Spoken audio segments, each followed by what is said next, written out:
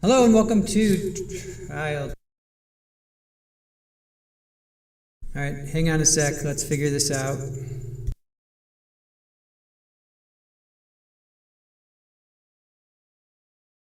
All right, hello. All right, welcome to Trial TV Live. I am the Squeegee of Justice.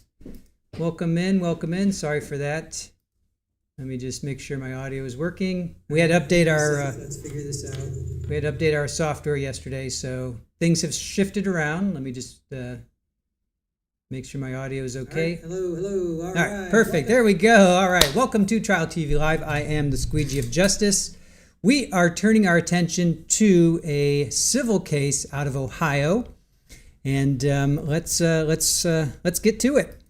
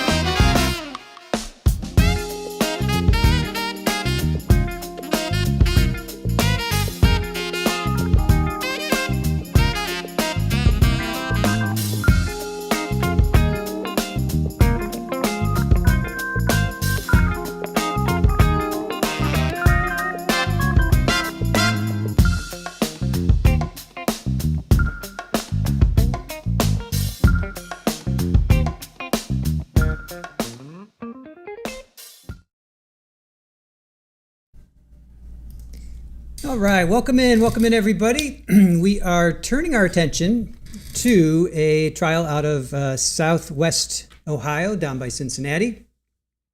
This is a civil suit brought by the Adams County Department of Law Enforcement by Joseph Foreman, also known as Afroman. He is a rapper, musician, comedian, and he's been around for a while. And anyway, so we're going to explore this case. So I just want to welcome in everybody. Come in, grab a seat. Happy St. Patrick's Day for those that celebrate. JMS, good to see you. Kathy Davis, good morning. Green-eyed Cat. Shirley Roth, Joy, good morning. Kimbers, good to see you. Selena K.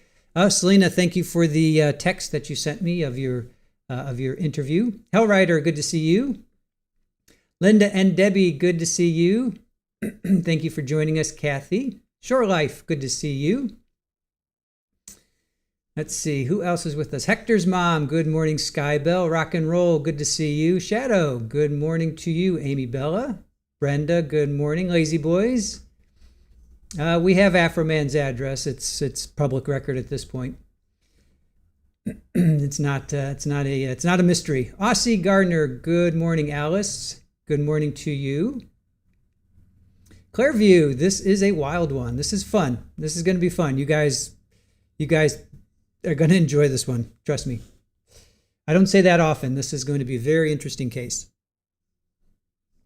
Anthony, good morning. Christy, good morning to you. Dream Horse, this judge is a piece of work. So this judge is also presiding over the Billy Wagner case. He's the family that took out the other family in the same area, basically Southwest Ohio. So you're going to recognize Judge Hine, or you should, or you might not. But anyway, I hope you do. Snowcatish, good morning to you. Yes, Debbie, I read your text about Corey. So we'll pick up on that another time. Today is all about the Afroman case. Denisha, you are so hyped about this one. Yeah, I am too. Gretchen, good morning to you. I see some OHIOs in the chat. Bama Green Eye Girl, or Green Eyes, sorry. Good to see you. I'm excited. I just want to get started. Tammy Inks, good morning to you. Lemon Poundcake is one of your favorites, Shadow says. Nice. All right. I think I got everybody. BFM Cookies, Red Snap. Alex, good morning. Maddie's mom, good to see you. Tulips, happy St. Patrick's Day to you. Allie C, good morning to you. Alice, never heard of this one. All right, well, let's get to it. Radioactive, good to see you. All right, let's get to it. So, date of the incident is August 21st, 2022. The charges are unauthorized use of a person's persona. Now, remember, this is the Adams County Sheriff's Department, or deputies, suing Afroman Joseph Foreman. So, unauthorized use of a person's persona, invasion of privacy, misappropriation of likeness, invasion of privacy, false light, publicity, I should say, invasion of privacy, public disclosure of private facts, and an injuncture relief. Thank you, Debbie, starting us off with $3. Appreciate that. Thank you so much. All right, so the judge is Joseph Hine, and again, you're going to recognize him from the Billy Wagner trial. We have prosecution is Robert Klingler, and then we have the defense is David Osborne. So we have what we do is before we start trial, we're going to do a little bit of a deep dive, right? We're going to do some, we're going to watch some news. We're going to watch some interviews so we get an idea of what to expect, what's going on, and then we'll get into the trial. So on August 21st, 2022, deputies from the Adams County Sheriff's Office in Ohio executed a search warrant at the home of rapper Joseph Edgar Foreman, known as Afroman, as part of an investigation into alleged drug trafficking and kidnapping. Right, so they thought that he had, he's not shy about his love of cannabis and smoking, and one of his biggest hits, if not his biggest hits, is "Because I Got High." Right, so that was that had Jay and Silent Bob in the video. You guys may be familiar with that or not. Anyway, so he makes no qualms about his love of cannabis. He's 420 friendly, as they say, right? So Afroman was not home during this raid, right? But the search was captured on home security cameras and recordings made by his wife. Authorities ultimately found no substances and no evidence of kidnapping, and Afroman was never charged with a crime. So keep that in mind. Sheriffs basically break into his home, search his home, find nothing. Now, after the raid, Afroman claimed deputies damaged his property, including his front door, which you will see, as well as his gate. You will see that. He later released a song, "Will You Help Me Repair My Door?" mocking the police raid and referencing the damage.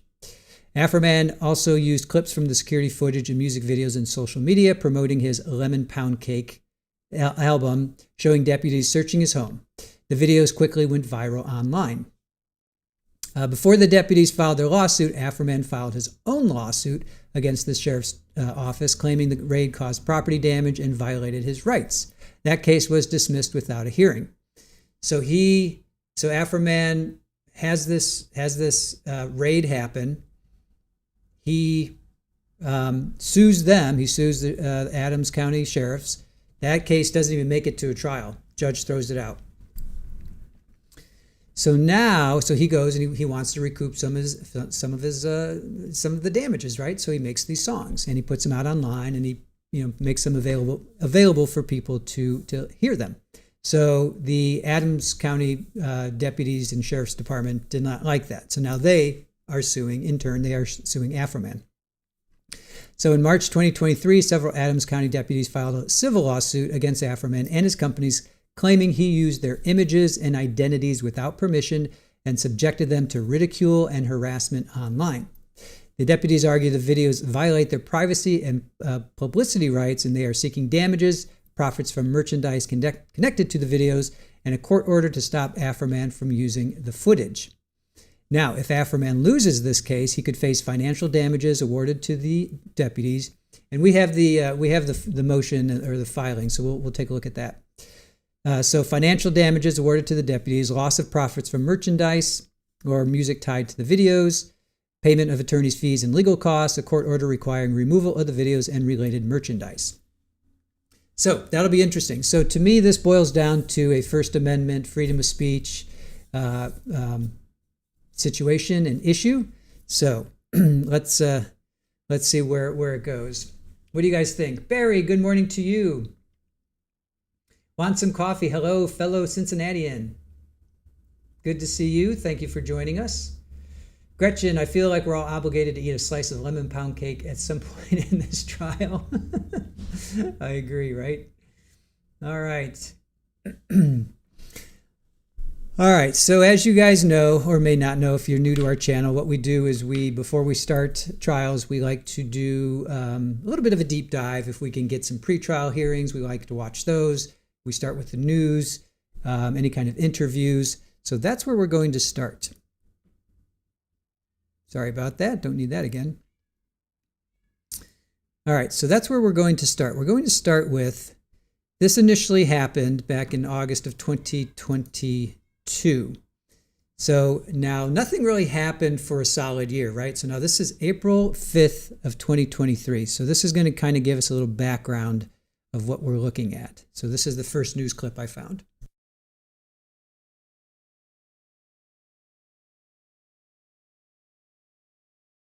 The story you will see only right here on Fox 19 Now. Rapper Afroman says he will not stop using videos of deputies raiding his home to promote his music and merchandise. Now those deputies are suing, saying the rapper is causing harm not only to their lives but their families. Ken Baker now with both sides of the story. The saga continues between the Adams County Sheriff's Office and Afroman. In this latest chapter, Afroman responds after some of the deputies who raided his property back in August by power of a warrant want their names, pictures, and likeness removed from all promotional material, social media posts, and songs. You know, I made jokes out of what they did, and they're suing me for humiliation, you know? That's what I feel every day, and that's what I felt when they kicked down my door and didn't want to offer to help me out. You know, once they didn't find drugs being trafficked, once they didn't find kidnapping victims. It was back in August of last year. The Adams County Sheriff's Office used a signed affidavit claiming probable cause of human trafficking and drug activity on the rapper's property. After many months and a long investigation, deputies said nothing was found and no charges ever materialized. These are just some of the images Afroman captured on his home surveillance of the raid. It's those images today that you can find on merchandise and in music videos. He says the money being pulled in through his songs and that merchandise depicting that August raid is helping him to rebuild his life and repair his property. Once they didn't find drugs being trafficked, once they didn't find kidnapping victims, they didn't apologize to me as an American citizen. In that lawsuit, the deputies claim that Afroman has caused them to suffer irreparable injury to reputations and their mental health. Afroman says the pictures and videos of the deputies were taken on his home surveillance system, which under law makes them his property. They are public figures. If they was really concerned about their privacy, they wouldn't be putting their names on a public lawsuit. They obviously don't care about their privacy. My understanding is that the threats were coming not even from Adams County, but from the West Coast, from states far away. Attorney Robert Klingler represents those deputies who say Afroman's social media posts and use of their images to sell songs and merchandise are not only damaging to their reputation and careers, but also putting their lives in danger. Their spouses were being harassed, and they were looking for any way possible to try to protect their families and to try to get Mr. Foreman to stop spreading these malicious lies, really. Klingler also added that his clients should not be in Afroman's crosshairs because at the end of the day, his clients were simply doing their jobs. They simply executed this search warrant, which is their legal duty to do. The lawsuit is asking that deputies are compensated from any money generated through merchandise and songs that use their names or images. No word yet on when this will play out in court. Afroman says he intends to bring his own lawsuit against the sheriff's office. Ken Baker, Fox 19 Now. All right, so that's an initial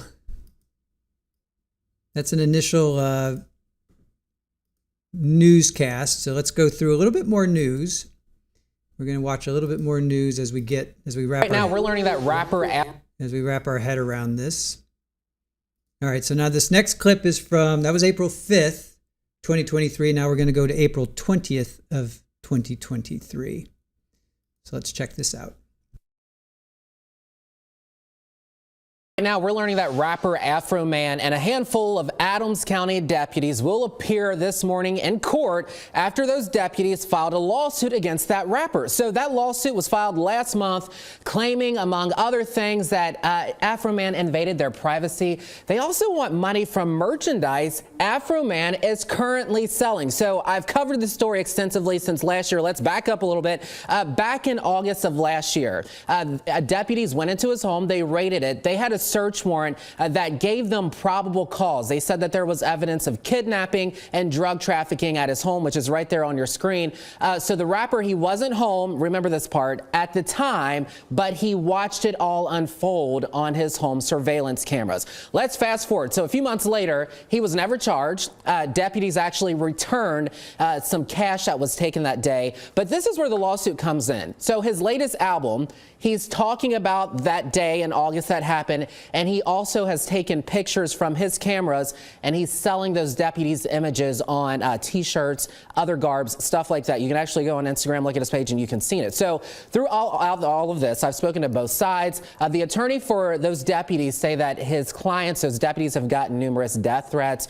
They're really being targeted. Afroman says that he just wants his money because they broke a gate, they busted down a door, all kinds of stuff. We are sending a crew. We're going to be in court. We will update you later on this story. At the Alert Desk, Ken Baker, Fox 19 Now. All right, so that was 2023, right? And I have videos. I'll play them, but I can't show. I won't play the audio because we'll get copyright strike. Even though I would love to let you guys hear the songs as well. But we'll play some of his videos so you can see what he did. But let's get a little bit more. Let's get now his side. This is an interview that he gave May 17th of 2023. So let's hear his side of the story. All right.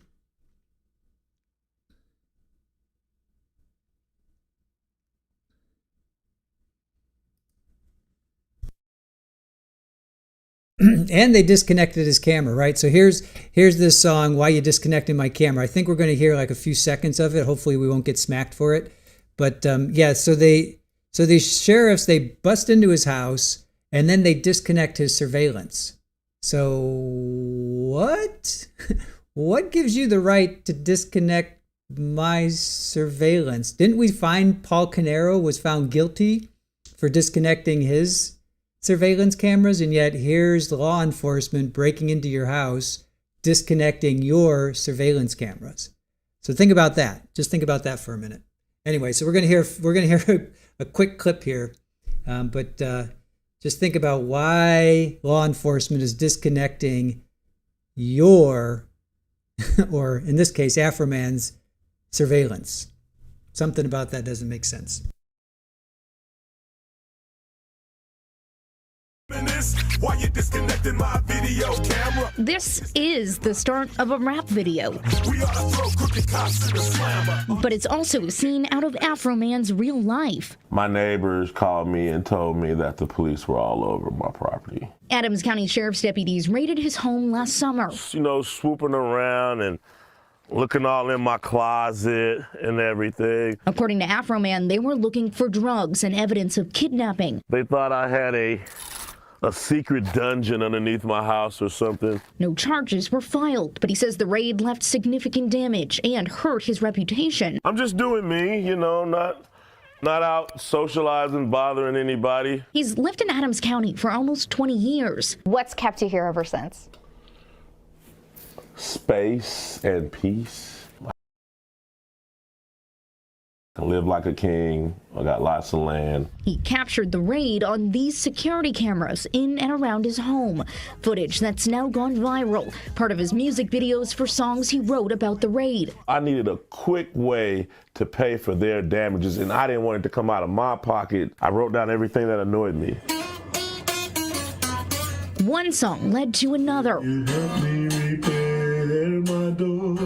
And soon he'd rounded out an album. I thought that'd be more positive than, you know, throwing a trash can at the police door. Now, those songs and their merchandise are the subject of a lawsuit filed against him by Adams County deputies who say he used their likeness without permission. I was appalled. I was like, what?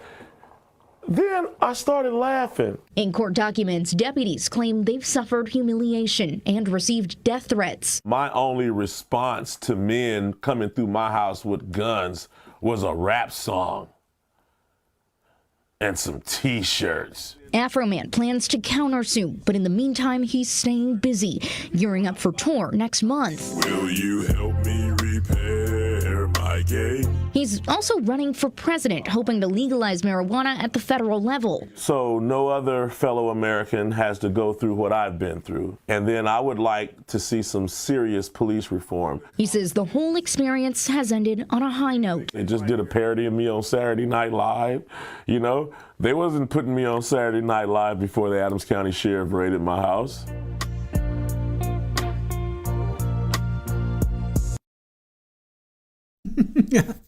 All right. Let's get to. I'm going to. There we have his full interview, but I want to play. Okay, so this is help me repair my door. Now I'm not going to play the audio because sadly I think we'll get smacked. But I'm going to play the video.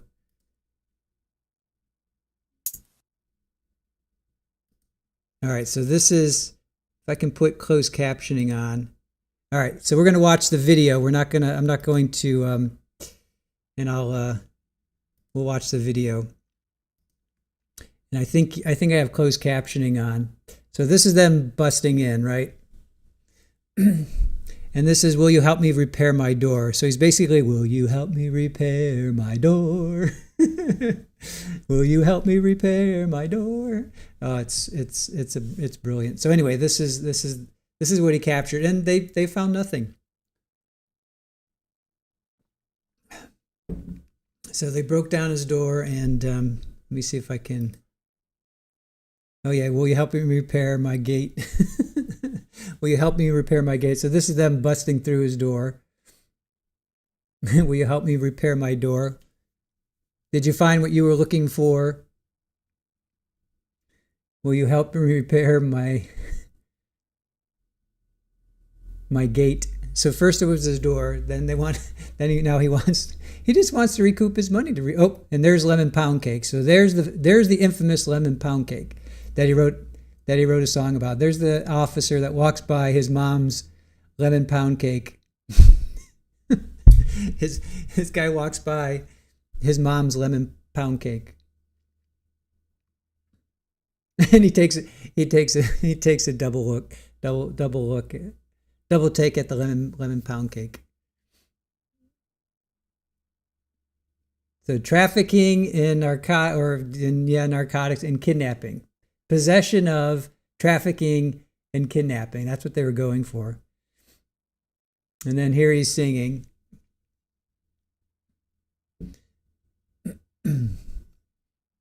So they looked for it. They looked for it. They couldn't find it. And they're like, where is it? What are we doing here? What are we doing here? They're going through his clothes. I mean, just really.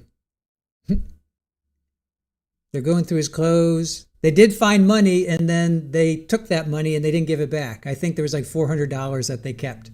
One of these officers kept $400. He had like, I don't know, $1,000 or something in the safe. And one of the officers kept $400. I mean, seriously? So I think he said they were looking for a dungeon. They're going through his stuff.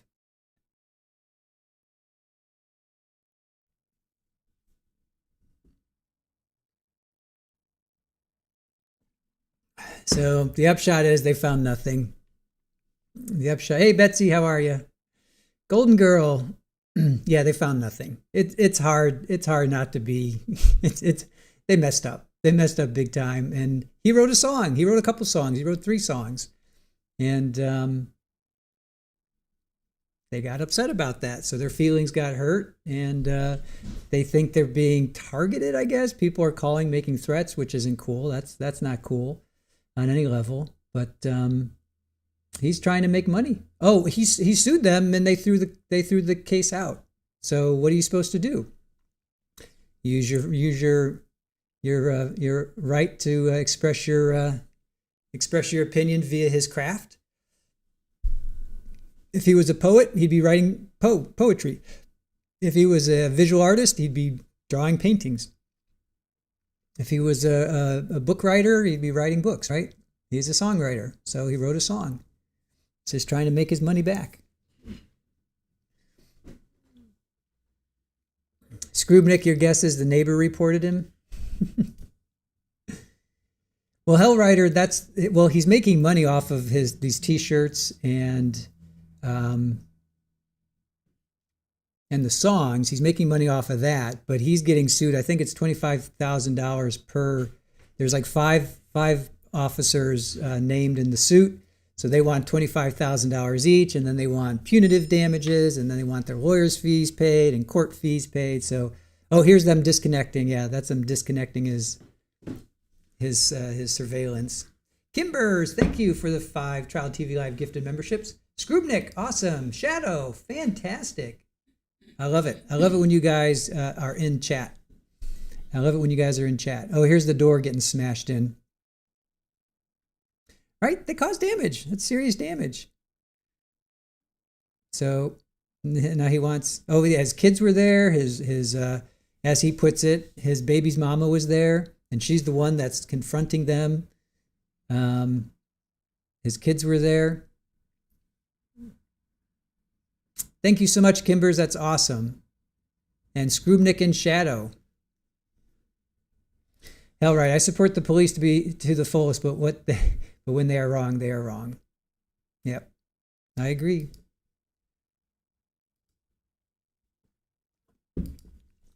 It's hard not to say, their feelings got hurt. It's hard not to go there, but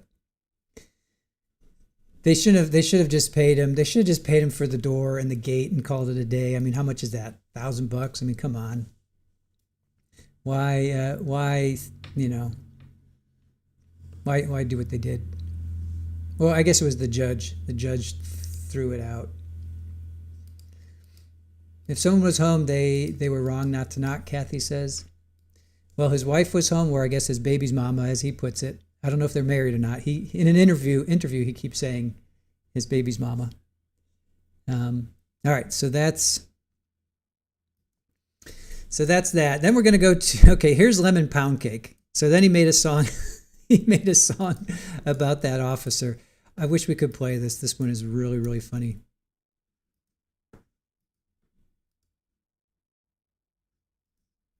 All right, this one is specifically about that officer that walked by. He's doing parodies, but this happened to him. So,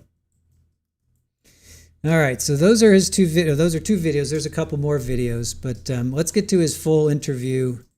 This is his full interview that we just saw partially. Let's check out his full interview now.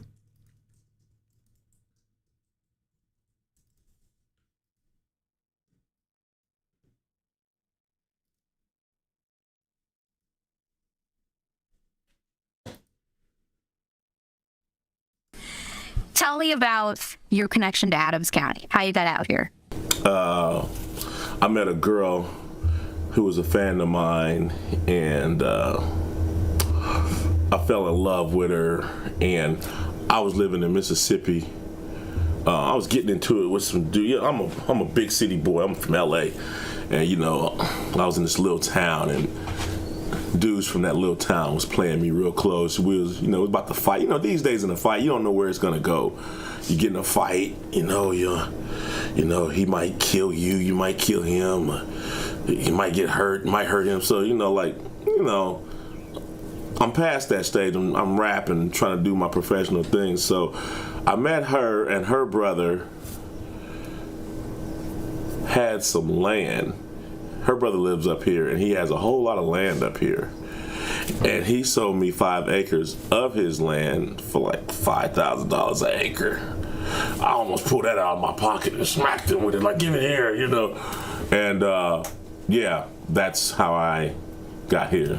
That was 2005. I'm gonna say yeah. What's kept you here ever since? Space and peace. Affordability, if that's a word. Space and peace.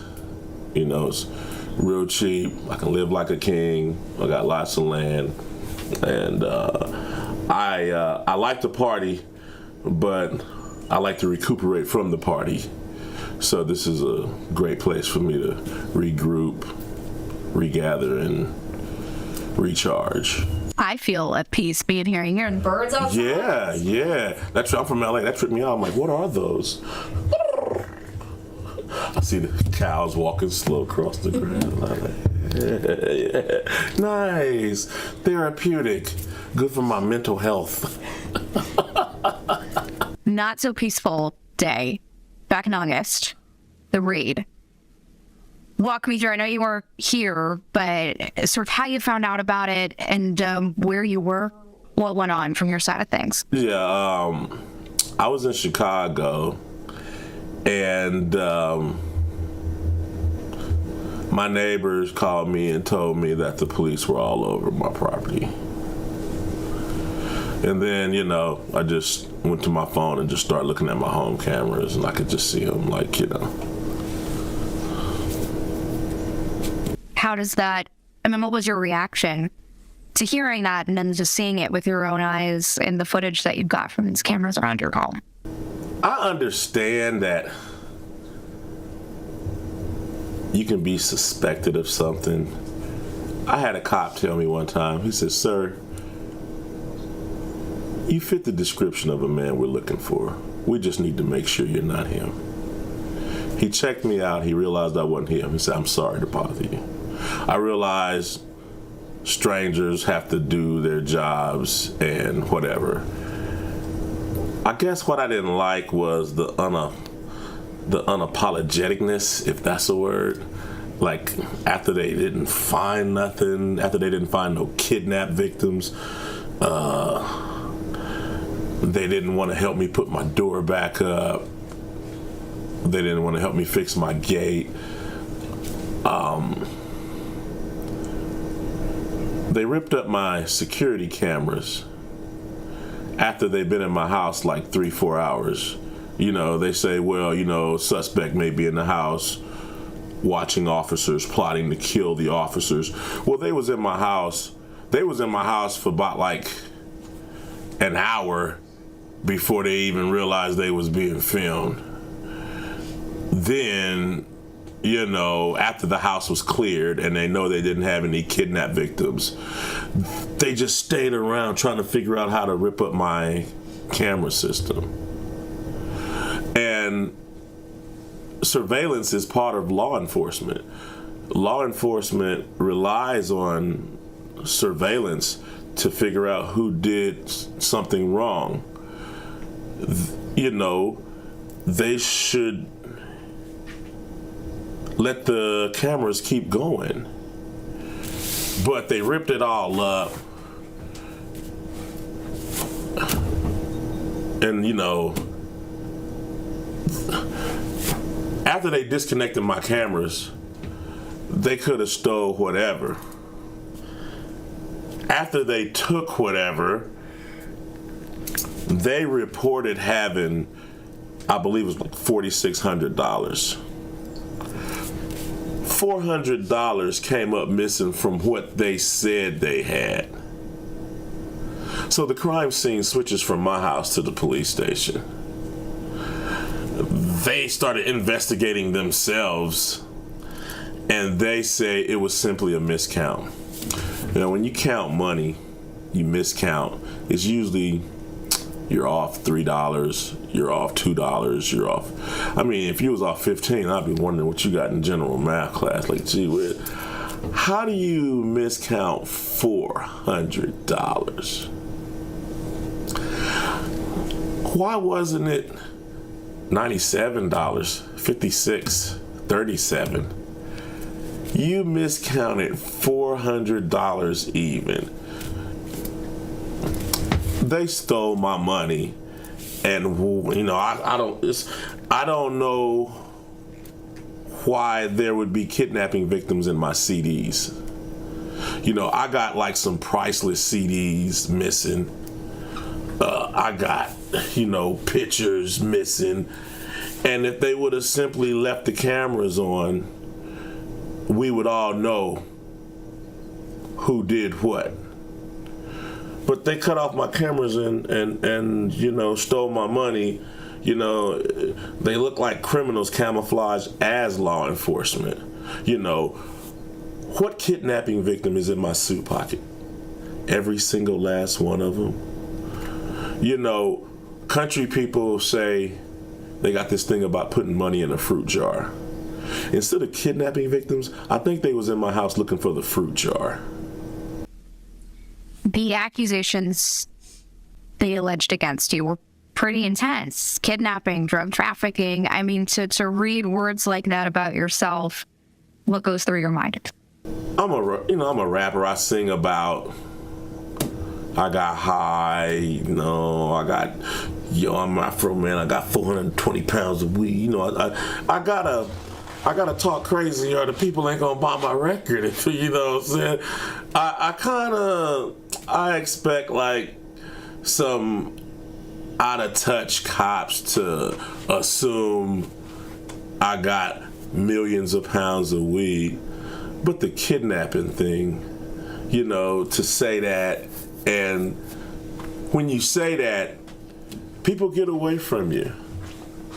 You know, if I accuse somebody of child molestation, when children go close to that guy, people start grabbing their kids' hands. They don't know. And even though you're innocent until proven guilty, you know, you're still getting treated like you're guilty. You know, so they cost me money by making that false accusation. No apology, vandalized and destroyed my home, ripped up my video camera, and then stole my money. These are criminals with immunity. And I think the immunity, you know, puts them in a position to be better criminals. You know what I'm saying? Something needs to happen to where cops need to obey the law they enforce. What else did they do to damage your call? Ripped up my baseboards.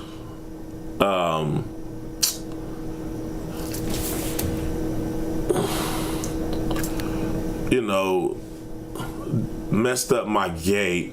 They came right here, and I got 2 doors. So instead of kicking down just one and being in the house, they kicked down 2 doors. And, you know, when they kick down the door, they mess up the casing that the door flips on, and, you know, this and that. I mean, once they got in here, you know, my house was clean, and it ain't that much stuff in here, so they didn't really have too much reason to rip nothing up. But they kicked down my door. My biggest complaint is my doors my baseboards, you know, disconnecting my video cameras, and stealing my money. And then not apologizing. Like, you know, if I was a kidnapper, then fine. If, you know, if I did have $1 million, if I did have 1 million pounds of weed, then fine. Okay, I don't have 1 million pounds of weed. Okay, I'm not a kidnapper. Okay, you want to help me put my doors back up? You want to stop stealing my money? You want to stop going through my suit pockets?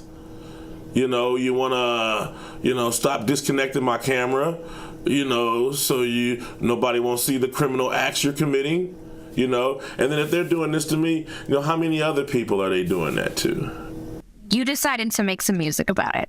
Make a song, use some of the surveillance video. Walk me through the thought process and what sort of got you there.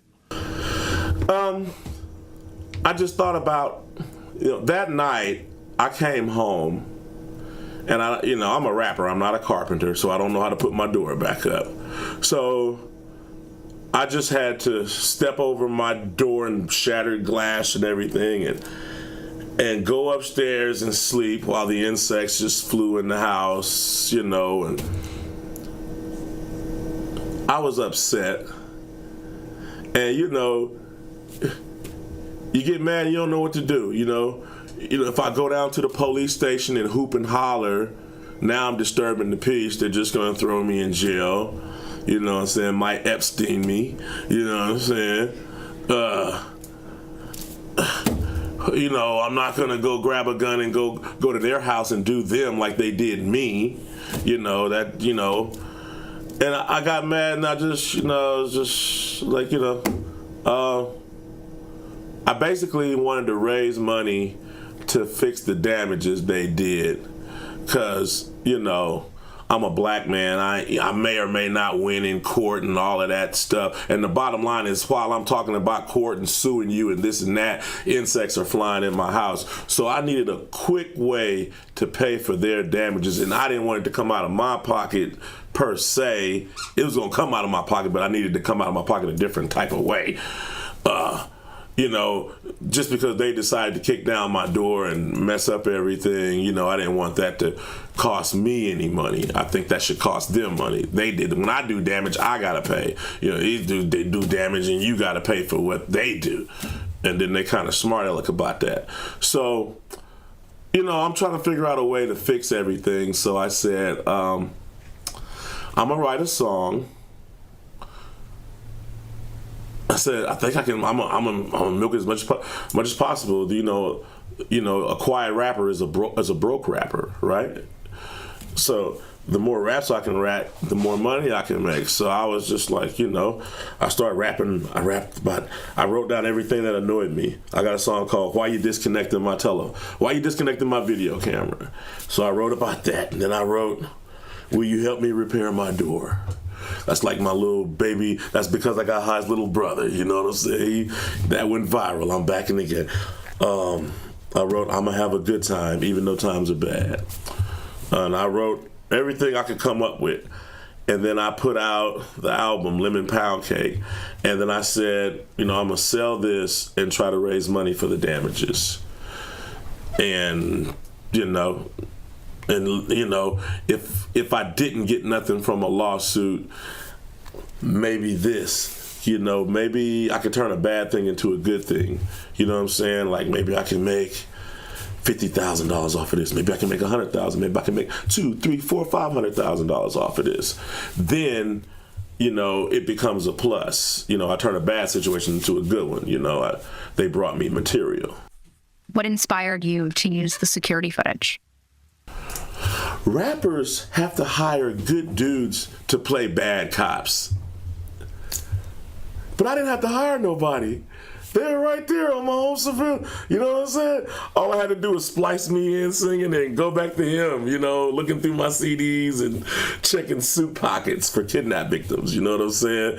And it was beautiful, you know, and it's something I can hold over the other rappers. Like, you got fake actors in your video. No, I got real sheriffs, you know, in my video, you know, really violating my civil rights, really stealing my money, really disconnecting my camera. I got the lady in the act cutting off my camera. You know, you can see her down there by my DVR, and then you can see the screen just go blank. You know what I'm saying? So I thought it you know, they saved me a lot of money by being the bad cops you would have to hire for a movie or a rap video. They volunteered their services, you know? And this is my home, my property. I didn't commit any crimes. They broke into my house and put themselves on my home surveillance footage. And in my life, I sing about what I go through. I was gonna clean my room, but then I got hot, and you know, I tell my story about that. Well, I'm like, will you help me repair my gate? And then I'm not just making this up. I show him destroying my gate. I said, will you help me repair my door? I ain't just making it up. You watch him blast down the door. And then, you know, I sung Lemon Poundcake, this, that, and the other. So, done right, it was a blessing in disguise. Through a rapper's lens. You know what I'm saying? If I played the cards I was dealt. Tell me how fans have reacted to not only the songs, but the music videos. It's funny. You know, am I the only person that's a victim of, you know, corruption in law enforcement? I'm going to say no. Am I the only person getting raided and falsely accused of crimes? I'm going to say no. People out there are reacting to what they don't have a big enough platform to bring attention to. And they're like, yes, that's what happened to me. The cops took my money too. You know, they call it asset forfeiture. It's just better terminology for robbery, force, or fear. It's both of those things. You know, you forced me to give me your money and I was scared to take it back. You robbed me. No, it's not robbery, it's asset forfeiture. You know what I'm saying? That's not a cockroach, that's a water bug.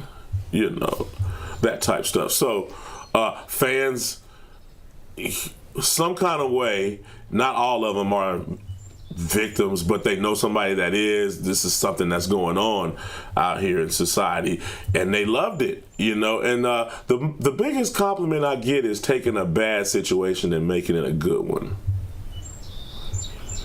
And they like, you know, that's all I hear.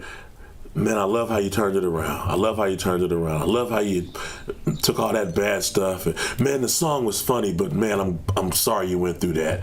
At the same time, that was horrible. You know what I'm saying? I thought that'd be more positive than, you know, throwing a trash can at the police door and, you know, hooping and hollering in the middle of the street. You know what I'm saying? I thought, you know, I'ma just laugh, you know.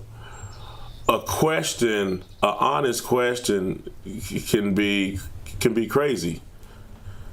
Instead of throwing a trash can at the sheriff's door, I showed him looking through my suit pockets. I'm like, any kidnapping victims inside my suit pockets? And there they are, looking inside suit pockets. You know, and then, any kidnapping victims inside my CDs? And there they are, looking at my CDs. You know what I'm saying? You know, I guess they like Madonna, Phil Collins, Ice Cube. You don't know what they was looking for. He was probably trying to, you know, restore some of his collection, this, that, and the other. But the fans loved it. They loved it. I'm lightweight back on top. You know, they just did a parody of me on Saturday Night Live. You know, they wasn't putting me on Saturday Night Live before the Adams County Sheriff raided my house. They did that after they raided. So after they raided, they inspired the album. The album got the attention, and the attention is you know, getting me everywhere. What was your reaction when the lawsuit was filed by some of those deputies against you? From the first 10 seconds, I was offended. I was appalled. I was like, what? Then I started laughing. These big, bad, tough dudes came in here ready to kill me in front of my children I was watching with their assault rifles. These guys with their rifles are crying about my comedy songs. You know, I felt like I don't know if you say that, I felt bad because my only response to men coming through my house with guns was a rap song and some t-shirts. Yeah, that's my response to you kicking down my door, stealing my money, disconnecting my cameras. What you gonna do about it? Oh, I'm gonna write a song. I'm over here feeling less than a man because I wrote a song. And then these big bad dudes is feeling humiliated. What? Like me? Mental stress? Like me? And they're suing me? I won. My rap songs are more intimidating than their rifles. My rap songs got big, bad, corrupt cops in the corner. Tell him to stop singing about me. These are the people protecting the community. People that can't take words after they do the wrong. After they steal $400, they can't take a joke. After they disconnect cameras, they can't take a comment on my social media, in my circle, in my world. I'm not in their sheriff world with everybody has their little flag with the blue stripe. I'm not in their circle saying this and saying that. No, they came into my house. I'm talking to my family members. I'm talking to my fans while they're getting mad about me saying the truth in my circle. They want to sue me because I'm showing my friends and family what happened. And then they're mad because I'm writing songs about my life. I started laughing. You come into my house with guns and you leave with lawsuits? And you're planning to countersue, correct? Yes. I plan to countersue. I think they stole my money. And no, I know they stole my money and they disconnected my cameras. I believe that's a crime. I believe that's tampering with evidence. You know what I'm saying? They're law enforcement. They shouldn't be disconnecting anyone's cameras 4 or 5 hours after they done kicked down the door. There's no need to disconnect it now. You know, there's no kidnapping victims in the house. There's no drugs in the house. Goodbye. But no kidnapping victims, no drug. You hang around and just vandalize my place. You know, going through suit pockets. Who's in my suit pocket? You've lived here since 2005. You mentioned at the start of when we sat down that this is a place of peace. Being in this home, in this community now, if you were to need to call 911, would you feel like you could do so? Do you feel peaceful here the way you did before this happened? The police department was not designed for black people. The police department is here to serve and protect white people. And I'm sorry, but that's the truth. You know, when I call them, somebody broke in my house, they took 3 days to come out, take a report, and didn't give me a copy of the report because that's what I needed to give the insurance company to get some of the stuff back that was taken from my home. And when I call consistently, checking up on the investigation, he's like, we'll let you know if anything's happening, and if you call up here again, it will get addressed. Because he's not here for me, you know what I mean? I had a girlfriend kick my door down and come in here. They didn't arrest her because it was no room in jail. However, when I commit a crime, there's always some room. Yeah, there's plenty of room in the back of that squad car. There's a cell waiting for me with a bed. But when this lady kicked the door in, there was no rooms in the jails. You know what I'm saying? And, when I need them, it's a delay and an excuse. When someone calls them on me, here they are. Assault rifles, no knock warrants, blah, blah, blah. So I'm a black person in America. The federal government didn't protect the slaves after slavery, so the Ku Klux Klan just killed them and hung them all over the place. And the police, sometimes they do good stuff. Every now and then, I got a flat tire somewhere, he'll hold a flashlight for me, like, wow. But then he'll search me before he do all that, blah, blah, blah, So, like I said, I ain't mad about it. Things used to be worse. Things are better. If you put a gun to my head and ask me, could there be any improvements, I would say, yeah. But,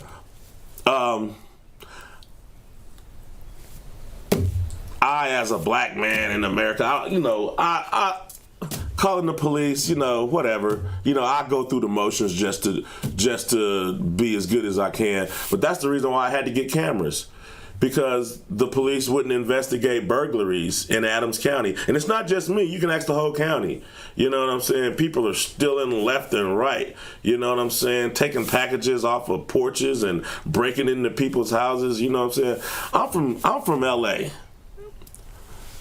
You know what I'm saying? I stayed in South Central, Compton, Watts. My house has been burglarized more in Adams County than any ghetto I've ever lived in. So, but I still like certain stuff I got to do. I got to have cameras, I got to, stash stuff I care about and blah, blah, blah. But no, me personally, I probably wouldn't call the police, you know what I'm saying? I believe they're a needed scarecrow in society. Bad guys don't need to know that there's no police or there's no consequence for their bad actions.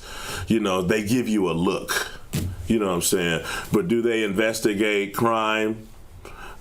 Sometimes on 48 hours they solve murders, you know what I'm saying? But there's, a little boy got killed in Seaman. They never solved that murder. People's houses are getting broke in left and right. You know what I'm saying? They don't solve no murders. You know what I'm saying? And I know we need police, but I don't know. Sometimes I think they need to come off of traffic and just investigate burglars and murders. You know what I'm saying? But no, I wouldn't. Personally, I wouldn't call them. What comes next for you? I know you got tour starting in June, and here you're running for president? Yes, ma'am. Yes, ma'am. Yes, I'm running for president. I want to get cannabis legal in all 50 states. And I want to make it federally legal, so no other fellow American has to go through what I've been through. I don't want nobody else's kids watching, you know what I'm saying, some guys run all through their house and vandalize and steal money and disconnect cameras because they heard you had some cannabis or whatever, you know what I'm saying? It's great medicine, it's natural, it's getting a lot of people off of pills and Oxycontin. So I would like to get it legal in all 50 states. And then I would like to see some serious police reform. I would like for an officer not to be able to get paid if he turns off his camera. And then I want civilians to monitor the cops. I don't want the cops editing their own videos, blurring out what they don't want you to see, showing only what they want. No, they are for the people, by the people. So I would like the people to monitor their actions and make sure they're not out here committing crimes against the people that they're supposed to be protecting. I mean, I don't want those cops to die. I don't want them to go to hell and burn forever. I do want to talk a lot of crap about them and make a whole bunch of money. And I believe that's quite humane under the circumstances.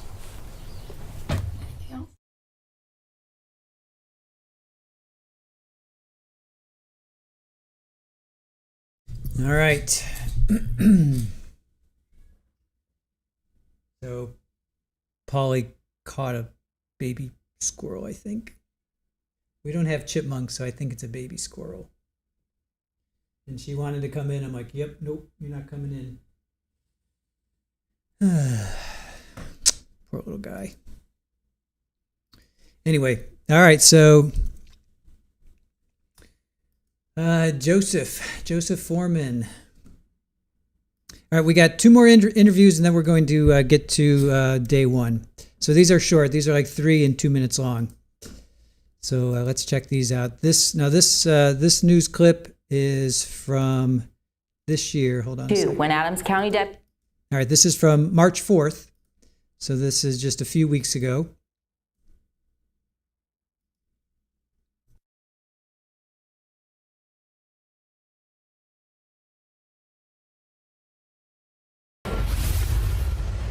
This outfit represents the freedom of speech. New tonight, rapper Afroman is speaking out ahead of his trial this month. This suit just made me smile. He is being sued by Adams County Sheriff's deputies for using a video of them raiding his home in 2022 in one of his music videos. Afroman filed his own counterclaims against the officers, but a judge recently dismissed those claims without a hearing. In an interview you'll only see right here on Fox 19 now, Alexis Martin sat down with the Afroman to talk about the raid, the lawsuit, why it was thrown out, and what happens next.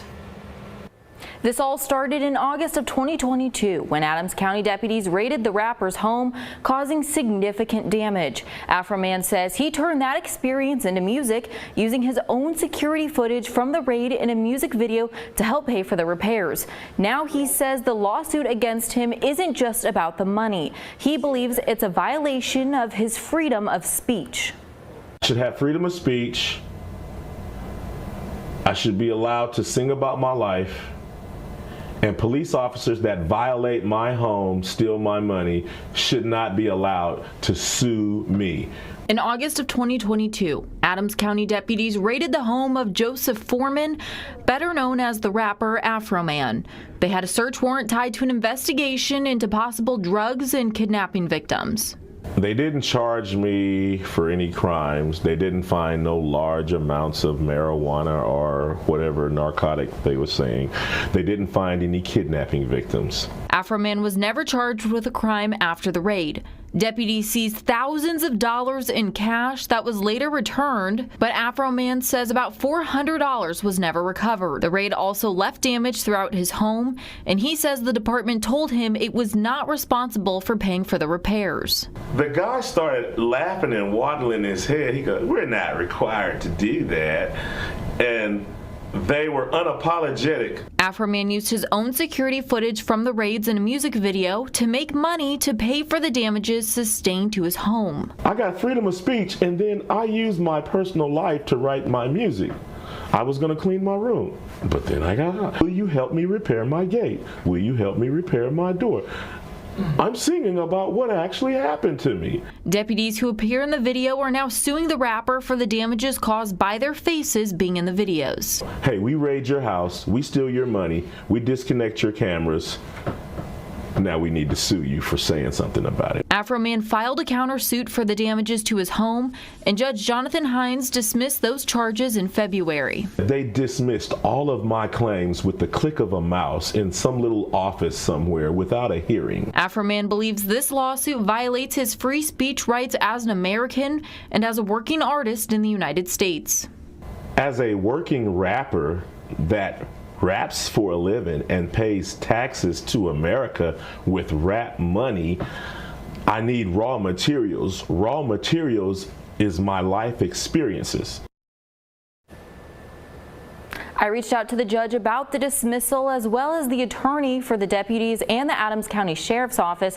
So far, we have not received a response to Afroman's claims. The trial in the deputies' lawsuit is set to begin March 16th. Reporting in studio, I'm Alexis Martin, Fox 19 Now. Oh, so that was the same judge. The Judge Hine, who threw out his lawsuit, is now listening to the officer's lawsuit. That doesn't bode well. That doesn't make me have a good feeling about this. All right, so you guys like his suit here. Check out here's this newest, this is to the battle hymn, My Eyes Have Seen the Glory. I think it's that song. Hold on. So here, check this out.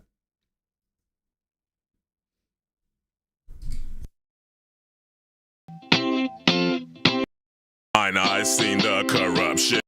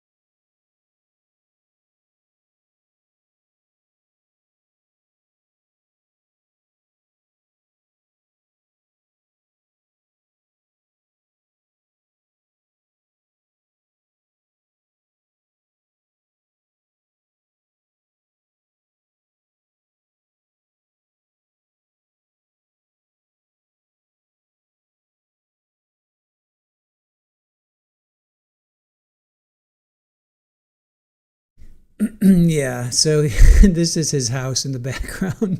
Afroman's gonna do you. Afroman's gonna screw you. I think this. He's definitely pushing the limits.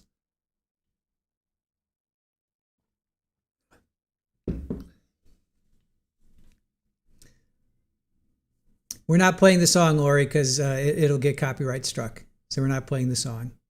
I'm gonna talk over it. If I played the music, we'll get copyright struck. So I don't want that to happen. Hey Alice, how are you doing? The suit, L. Ryder's suit is pretty. Let's just put it this way: it gets attention. So this is I think this is one of his latest ones. So they took what, $3,900, and they kept like almost 390 or something like that.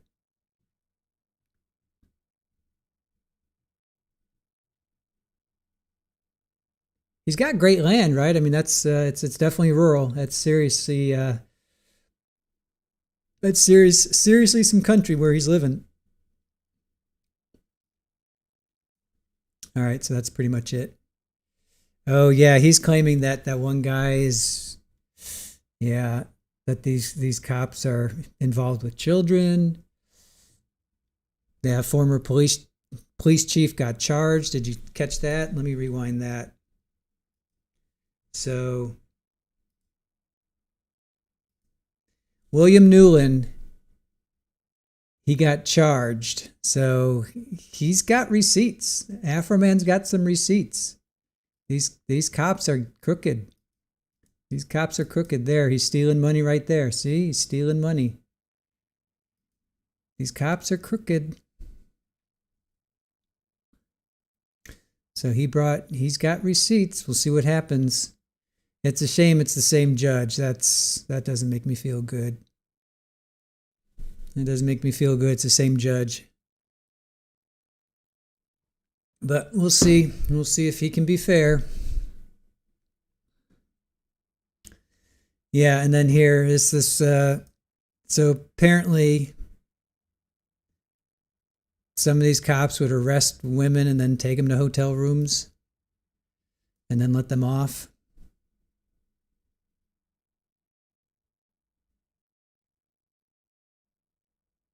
Yeah, I don't know who signed off on the warrant. That's a good point, Downey. I don't know who signed off on the warrant. But yeah, no, the judge definitely signed off on the warrant. Hey, Miss Bree, good morning. Looks like our Comcast is acting up, you guys.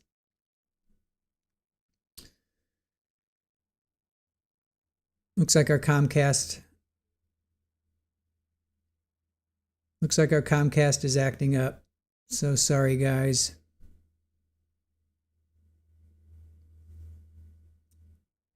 If you can hear me, our Comcast is oh, rock and roll. He'll have an attorney. Yep. He has an attorney. So our Comcast is acting up.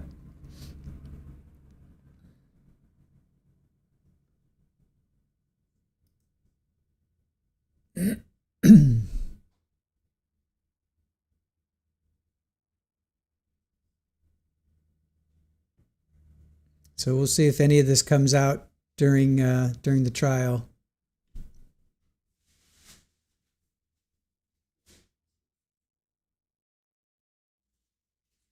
And those are all the law enforcement that got.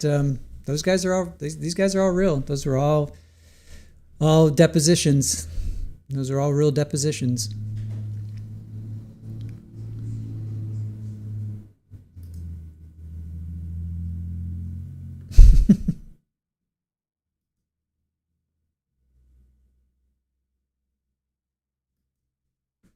All right, so I want to play one more news clip, and then we'll get to day one. Hopefully, our Comcast will sort itself out.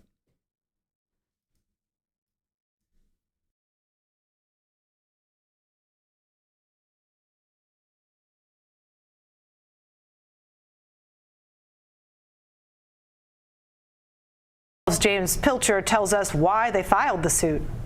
On his house looking for marijuana based on what they say was a tip from a confidential informant.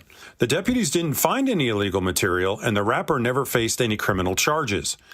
Afroman, whose legal name is Joseph Foreman, says he made the song and video to recoup losses incurred when deputies broke his front gate and did other damage looking for drugs. I'm being a sport. I'm singing a humorous song about a man taking too many glances at my mom's lemon pound cake. And he's up in arms in court suing me about this. These are not sports. Indeed, the deputies in the video sued after it went viral. Deputies Michael Estep, Sean Cooley, and Austin Cooley claim the videos and subsequent publicity caused them undue ridicule, mental distress, and danger, including anonymous death threats.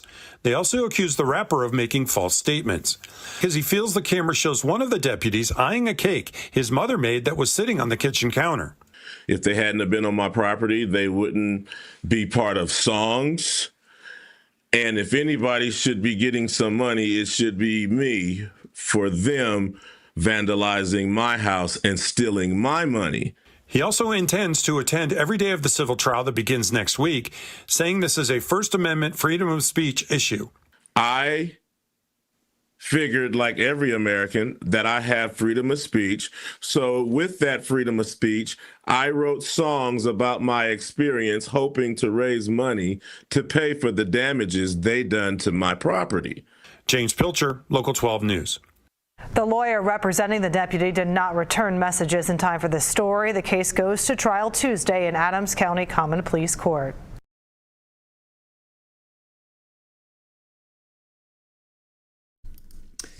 Thank you, Smoking Toast. Appreciate that.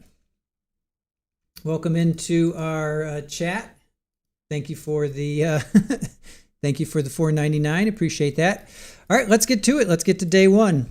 And yes, cameras are in the courtroom, and we're going to start with day one, which was yesterday, but it was only like 3 hours, so we'll probably be able to catch them.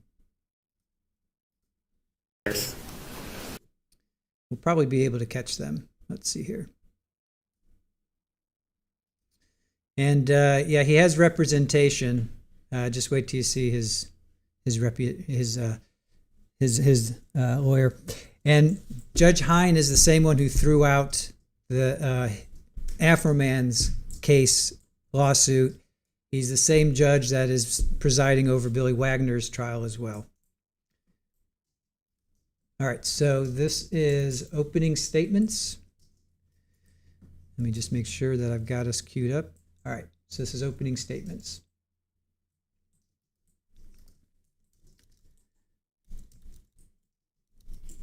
So this is going to be the plaintiffs.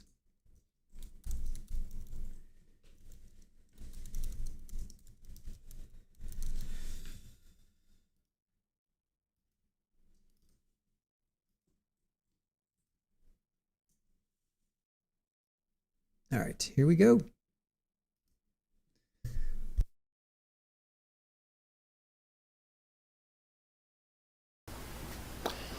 All of these posts, Mr. Foreman knew they were untrue. And that's the actual malice that you heard about. He doesn't have to hate people. He doesn't have to anything else. If he knows they weren't true, that's actual malice. For public officials, he can't do that, and he did. Now,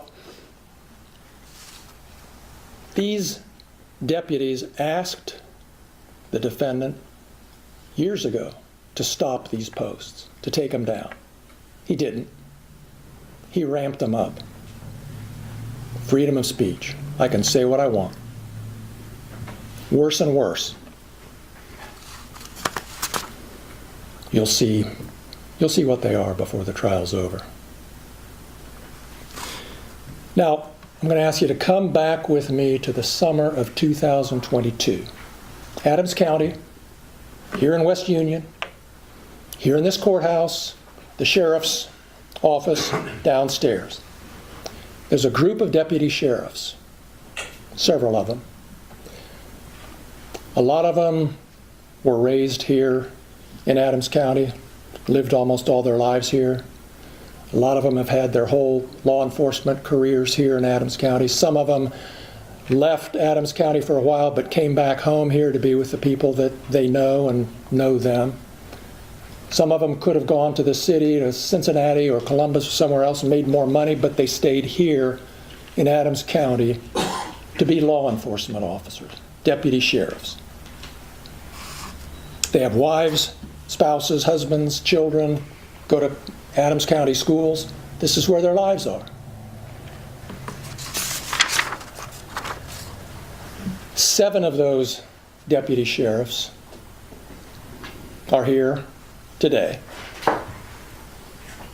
There's Randy Walters there on the left, Mike Estep beside him, Lisa Phillips beside him, Sean Grooms beside him, Justin Cooley beside him, Detective Brian Newland beside him, and Sean Cooley, Justin's father, beside him. What brought them together was some information that Brian Newland came across in the summer of 2022. Some information that caused him to have to do something.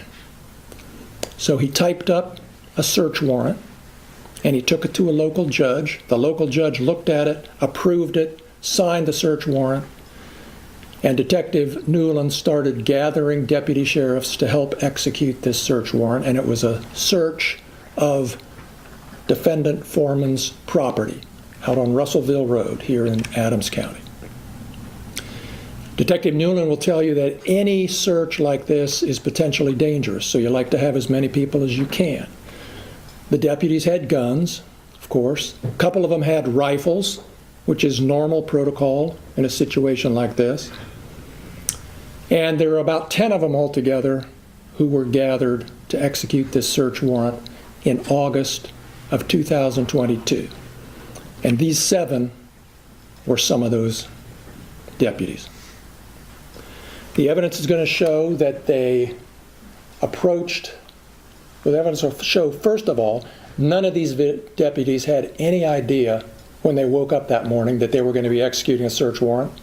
None of them had any idea that by doing their duties that day, their lives would be turned upside down.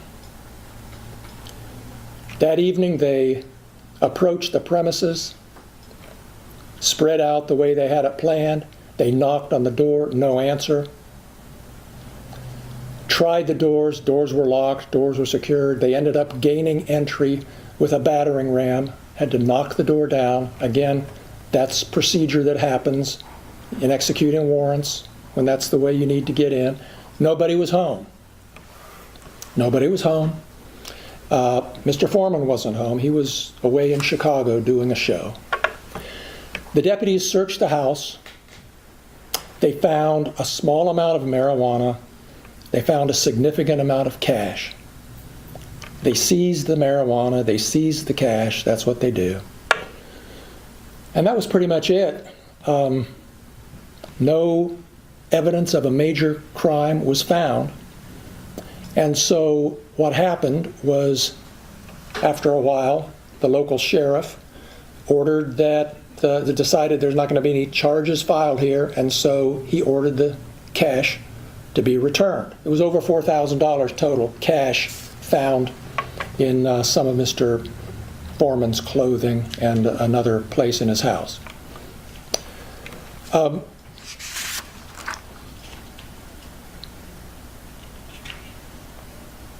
Shortly after that, shortly after the cash was returned to Mr. Foreman, he began claiming on the internet and every place he could that the sheriff's deputies had stolen $400 from his money, hadn't returned it.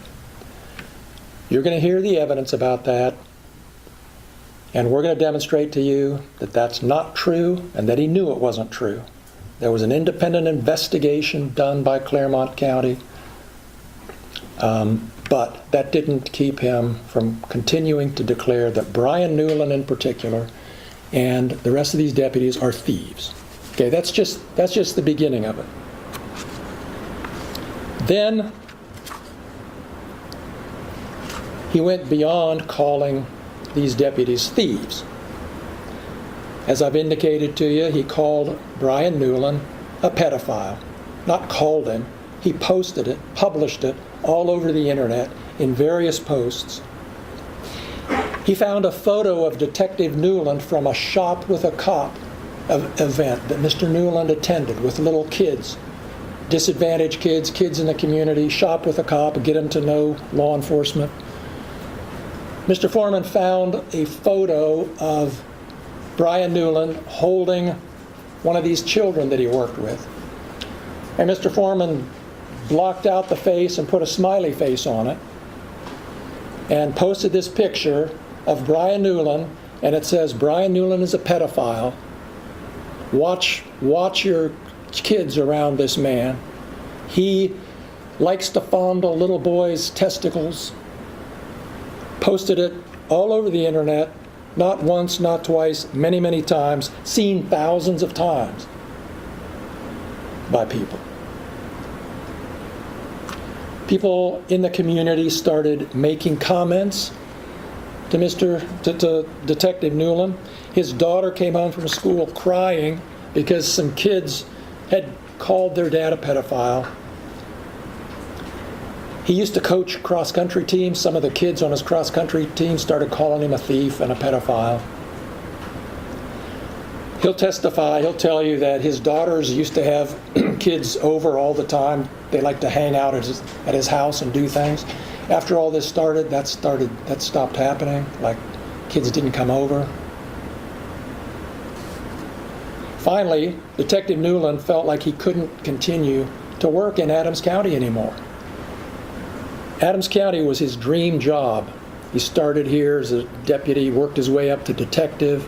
This is where he wanted to spend his career, but things soured out. He couldn't stand working here anymore. He resigned his job from the Adams County Sheriff's Department and went to Cincinnati and now works for the Norwood Police Department. He commutes, drives every day because he felt like he can't work here anymore. Now, Mr. Foreman, as I indicated a moment ago, saved his most severe attacks for Lisa Phillips. Lisa Phillips worked as a resource officer in the Adams County schools for 18 years. She used to greet the children, including Mr. Foreman's children, when they were dropped off at school in the morning. Said hello to them, made them feel welcome. Mr. Foreman posted that Lisa Phillips likes to have sex with other women. He used other words. She ate my ex-wife just like pizza. Pussy, pussy, pussy, eating, blah, blah, blah. Over and over, thousands of times on the internet. People saw it, people laughed, people from out of state, but people here in Adams County would sometimes yell at her when they saw her. Hey, Lisa Lickumlow Phillips, that was his nickname for her. Over and over. This has been going on for like almost 3 years now, folks. And it's taken a heavy toll on her. Her child came home from school crying, saying, because the kids were saying, did your mom have a sex change? Because of what they saw that he had posted. We asked him to stop. He doubled down. Thank you, Judge. She's out on call doing her duty. Someone yells at her, hey, Lisa Lickumlow, calls her a thief. She's had to miss days of work because of the emotional upset.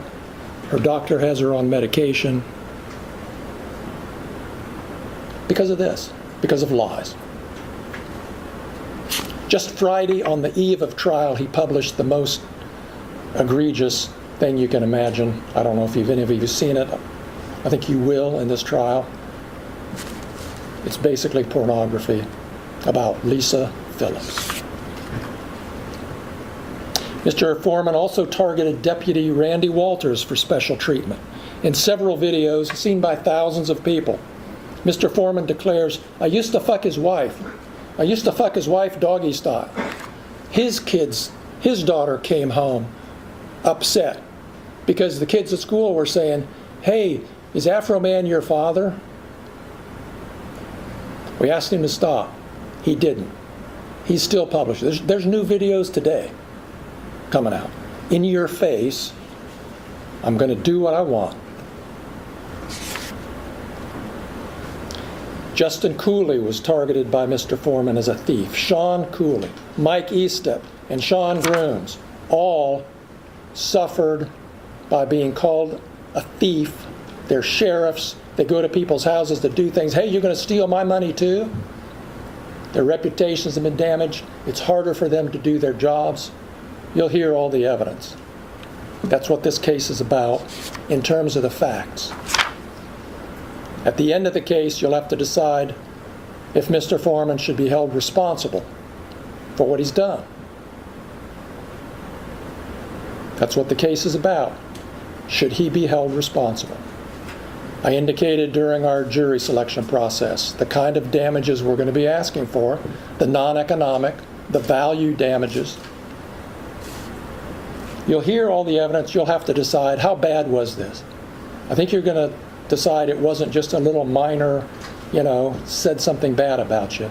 It was about as bad as you can imagine for these deputies. Reputation, pain and suffering, humiliation, personal embarrassment, loss of reputation, all that stuff, you're going to have to put a value on it. And I will tell you this, as I said earlier, I'll try to help give some guidance. You can reject it or not, because it's your choice. But at the end of the day, I'm going to be asking you for a number for all these people that is in the 7 figures. That's how serious we take this. And there's also a punitive damages element that may go to you depending on what the judge decides. And that's going to be another decision you'll have to make based on how bad you think this is and what this conduct deserves that's been done to these people. At the end of the day, it's about what's legal, what's moral, what needs to be done to make up in some way for what's been done to these deputies that have spent their careers defending this community and living in this community. That's all I have. Thank you. Thank you, Mr. Klinger. Mr. Osborne.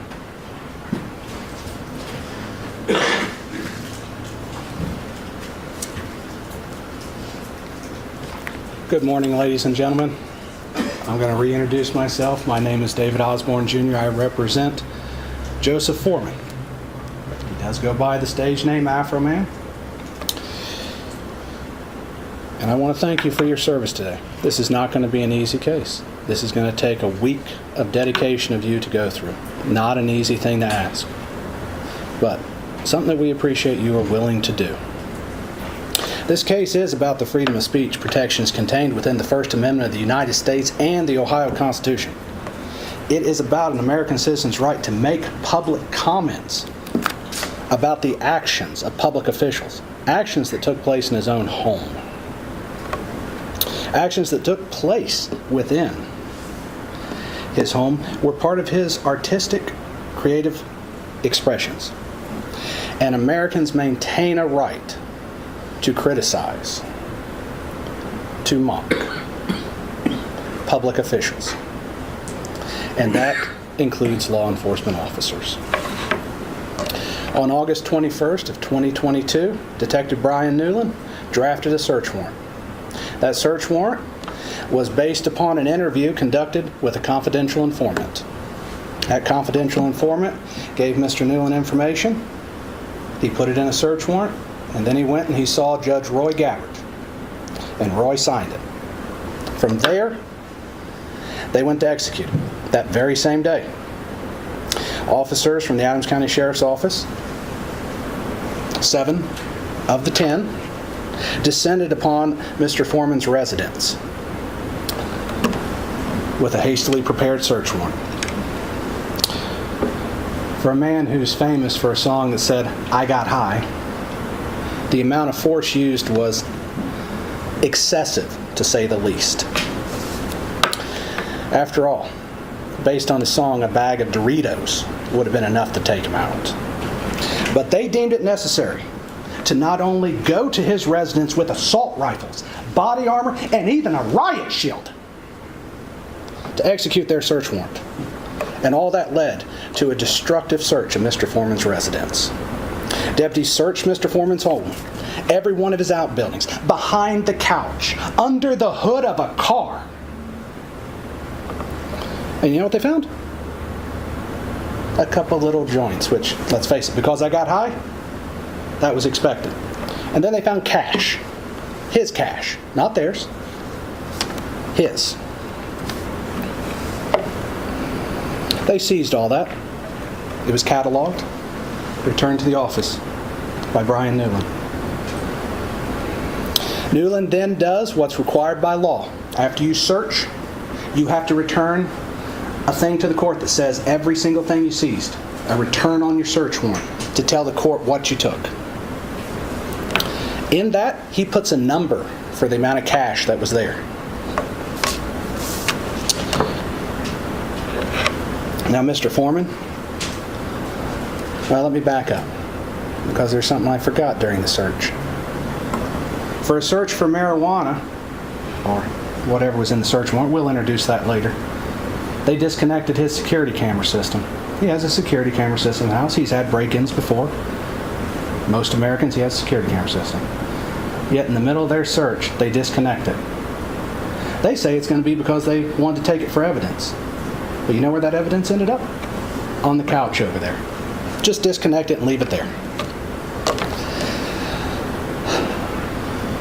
Now, what precipitated next is the primary focus of the lawsuit. Mr. Foreman did what he's done through his entire career. He took his life experiences and turned them into music, social commentary, and artistic expression. After all, one only need to look at the song, Because I Got High. The lyrics are there. I was going to clean my room because I got high. He was rapping about his life then, and His posts are talking about his life and his experiences. During the search of Mr. Foreman's home, deputies' actions during the search was captured in two places. One, the security system of Mr. Foreman. Joe's security system was active until they cut it. You also have body camera footage. Now, we don't have body camera footage for all 10. Not everybody was wearing body cam. But the officers that did, there is body cam footage. And he used this footage from both those locations to make his music videos. He posts them on social media like Facebook, YouTube, Instagram, and even TikTok.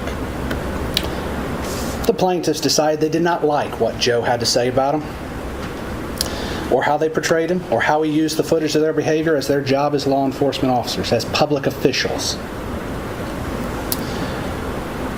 Their response was to sue him in order to silence his freedom of speech, threaten his livelihood. After all, have you ever heard of a law enforcement officer suing a person for making a social commentary on them? Or have you ever heard of an officer suing anybody because someone said they didn't like what they had to say? Officers deal with it all the time. I dealt with it during my election. You don't sue people. You respect the freedom of this country and move on. Because, let's face it, if we don't have freedom of speech, what else is there? 250 years ago, the founders of this great country wanted to limit the government's involvement and what government officials had power over to say. And that's why we have the freedom of speech we have today. Before we get to the evidence, I want you to understand this case started with a number of claims. Of them, 2 were dismissed by the court. Do not go there. Do not go there. You know and I know the jury doesn't need to know what's not there. I'm not hiding the ball. Claims filter out like they should. I gave the instructions, and you don't need to get distracted about what's not in front of you. Mr. Klingler talked about punitive damages, maybe, but you don't need to know that because we're not there. I'll tell you that if you need to know it later. There's a lot of things this case is not about. So he doesn't get to talk about what it's not about. It's only what it is about. Go ahead.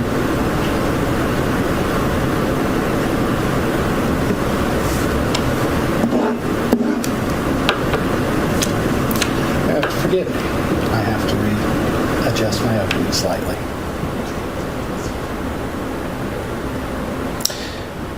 It should be noted that public officials, such as these gentlemen and Miss Phillips over here, are held to a higher standard than an ordinary person. They're public officials. They are expected to be criticized and mocked.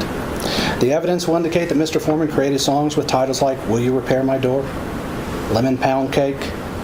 These songs went viral, yes. People connected with the message and understood what Joe was trying to say. The videos and songs resonated with the public because they addressed something that people care deeply about as Americans, and that is how law enforcement officers conduct themselves. Joe also made statements on social media about the search and the officers involved. Some of these statements were openly critical and expressed Joe's opinions about what happened. Statements about missing money. And he used some strong language. Some exaggerated language. We call it hyperbolic language. To present his message and his opinion. But all these statements were a matter of public concern as well as statements about his personal opinions. The experience of law enforcement officers executing a destructive search warrant is well beyond question, as it is a matter of public concern. The plaintiffs are going to point to specific statements that Joe made. They're going to claim these statements are defamatory. They are going to attempt to remove them from their context. Statements aren't in a vacuum. There's context. If you get called a name, if my wife yells at me, there's probably context to it. That context is what we're going to show you. Because if you look at those statements in isolation and simply ignore the conduct that sparked them, you can't understand really what was going on. You'll be asked to forget much of that context of the statements. At least not the least of it is that the plaintiffs are public officials and the public has a right to criticize them. The evidence will show that Mr. Foreman's statements fall into three categories. The first, many of these statements are his opinions. Opinions are not assertions of fact. They are Joe's subjective views about his encounter with these public officials and the execution of their duties. Even if they're mean, even if the person who is the subject of them hates them, they are protected. Second, many of the statements are exaggerated, rhetorical exaggeration, as you might expect from a musician. After all, if you didn't have Because You Got High, if I said I just didn't want to clean my room, no one would have bought that song. You have to exaggerate something. You'll see he used colorful language, sarcasm, and satire. No reasonable person would have understood these statements to be literal assertions of fact. For example, Mr. Foreman created nicknames and made comparisons to cartoon characters. No reasonable person would understand those as a literal assertion of fact.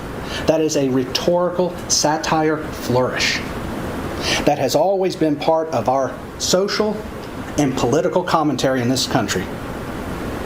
After all, pick up the newspaper, you're going to see a political cartoon making fun of somebody. Watch Saturday Night Live. They make fun of people all the time. They even made fun of Joe. It just happens. It's part of our freedom of speech and also Mr. Foreman's artistic expression. The third is the extent that any of the statements assert facts. They relate to matters of public concern. Matters of public concern are exempted. These statements address how the search was conducted, what actions were taken, and how Mr. Foreman experienced this as a homeowner with these people executing their hasty search warrant. Indeed, the public's concern for such issues is reflected in the viral response that his content got. The plaintiffs bear the burden of proof in this matter, not Joe. They must carry the day. They must prove every element of their claim.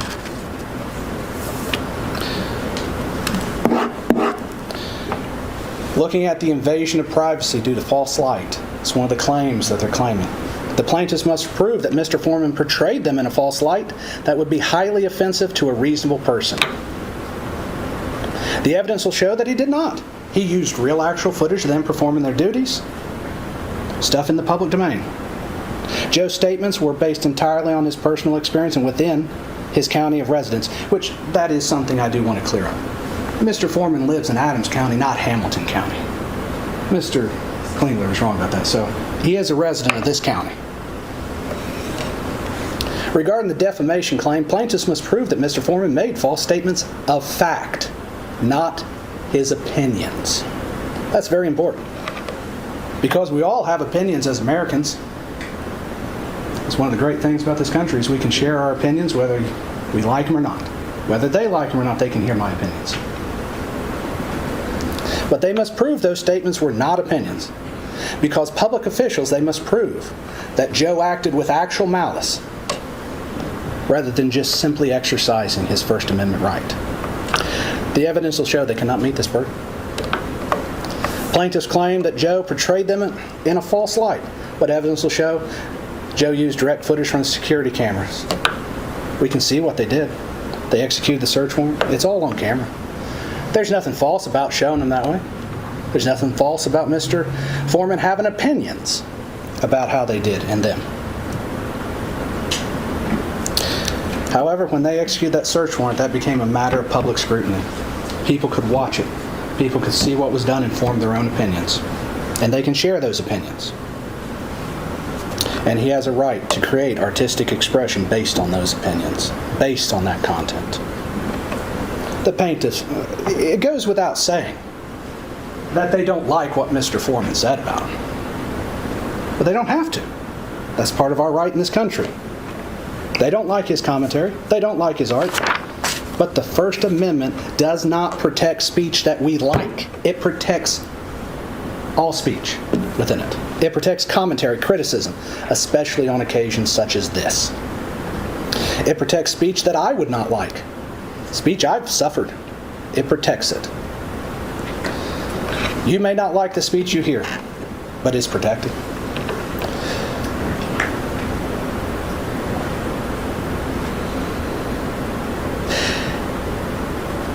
Throughout this trial, you'll hear testimony and see evidence that demonstrates several key points. You will see the actual videos and social media posts Mr. Foreman created.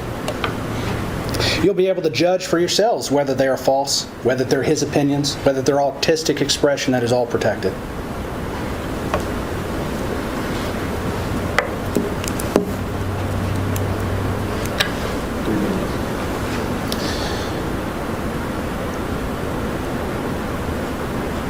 It's about the right to comment on criticize public officials without fear of retribution, without fear of getting sued. It is about the right to create artistic expressions that are matters of public concern.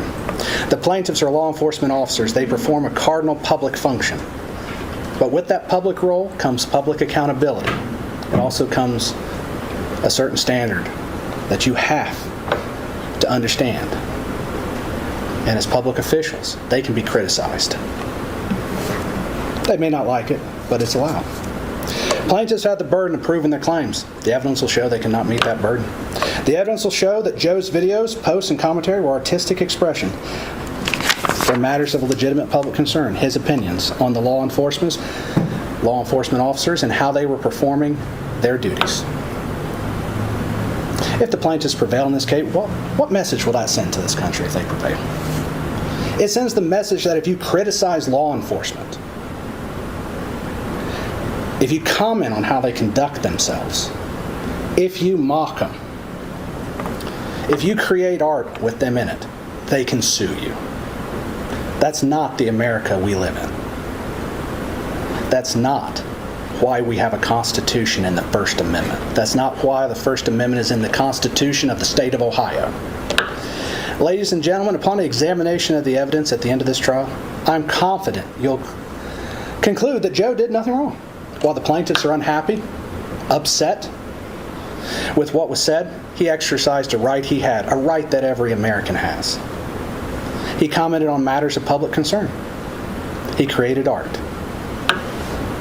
He did what any stand-up citizen would do. He made his voice heard to the people. At the end of this trial, I'm going to ask you to return a verdict in favor of Mr. Foreman on every one of their claims. I'll ask that you vindicate his First Amendment rights. And I'll ask that you send a message to the American people that you can criticize public officials and that we are not living in a dictatorship where if you don't like what is said, you just sue someone to shut them up. Thank you. I'm going to start calling witnesses, but I'm going to tell you what this case is not. Okay. This case is not going to be an analysis of why the magistrate issued a search warrant, or what the facts were leading to the search warrant, or the backstory of the warrant. That's the subject for criminal cases. So the fact that there's a search warrant is what this case is about, not the backstory of it. So you hear people talking about the criticism of the why and the whole deal. That's not relevant testimony. We're living with, there was a search warrant, nothing backstory. This case is not about excessive force in entering. The court's already determined as a matter of law that it was not excessive. You'll see testimony of damage, but that's a legal standard about whether it's more than customary or expected in the realm of a search warrant. Search warrants are lawful forced entry. So you won't get, was that too much force? That's outside the realm of the testimony. And I call these the third thing. This is not about vindication of the defendant or messaging to the public. That's things that happen from the political branches of government, the legislature, or the executive offices. Messaging is not what you're concerned with. It's the message the jury's sending. You're not messaging. It's all about how these facts affect these people. So when these little distractions and diversions come at you, I'm going to try to continue to narrow and keep you focused, not on the distractions, but on the issues and the law. Otherwise, you're going to ask later on, why didn't the judge give us instructions on messaging? Because that's not how this comes out. So I'll do this periodically along the way when things start going astray. Ready to go, Mr. Klingler? Yes, Your Honor. Tee it up. Plaintiff calls Detective Brian Newland.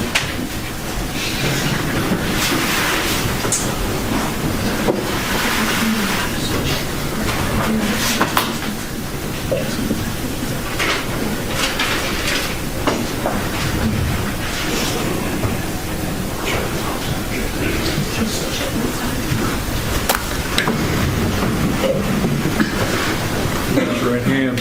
Do you solemnly swear the testimony you're about to give shall be the truth, the whole truth, and nothing but the truth, as this you shall answer unto God? I do. Thank you. You can be seated. Since you're a public official, we won't expect to have your private residence address. Go ahead. Thank you, Your Honor. Would you introduce yourself to the jury, please? My name is Brian Newland. And Mr. Newland, where do you live? No street address, just generally? I live in Adams County, Ohio. And how long have you lived in Adams County? From 1995 to 2010, and then from 2015 to current. What were you doing between 2010 and 2015? I was in the United States Army. Honorable discharge? Yes. What do you do for a living? I'm a police officer. And when did you start in law enforcement? I originally started in law enforcement in 2014. And what position was that? As a deputy sheriff. Where? At the Adams County Sheriff's Office. And then how long were you a deputy in the Adams County Sheriff's Department? The Adams County Sheriff's Office was my first full-time job in law enforcement, and that was from 2014 until 2023. All right. And why did you become a deputy sheriff? After I got out of the military, I just wanted a job that I thought would be exciting, something different, so I chose law enforcement. Do you have family here in Adams County? Yes. Can you tell us who? All my family's here. My kids, my grandparents, my mom, my brothers, cousins, aunts, uncles. Did your children go to school in Adams County, or do they? Yes. You were involved in the execution of a search warrant back in August of 2022? Yes, I was. And I want to take you back to the night of August 21st, 2022. Were you part of a team that searched Mr. Foreman's home? Yes. What was your role in obtaining that warrant? I prepared the search warrant based off information I was provided, and then I met with the judge and the prosecutor at the time prior to serving the search warrant. And was a warrant approved? Yes. Can you tell us where what the subject of the search was?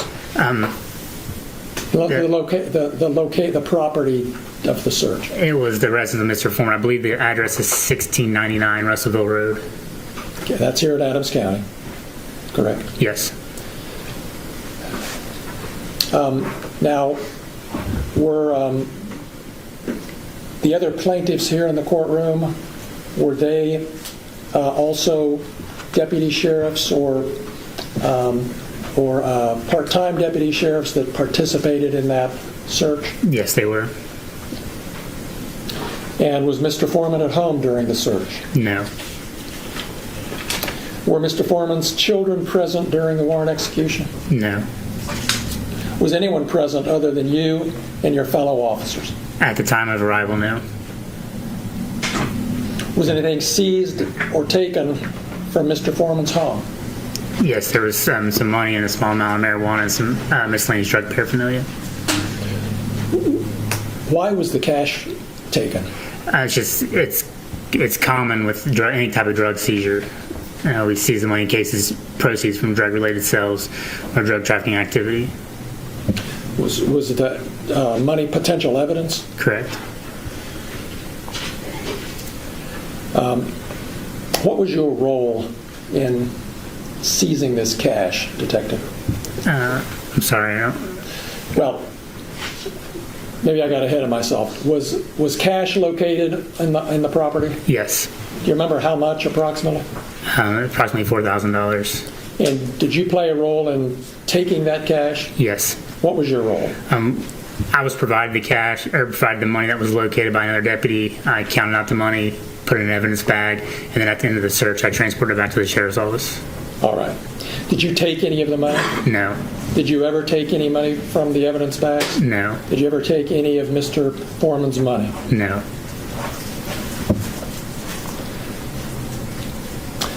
Was your counting of the cash recorded on your body cam? Yes. And have you had a chance to review that? I have.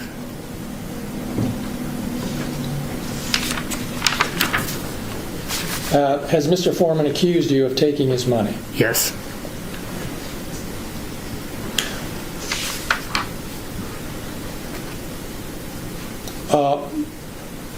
Are you aware that the cash was ultimately returned to Mr. Foreman? Yes. And can you tell us why that was? The prosecutor at the time decided that we're not going to pursue any current criminal charges, and the property was released back to him. Okay. Were you present when Mr. Foreman picked up the cash that had been seized? No.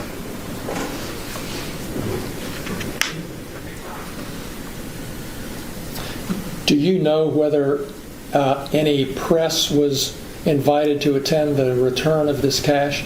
I learned that there was later. Okay, but you weren't there. Correct.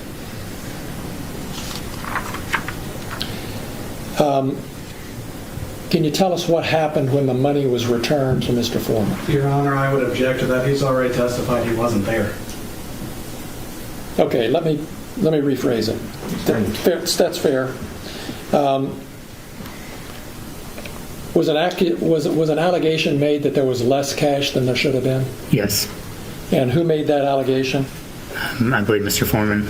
How did you learn about this discrepancy? The evidence technician that releases property had called me and told me that the count was short. Tell us what you mean by that. The count was short. Just that there was more money listed than what there was inside, and that was less money was returned than what was indicated. And where was this amount indicated? On the bag. On evidence bag? Correct. So I'm understanding you correctly. The amount of money that was indicated on the evidence bag was more than what was actually returned to Mr. Foreman? Correct. All right. And were you able to account for that discrepancy? I wasn't, no. What happened? Once the allegation was made, the sheriff contacted the Claremont County Sheriff's Office to conduct an independent investigation. Do you know whether an independent investigation was conducted by the Claremont County Sheriff's Office? Yes. And do you know the results of that investigation? They were to determine that I miscounted the money during my original count. All right. Did they conclude that any money had been taken? They said that there was not any money taken. Did that stop Mr. Foreman from continuing to claim you had stolen $400? No. Did he accuse anyone other than you of stealing money? At multiple times he accuses all of being thieves. Do you know where he made these allegations? Instagram, Facebook, YouTube, social media. How did you learn about these accusations on the internet that you were a thief? Friends and family were sending them to me. Were the accusations true? No.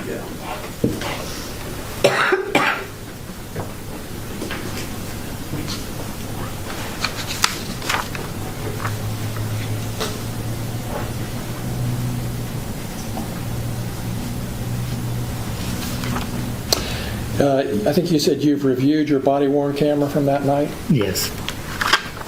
And were you able to tell what happened? From what it appeared as if I began counting money, I stopped the reshuffle of money that was in my hand and then began counting again after putting money down. And that was, at some point, there was a discrepancy in the amount that there was and the amount that I counted. Was it a miscount? Yes. Now, were any charges ever brought against Mr. Foreman as a result of this warrant execution? I may have asked you that. I'm sorry. No. Sometime after the execution of this warrant, Detective Newland, did you become aware that Mr. Foreman had posted certain things other than being a thief about you on social media? Yes. And how did you learn about these posts? Friends and family were also sending them to me. Ms. Bratcher, could we see Exhibit 16? Yes. We need to switch it to the HDMI. I'm right. Right. So what is she wanting its card on? She needs to switch to left law, I believe.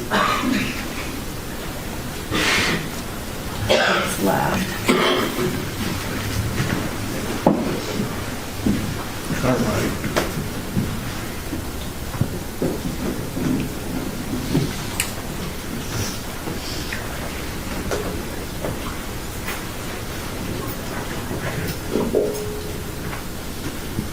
We'll bring the laptop up here. Okay.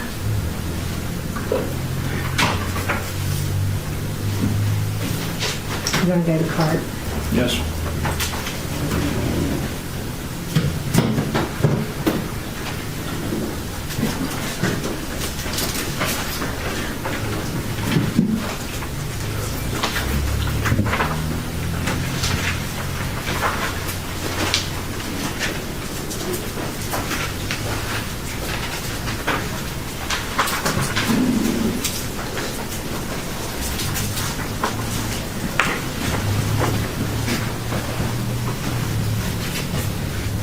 Okay, can we blow that up some?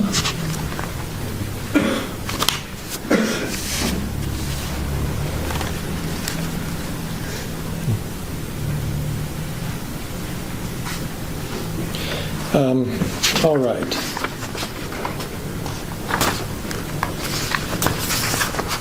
Detective Newland, we're showing Exhibit 16. Can you tell us what this is? It's one of the posts from Mr. Foreman that I was sent about me being a pedophile. And am I reading the date right? September 2nd, 2023? Yes.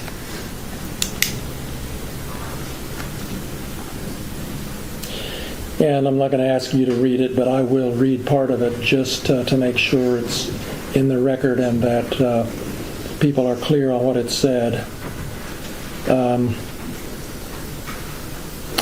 This is the uneducated can't count pedophile police officer that stole my money. His name is baby-making Brian, child molesting, newborn baby mama, newborn Newland, Detective Brian Newland. I have a song coming out about him. The chorus goes like this. I pledge allegiance to the flag. Brian Newland is a flag. He used to play with little toys. Now he plays with little boys. Watch your little boys around Brian Newland. He's very bold. He will fondle little boys' testicles and butt cheeks right in front of you in broad daylight. This is a public service announcement. Stay safe. Did I read that correctly? Yes. Can we see Exhibit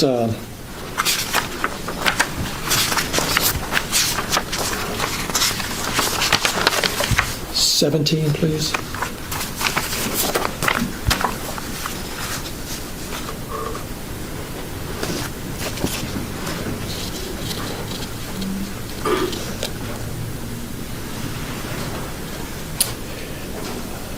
Can you just scroll down so we can see the whole thing for a second? All right.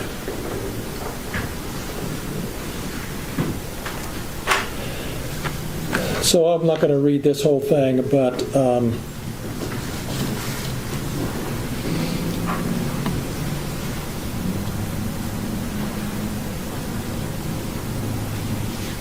it says, in part,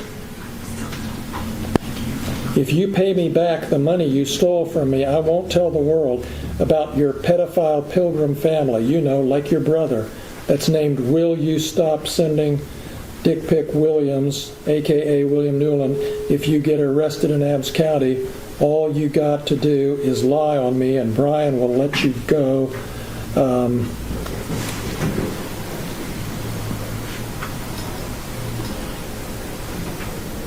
And is that a picture of your brother beside your picture? Yes. And was your brother convicted of a misdemeanor? Yes. What was that? I don't recall what the charge was. It was a misdemeanor charge? It was a misdemeanor, correct. Did you have anything to do with that crime? No, I did not. Have you ever been accused or convicted of pedophilia? No.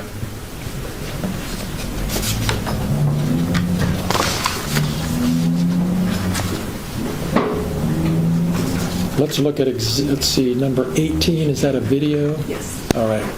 Shall we play the whole thing? Or what, do we have a clip? Yes.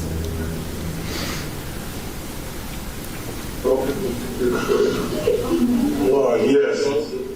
Baby making Brian newborn Newland.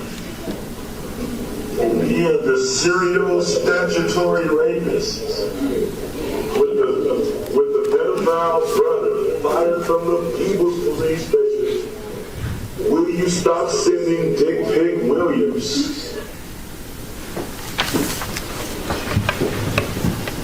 All right, and let's take a look at number 10.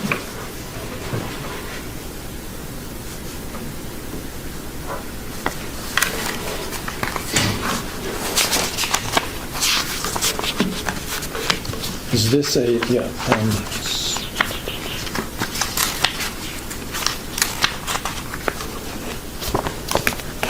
okay.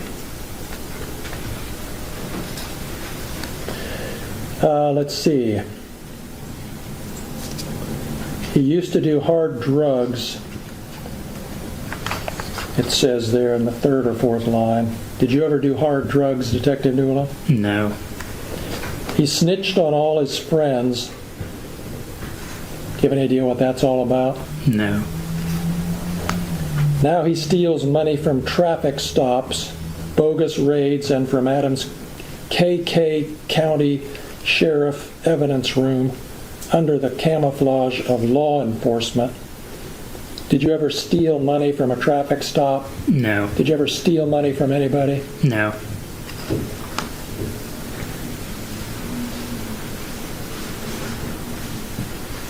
Then down below it says, baby making Brian Newland t-shirts on sale. You see that? Yes. Let's look at Exhibit 15, please.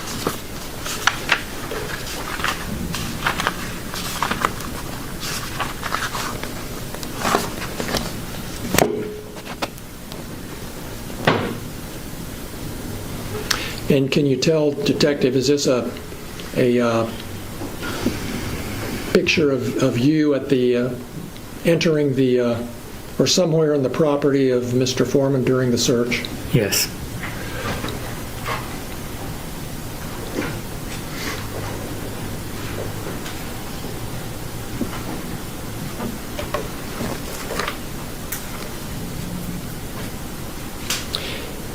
And let's take a look at 14.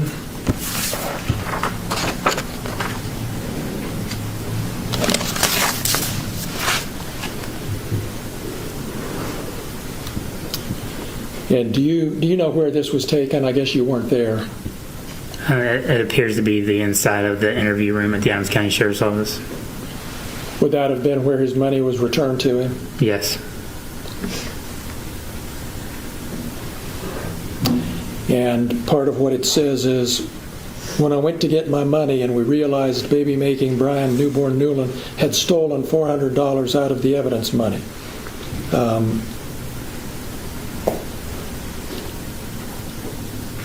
Again, did you ever steal any of his money? No. Let's take a look at Exhibit 15, please. Or did we do 15? Yes. Sorry. Number 2. I'm getting sued for telling the truth and the truth. Okay. Oh, sorry. Objection. Yes, Your Honor, I would have an objection to this video. Tell me what it is.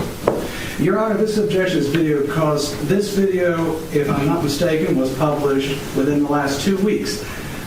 The law on this has changed. Ohio has actually passed what's called an anti-SLAPP law, which therefore extends immunity to things, actually, in a way, increasing a person's freedom of speech rights in Ohio. Thus, this evidence to be tried here would be tried under a completely different standard than when this case was started. Comments? That law doesn't apply to this case, Judge, or this evidence. Your Honor, it would apply clearly. He has no analysis other than say that I submitted a written brief to the court on this matter. I think that was submitted Sunday. So, I'll note the objection, overrule it, and allow it to be played. Got your objection down. Thank you. Thank you, Judge. Can you expand it a little bit or not? I cannot. So we can see the sign? Okay. Detective Newland, can you see what that sign says? Yes. What is it? Could you read it for us? They stole my money. Okay. Go ahead and play it. Videos selling my truth and my proof. How can you take me to court when you stole my money if it's $400 short?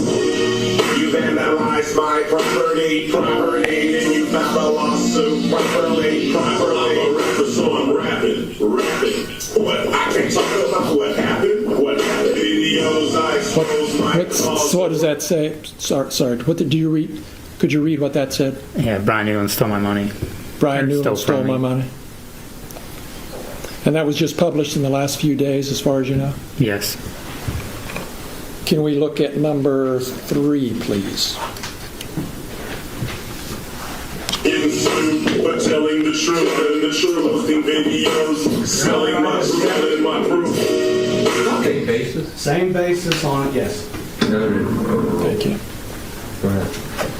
Can you take me to court when you stole my money if it's $400 short? You vandalized my property. I think that's enough. Lawsuit properly. I'm a rapper, so I'm rapping. What? I can't talk about what happened. Videos I expose my causes. And that was the same video, obviously. Does it tell where that was posted? It looks like this one is on YouTube. And the other one was Instagram? Yes. So 2 different platforms, same video? Yes.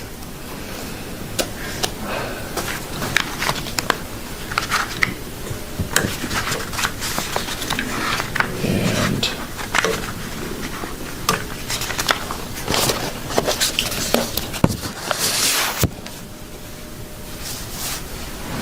can we look at Exhibit 9, please?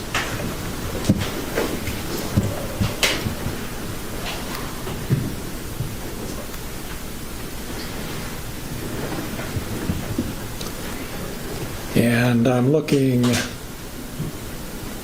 specifically about halfway, a little more than halfway down. Do you see, Detective, where it's posted, not only did he steal my money from my house, he stole money out of the evidence room at the Adams County Sheriff's Department away from my house, making the Adams County Sheriff's Department a new crime scene. I'll just stop there.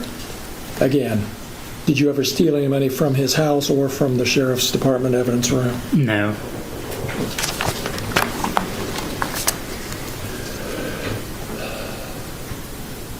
What's the platform? Can you see what that one was, Detective? I can't see on here. Is that Facebook? No. It's Facebook? I'll represent that it's Facebook, Your Honor. Thank you. Go ahead.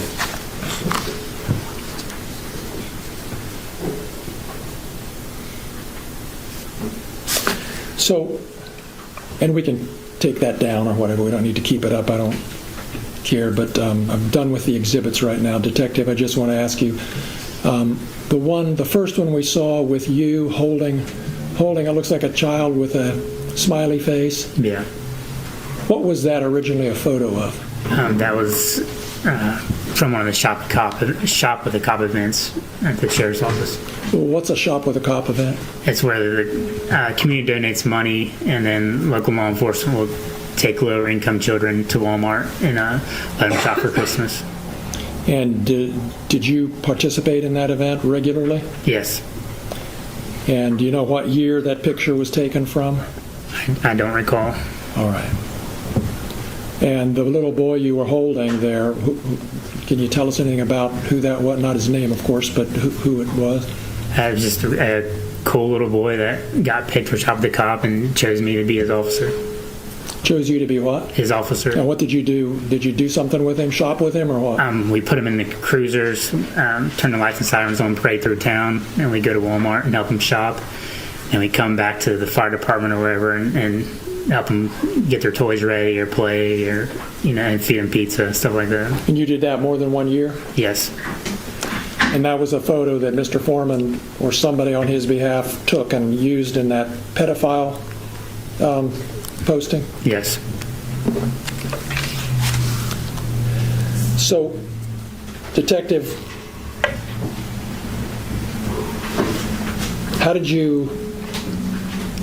what effect did it have on you when you saw these posts that you're a pedophile? I was angry, sad, depressed, upset.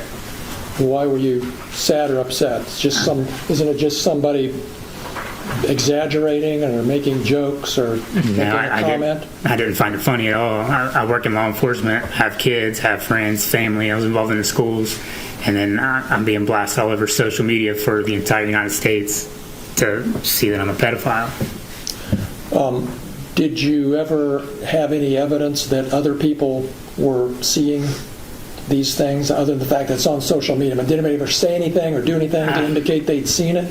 I've had comments made to me since day one. Like what? If you want the most recent example, yesterday there was a cheer competition in North Adams. I walked my 3-year-old son in to watch his sister cheer, and somebody asked me if that was another little boy I'm touching. Yesterday? Yesterday. Where? What competition? At the North Adams cheerleading competition. What other examples? Every time you go to an event, another comment's made or somebody says something. Another one I can recall was meet the team night for my daughters. We was in line to get slushies and people were making comments behind me. What comments? Just called me a thief and a pedophile and why was I there? And then started playing some of his songs on their phones. Some of Mr. Foreman's Afroman songs? Yes. This case isn't about your kids. They're not plaintiffs, but did this have any effect on your kids that affected you in turn? Your Honor, I'm going to object to this.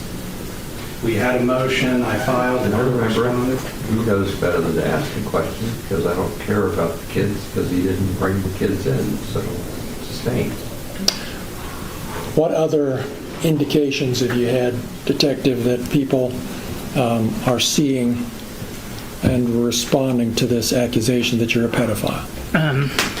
Just what's been said to me. It's been shared, been sent to me. I've had people make comments at games while in the store. It's just there's so much stuff's happened. I don't even remember half of it.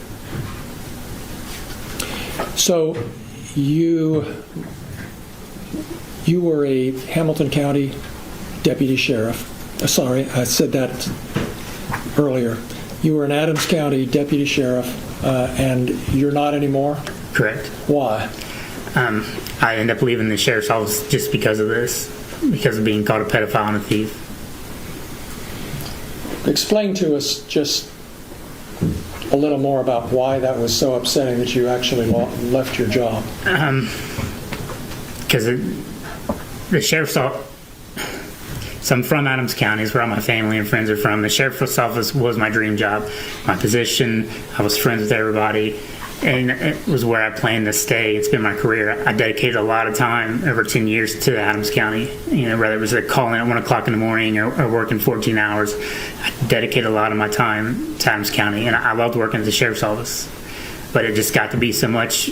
If you go to a call or take a phone call or you make a traffic stop, something said. You go to Walmart, something said. I stopped going to my kids' games for a little bit because every time I would show up, everybody would be looking at me or something would be said to me, and just spared their embarrassment. So when did you leave the sheriff's office?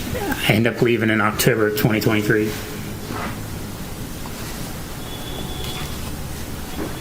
You have.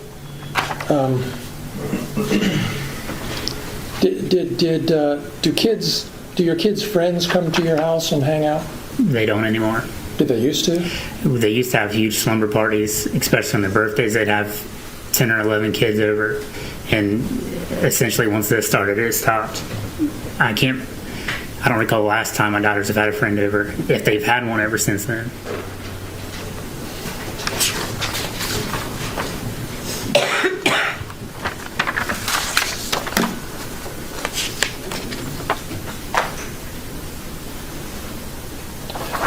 Detective, did you ask Mr. Foreman to take down these posts?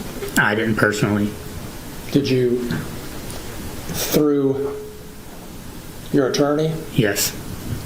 And have they been taken down? No. Are they still there? Yes.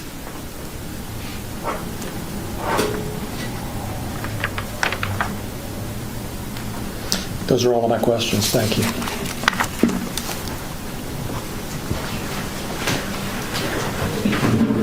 Is this a good time for a 10-minute break? Please. Yes. Then we'll do that. Go off the record, take a 10-minute break. Thank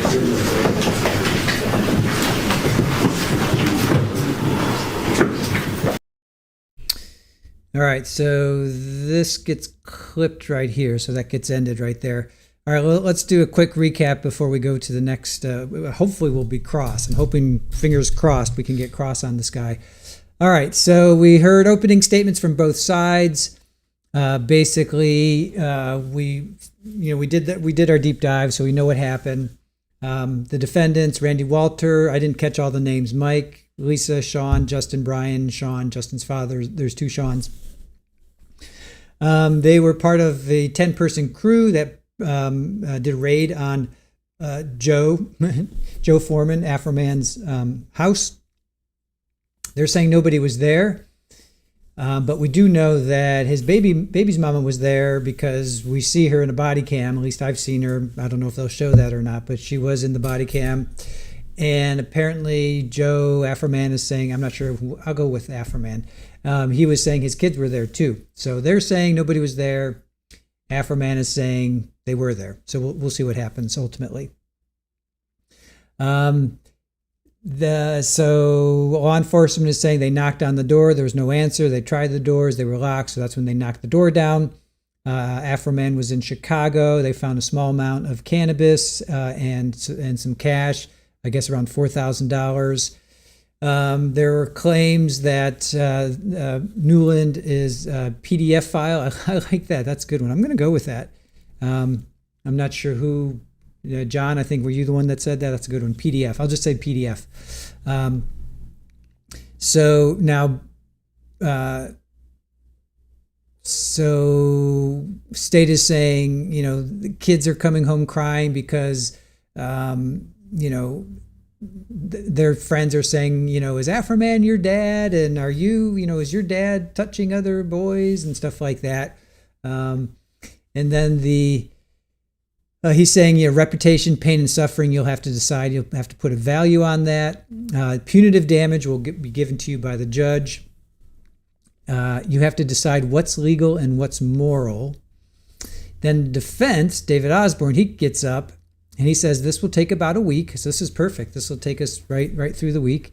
He says they came in with assault rifles, body armor, and riot shields. He was really passionate about that. They looked under the hood. So they were looking for human trafficking. I guess they were looking for human trafficking and cannabis, and I guess that's really what they were looking for.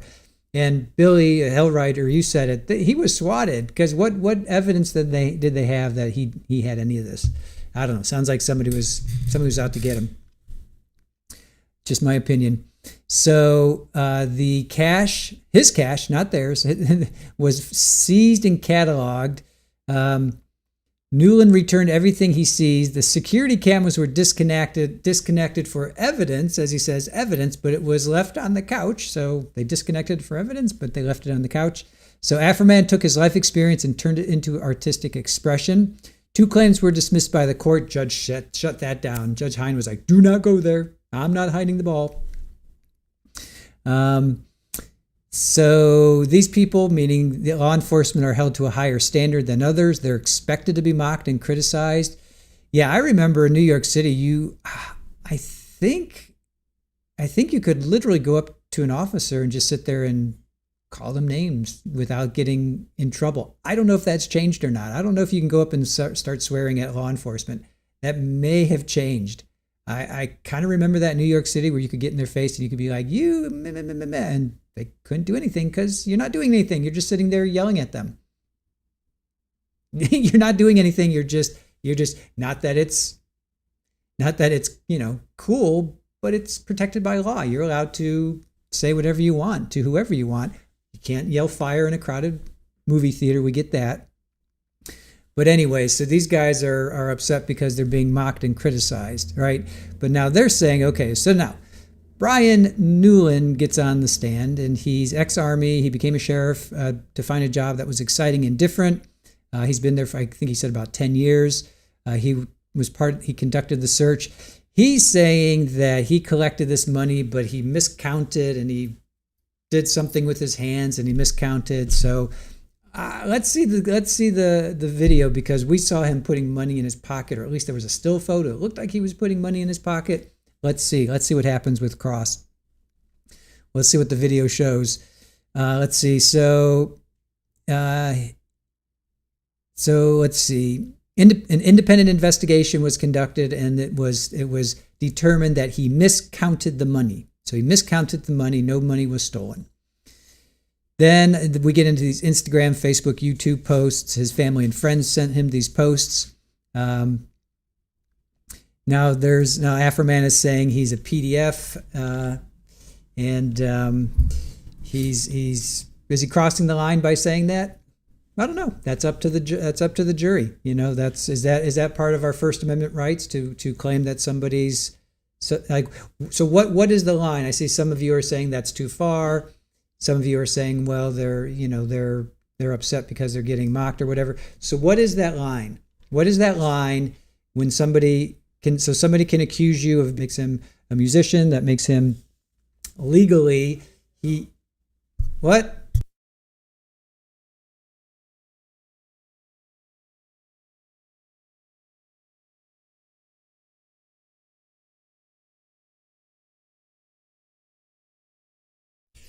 Okay, if it's spinning, just go ahead and refresh. I looks like I was spinning. Just refresh.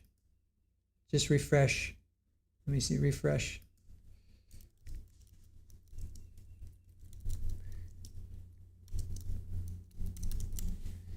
So refresh if spinning.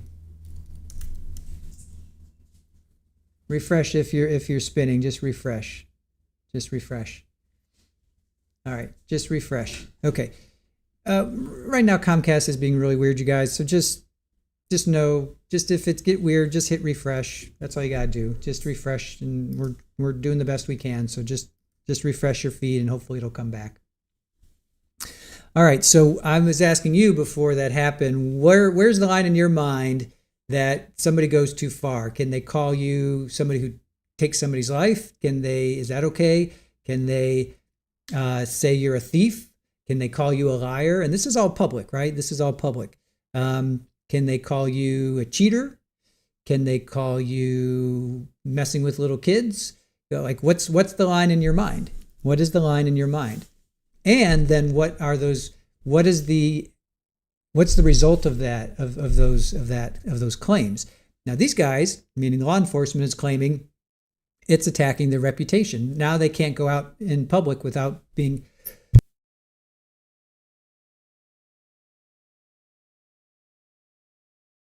Now they're claiming that they can't go out in public without people whispering behind their backs or playing his music, or when they do a traffic stop and somebody's saying, hey, you're this, you're that. So what, is that impeding their job? Are they not able to do their job? Is it, thank you, Sparkling Princess. Is that impeding their job? I think for me, where I'm landing right now, if somebody says something and it takes money out of your pocket, it affects you financially or physically, then that's an issue, right? Then I think you've gone too far. But if people are just calling you names or playing music or saying, hey, you're this or that, that's in my mind right now. That's where I would draw the line. I'd be like, if I was at a baseball game and somebody's like, oh, don't play with Billy because your dad's messing with kids, I'm like, look, it's not true. There's this beef that's going on between this guy and me. It's not true. Trust me, I'm not what he's saying. I'm not. So I would counter it like that. And I hope that's what he's doing. But until I think it affects his paycheck, until it affects your paycheck, if people actually come to your house or people start to like throw things at you and punch you and beat you up, yeah, then I think, okay, then a line has been crossed, because then you're physically being in danger, you're physically being hurt. But if people are just hurling insults at you or calling you names, that to me doesn't cross a line. That doesn't cross a line. I mean, look at politicians. Look at politicians. Look at sport. Look at soccer. People yell at, look at sports. We yell at refs all the time here in America. We yell at umps all the time. Until it crosses a line of physical harm or somebody losing money, it's just words, man. It's just words, but that's where I am right now. So we'll see. We'll see if my mind changes, but that's where I am right now. So those are my 2 cents of where we stand right now. All right, let's get to cross.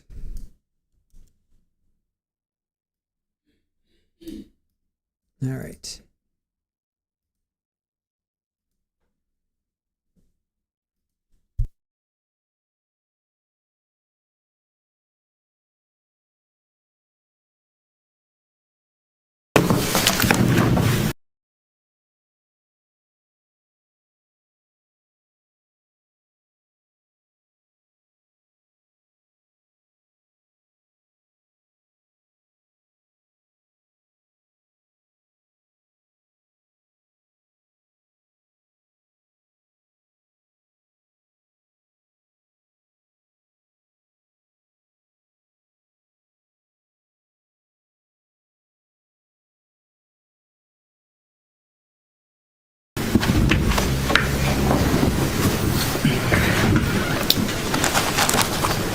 So, Brian, you're still employed as a police officer, correct? Yes.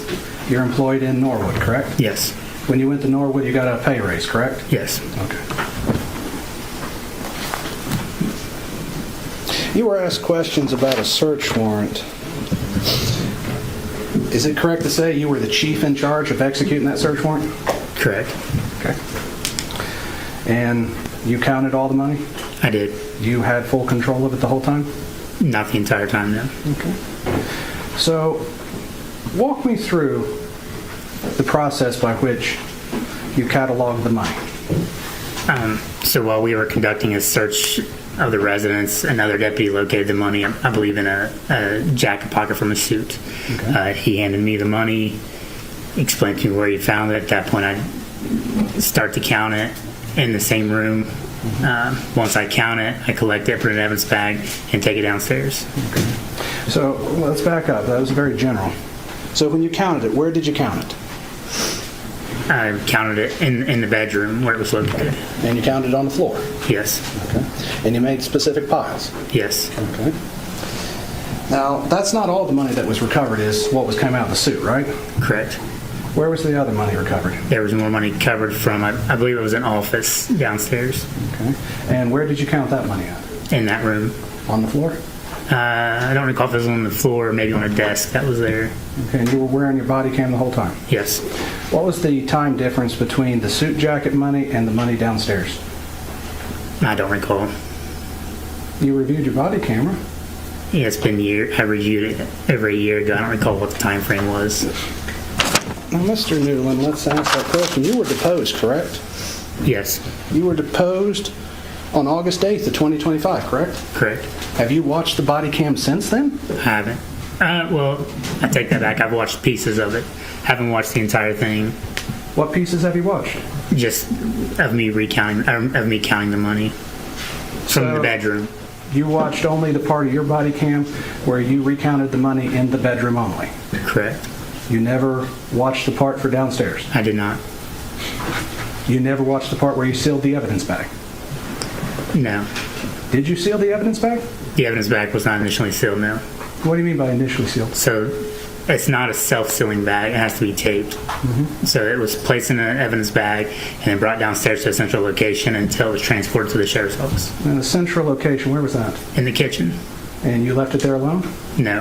Who did you leave it with? When I first brought it downstairs, Officer Cooley was sitting at a counter and I asked him to keep an eye on it while I continued the search. Okay, and did he keep an eye on it? As far as I know, yes. What do you mean as far as you know? I mean, I wasn't there the entire time. I went on to continue searching the residence and come back down. But wouldn't he be in the chain of custody? Yeah. So did he sign the evidence bag? No, I didn't. He wasn't in charge of the custody in that sense of signing or sealing the evidence bag. I just brought the cash down while we was still conducting a search and asked for him to keep an eye on it. So the cash was never left alone? Not to my knowledge, no. Were you interviewed by a Mr. Robinson in relation to this matter? No. Okay. Did you make a report about the missing money? I didn't know. So there was this question about a return on a search warrant. Can you explain what that is? The return? Yes. It's just an itemized list of property that's seized from a location during a search warrant service. Did it include an amount of money seized on it? Yes. Does that amount of money match what was written on the evidence bag? Yes. So as far as the court knows, there was more money taken than what was returned? I'm sorry? So as far as the court knows with the return, more money was taken than what was returned? That's the way it appeared, yes. Did you put in an amended search warrant return? I don't believe so. So you never corrected your statement to the court? Correct. Okay. Does the Adams County Sheriff's Office have a policy and procedure pertaining to the counting of money as evidence? I believe so. What do you mean you believe so? I haven't worked there in almost 3 years. Well, before you worked there, did they have one? It was, I don't necessarily know that it was a written policy, but it was to have 2 people count the money. Did 2 people count the money? No. I mean, I'm confused on that. Can you tell me why? So explain to me why it matters. Like where you're going in this case's context. Tell me why it's relevant. Your Honor, this is relevant because if the evidence of Mr. Robinson is admitted, which he has not been here yet, but if it is admitted, this would be direct evidence since he did not interview the person who counted the money. This would go to counter Mr. Robinson's report. And actually in my motion in limine, I talked about it in the idea that we did not have time to depose Mr. Robinson and determine what his investigation was or who he interviewed. As such, I'm asking a leading question of Mr. Newland because he didn't follow the policies and procedures. This was not taken into account by Mr. Robinson, and Mr. Robinson has made certain conclusions in his report that this would tend to cause issue with. Mr. Robinson on your witness list? Mr. Robinson is listed on Mr. Klingler's witness list. Is he going to be called? Depending on what happens, he might be. Well, my concern is going to be hearsay. And everything you're asking the wrong witness is in that category. I get what you're doing. I just try to follow the trail of breadcrumbs. I'm afraid I'm not understanding the hearsay argument, Your Honor. He's going to say what another person said and observed. Didn't see it, but read about it, or doesn't have it firsthand. He already said he wasn't involved in that part of it. I'm going to give you some room to work. I have moved past that. That's where I was talking about the policies and procedures, which would not be hearsay in the idea he should know. I get that. I'm just trying to track where you're going so I don't miss the ship sailing. Go ahead. So, Mr. Newland, you worked at the Adams County Sheriff's Office from, what was the date on that? 2014 to 2023. Yes. During that time, when you started the Sheriff's Office in 2014, you reviewed the policies and procedures? Yes. So you would have seen the policy on counting cash? If there was one at the time, yes. I don't recall. So you don't know if there was a policy at the time? Correct. Okay. So how do you know it was supposed to be counted by 2 people? That was the practice that we normally adhered to. It would be counted by one and then recounted by a second. Okay. And the second person would initial the evidence bag? No, it was just kind of like almost like a system of checks and balances, and then the seizing officer would still initial and seal up the evidence. This may sound an extremely stupid question. How many times did you count the money? I counted it one time. Why only once? At the time, there was so much going on, I counted the one time, put it in the bag, and until he got done. Okay. So when you retrieved the bag, you never counted it again? Correct. Okay. Did you seal the evidence bag before you left? I did not. Okay. Did you seal the evidence bag at the Adams County Sheriff's Department? Yes, it was sealed at the Adams County Sheriff's Office. I didn't ask if it was sealed. I asked if you sealed it. Yes, I would have sealed the bag. Back to the deposition of August 8th, 2025. Do you remember that day? Yes. Do you remember I asked you about the money? I remember their conversation about the money, yes. Oh. Do you remember I asked you if you sealed the evidence bag at that time? I don't recall you asking that. Really? Okay. Did you ask the sheriff to do an investigation on the missing money? I didn't, no. Okay.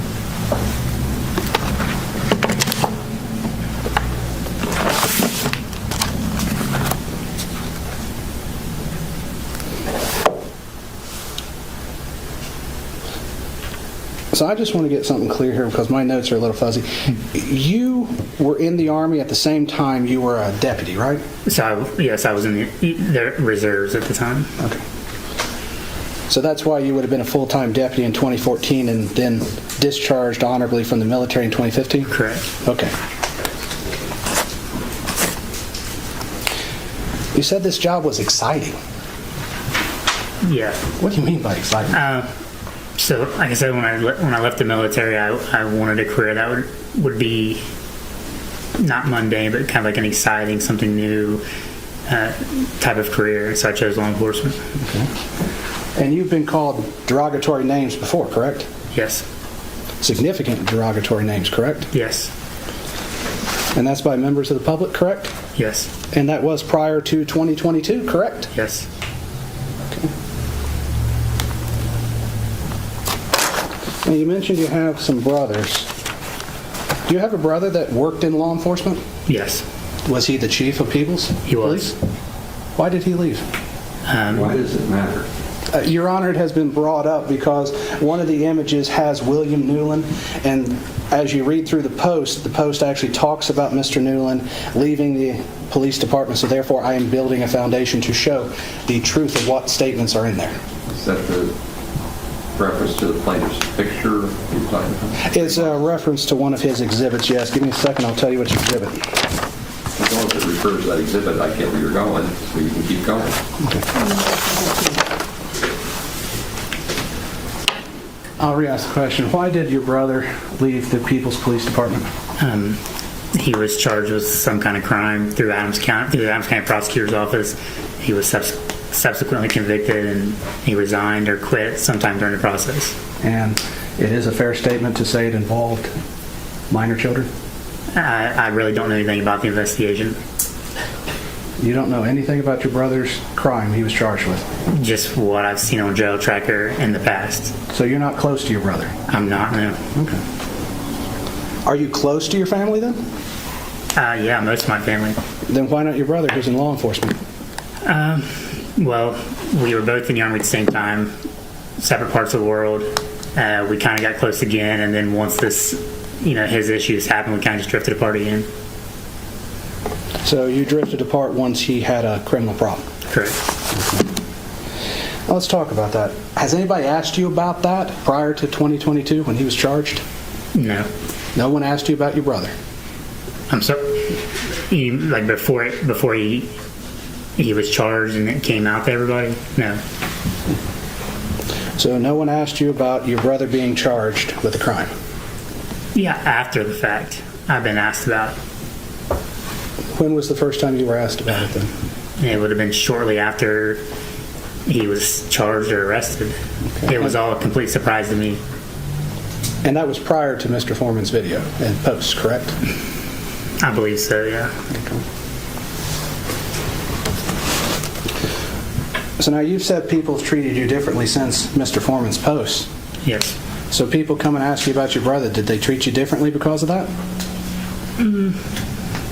It was just on a smaller scale. I was asked about it, and then that was it. It wasn't shared, and I wasn't put in music videos and everything else because of that reason. But your brother's criminal charge and everything was in the front page of the local newspaper, correct? Yeah. So everybody in Adams County knew that your brother was charged? Correct. Okay.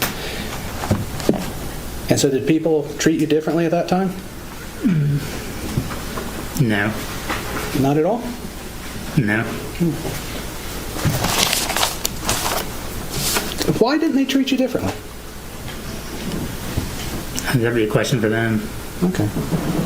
Would it be because they knew you? Since he said he doesn't know, you shouldn't ask that question. Strike it. We'll strike the question and move on. Thank you.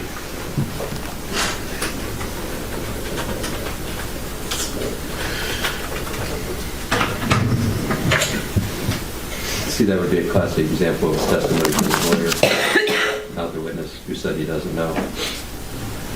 Go ahead. If you don't know if they treated you differently when your brother's was on the front page of the paper, how do you know that your treatment today, or as you've testified to, was due solely to Mr. Foreman? Well, prior to this, nobody called me a pedophile. Prior to this, there was nothing published about me being a pedophile. Prior to this, nobody asked me if I was molesting my own 3-year-old son. What about the office?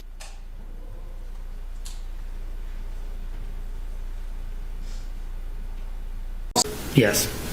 Did you ask them to take it down? No. Did they think it was funny? Yes. And they're in law enforcement? Yes. Do they think any different of you because of this? I don't know. They don't treat you differently? I don't really, I work with them, but I don't really associate with them. I go there and I do my job and I come home.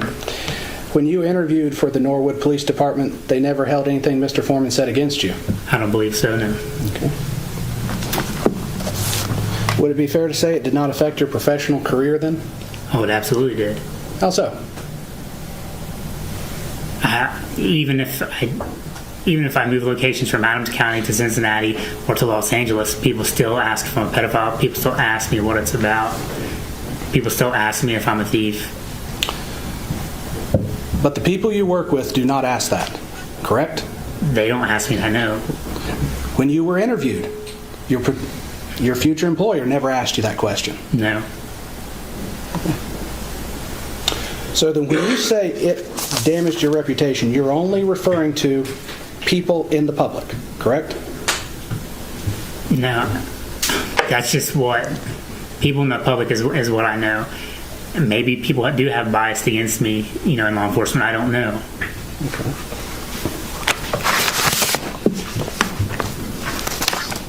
Were you ever passed up for promotion because of this? Not that I'm aware of. Okay. Were you ever disciplined because of this? No.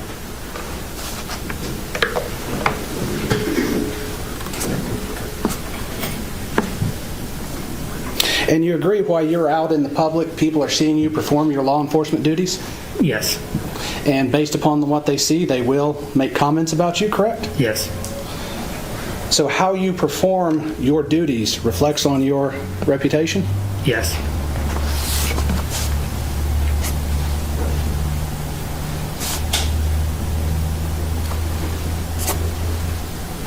And you've testified in the courtroom before, correct? Yes. Okay. Have you ever testified in a civil case before? No. Have you ever testified in a civil case that involved the duties of a police officer before? No. Okay. You've had citizens comment on your execution or your duties before, correct? Yes. Not all those comments have been positive, have they? Correct.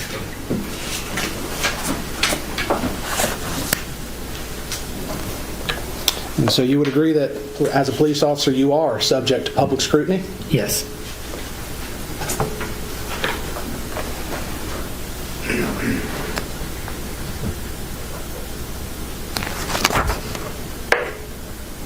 And you've never sought to keep your status as a law enforcement officer secret? No.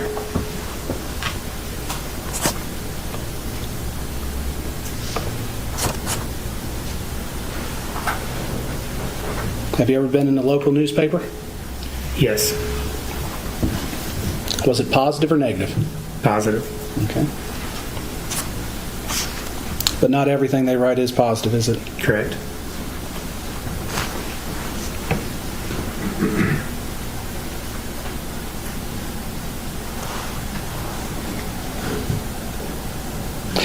As you've said that people can comment on your execution of your duties as a police officer, did you follow the procedure correctly in execution of the search warrant? In the execution of the search warrant itself, yes. Okay. So you knocked on the door as required by law? Correct. Okay. And then you decided to kick it in? Correct. And then when you couldn't kick it in, you went to the side door with a battering ram? Correct. Why did you try to kick the door in with your foot? Is this what we're not trying? Your Honor, he has opened the door and saying that his... No, I closed the door. So I don't think we're trying the search warrant case. Your Honor, he is claiming that his reputation is linked to how he performs his official duties. I am merely introducing that he has not followed procedures, and therefore a person can criticize him on that, and therefore he would have that as part of his reputation that everybody would have to consider.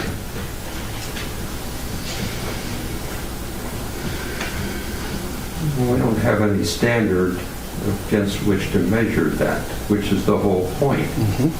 So how are we going to get a standard against which to measure that? Otherwise you get a dance in the pea patch. I said we're not dancing it. If we can't present that he hasn't done his job correctly and that would reflect negative on his reputation, then I don't understand what we would be presenting that, because his reputation is exactly what he is claiming is damaged. It is the very issue that they're going to ask for money damages about. Do you have an expert that's going to say there was a violation of the search warrant process? No, we're just going to introduce the policies and procedures in place at that time.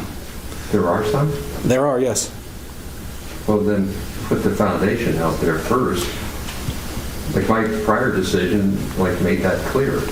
I'm trying to work with you, don't get me wrong, but I'm pretty good about staying laser focused. I'm trying to ask the questions now so I don't have to recall Mr. Newland after the Sheriff Kenny Dick is called, so he can tell us what the policies were at that time.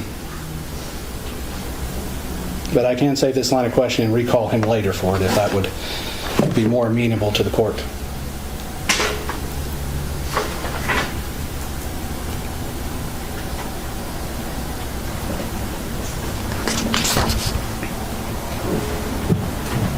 I don't see policies and procedures on your witness list. The witness list or exhibit list, Your Honor? It's all together, so exhibit list. I might have an old one. There is an amended one, if I may, Your Honor. You have one, Mr. Klingman? Yes. Amended when?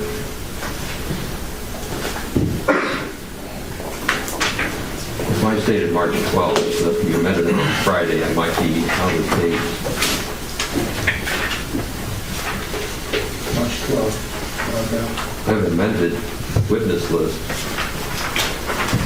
I don't see Sheriff's Office policy and procedure. Policies and procedures for Adams County Sheriff's Office. So that's isn't the whole policy procedure manual? Yes, Your Honor, although we're going to try to tailor it to just what's relevant so we don't have an entire manual.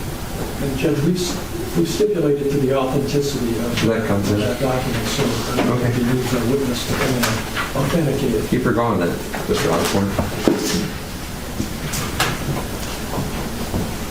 I would note I would need I need Mr. Dick to come in and say they were in place at the time, as Mr. Newland can't remember that they were in place at the time.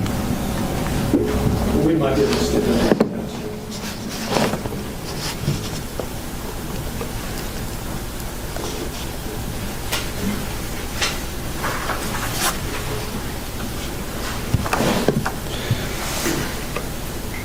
Now, it's not every time you're in public that people yell and scream thief or pedophile, correct? Correct. There's quite a few times you can have a peaceful meal with your kids and never have any problems. Correct. It's only at certain times this occurs, correct? Correct. Okay.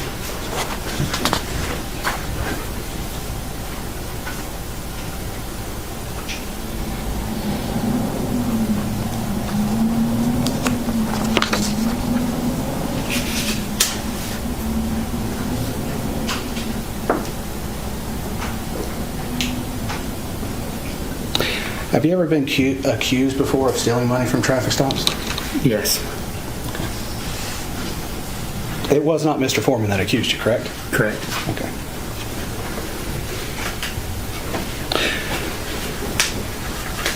Have you seen a copy of Mr. Robinson's report? I may have seen, I don't believe I've seen the whole report. When he first conducted the report, or conducted the investigation, I was provided a copy of the report, or a partial copy. Okay. But you never sent that to Mr. Foreman, did you? I didn't know. Okay.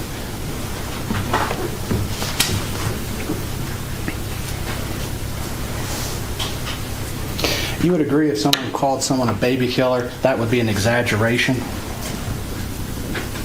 I'm sorry? If someone called someone a baby killer, that would be an exaggeration, wouldn't it? Yes. Nobody would take that seriously, correct? I'm sure somebody would. So when you talk about your reputation, are you talking about your reputation only in Adams County, or are you talking about it in the whole world?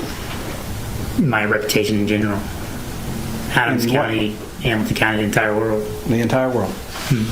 So you care what people think about you in Australia? When it affects me and my job, yes. How does Australia affect your job? I'm not saying that it does. I'm just using it as a generalization. If it affects me and my personal life and my job, yes, it matters to me.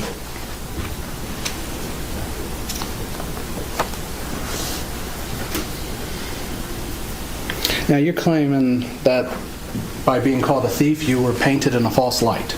Yes. And what exactly does that mean?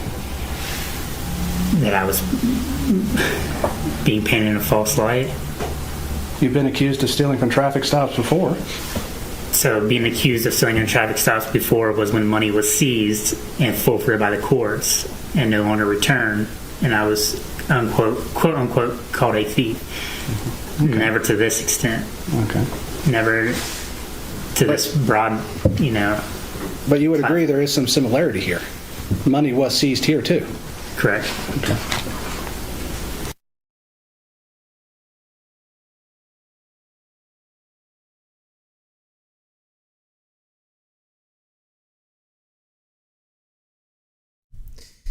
All right, so that's weird. Just kind of ends there.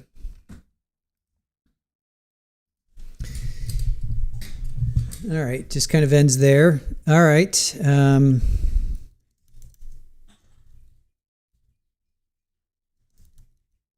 Not sure if, let's see.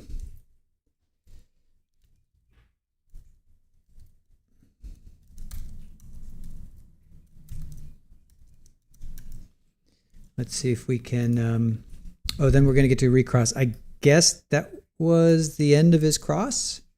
So,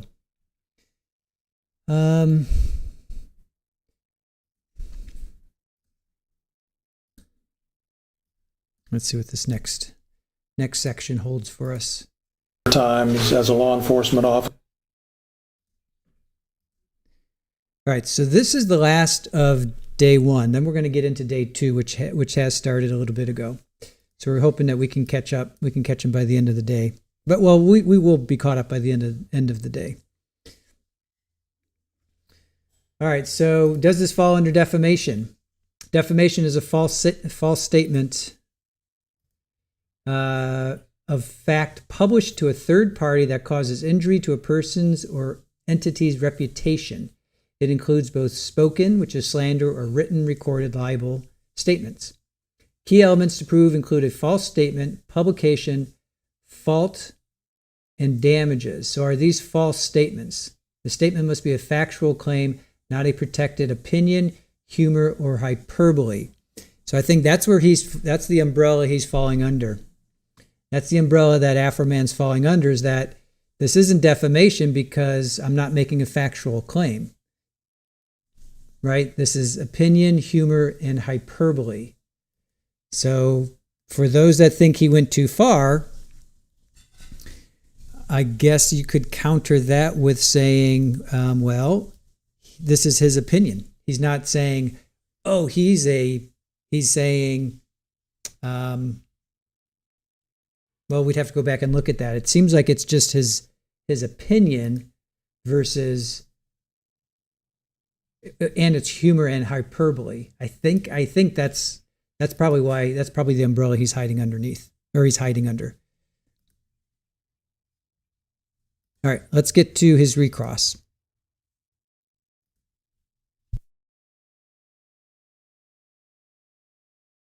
Officer, did any of those cause you to quit your job and find a job in another place? No. You said, I think, that some officers in Norwood posted, was it a picture of Afroman, of Mr. Foreman, on your computer? Yes. Did they post a picture of the accusation that you're a pedophile? No. As a public official, you're subject to scrutiny, I believe was Mr. Osborne's question, and you agree with that, correct? You're subject to scrutiny. Yes. And when you became a police officer, did you think you were signing up for being called a pedophile and having to lose your job? No. Do you think being called a pedophile is just an exaggeration? No, I don't.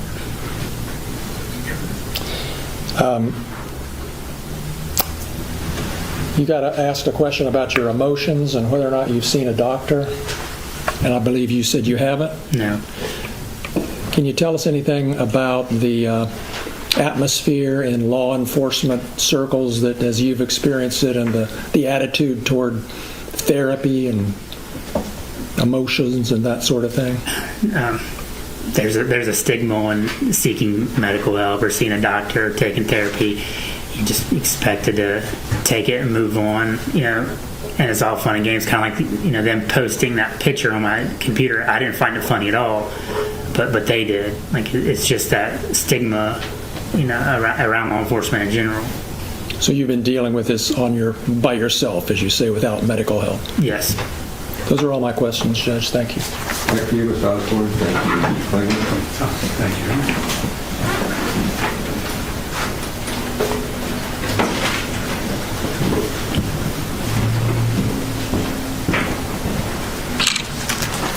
Just a few more questions, Brian. You would agree that there was mistakes made during the search and counting the money and everything, correct? Yes.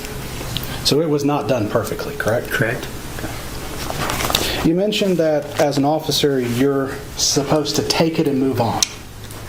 Is that part of having a thick skin as a police officer? I guess you could work that way, yeah. Okay.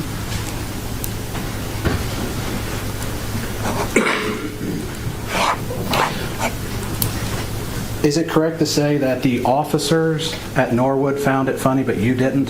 Correct. So some people find things funny that you don't find funny? Yes.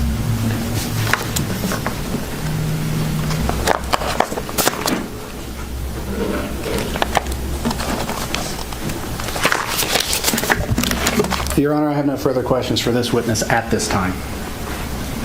Please step down. What do you got that's going to get me 30 or 40 minutes, Mr. Clayton? Our next witness, Judge, is Lieutenant Lisa Phillips. Can you get through your direct by 4:15 to 4:30? That may be difficult. Can you give me somebody you can get through?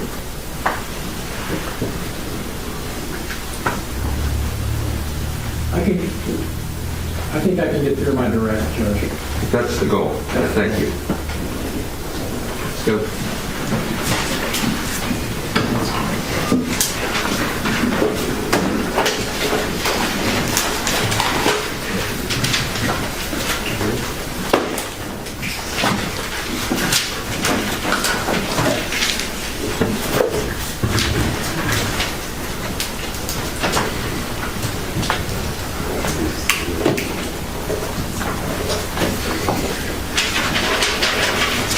Do you solemnly swear the testimony you're about to give shall be the truth, the whole truth, and nothing but the truth? As this, you shall answer unto God.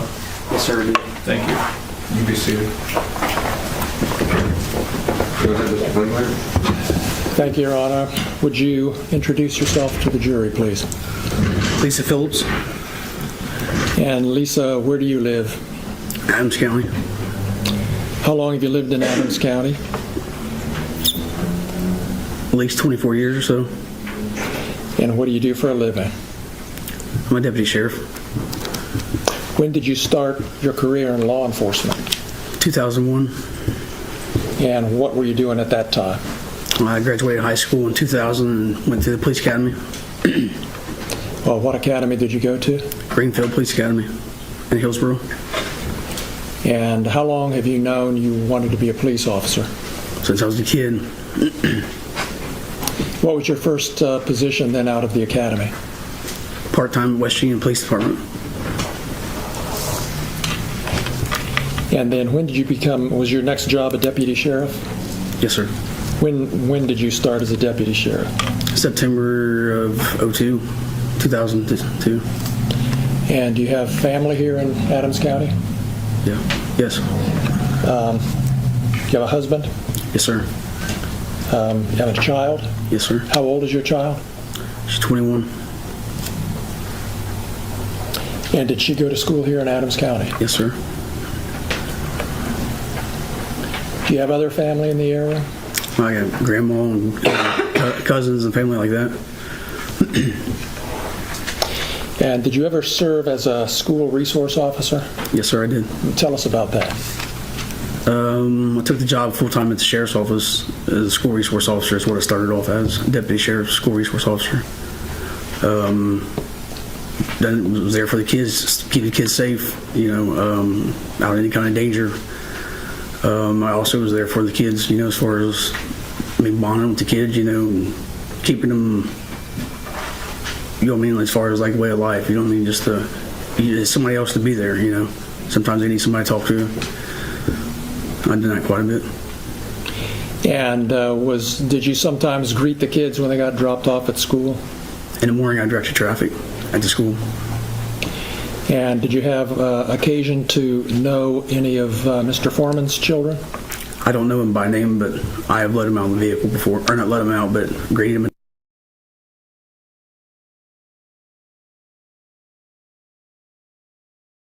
Foreman's property? Yes, sir. And that home was located here in Adams County on Russellville Road? Yes, sir. And how did you come to be a part of that warrant team? I was called in. I wasn't actually working. You weren't on duty? No, sir. And is that part of your job? Even if you're off duty, if you need to be called in for something, you drop everything and go do it? Yes.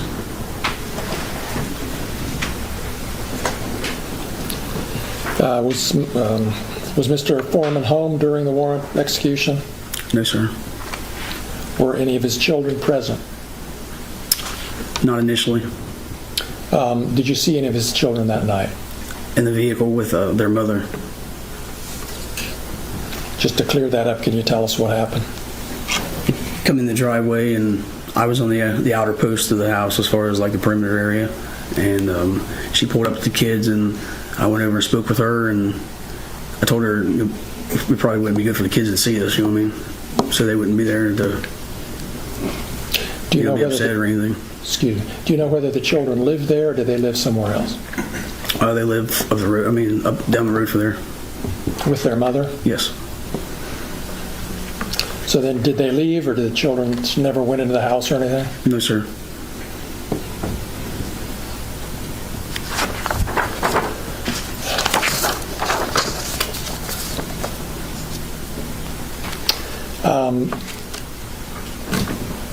Did you take any money that night? Yes, sir.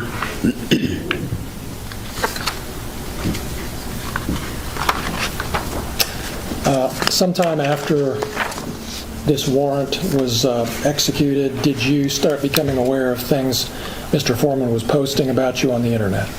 Yes, sir, I did.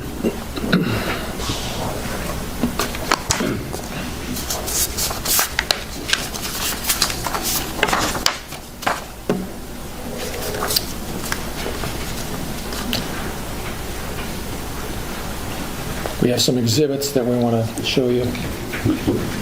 Do you have them lined? Do you have them lined up, Natalie? I have them pulled up. Okay. They won't play. Yeah.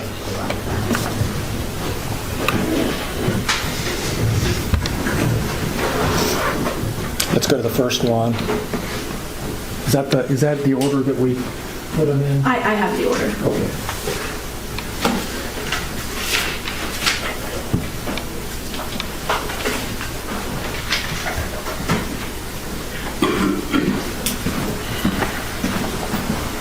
Which number is this? This is number 19. Thank you.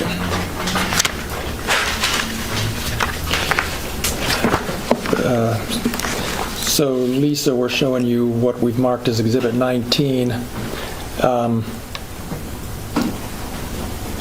This looks like a post from September 17th, 2022. Was that shortly after the execution of the warrant? Yes, sir.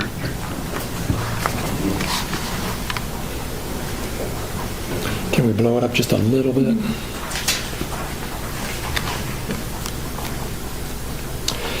Okay, down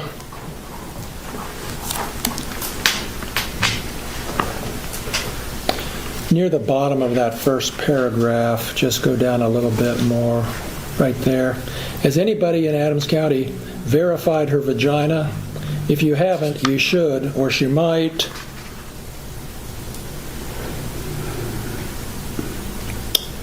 I'll whoop out something bigger than yours. If this lady is your friend, I wouldn't leave her alone in my house. Or I'll put it this way, if you leave and your video system is messed up, etc., etc.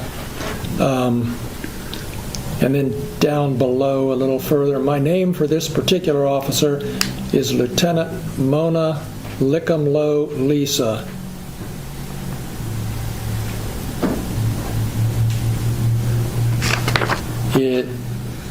When did you first see this posting, if you recall? Shortly after the warrant. That was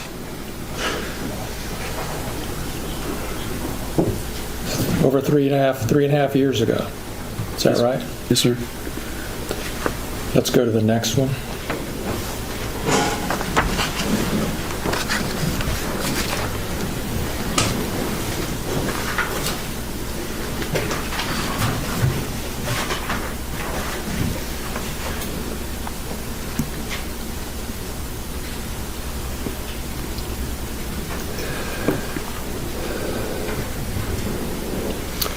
And you see here, it says, disconnect after stealing my money. What's the number?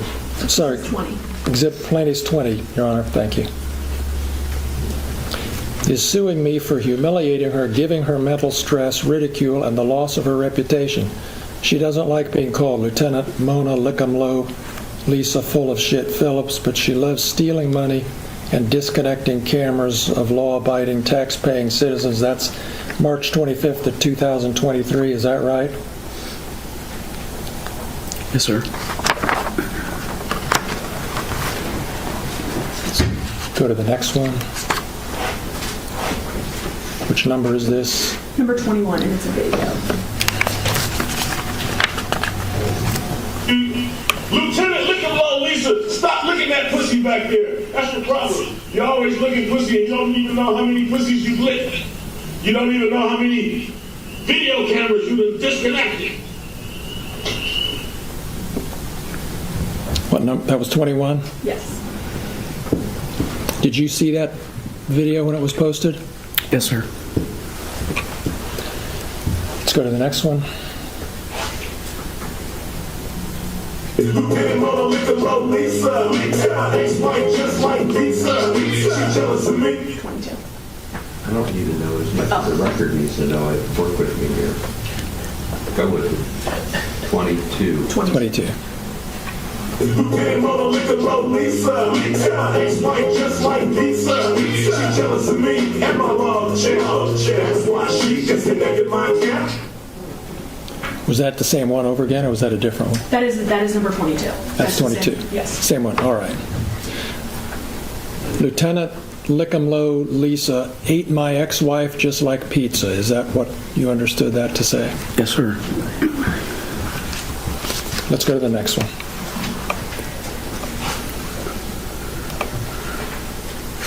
This is 23. Mother with the low Lisa. Got ex-wife just like Lisa. She jealous of me and my love child. That's why she gets connected my camera. That's the same thing on a different platform. Do you know what? Can you tell what platform that is? Search YouTube. And the other one was Instagram. Let's don't play it. Just pull it up. See if we can. Number 22. It's Number 22. Yeah. That's 22 again. That's YouTube. Yes. I'm just trying to figure out which two platforms. Were they both the same platform? Do you want me to go to the next, or both of those are both YouTube? Oh, okay. And then there's more exhibits of this. Yes, I don't know why we had two of the same one, but I'm sorry. Let's go. You can turn. Can we stop here?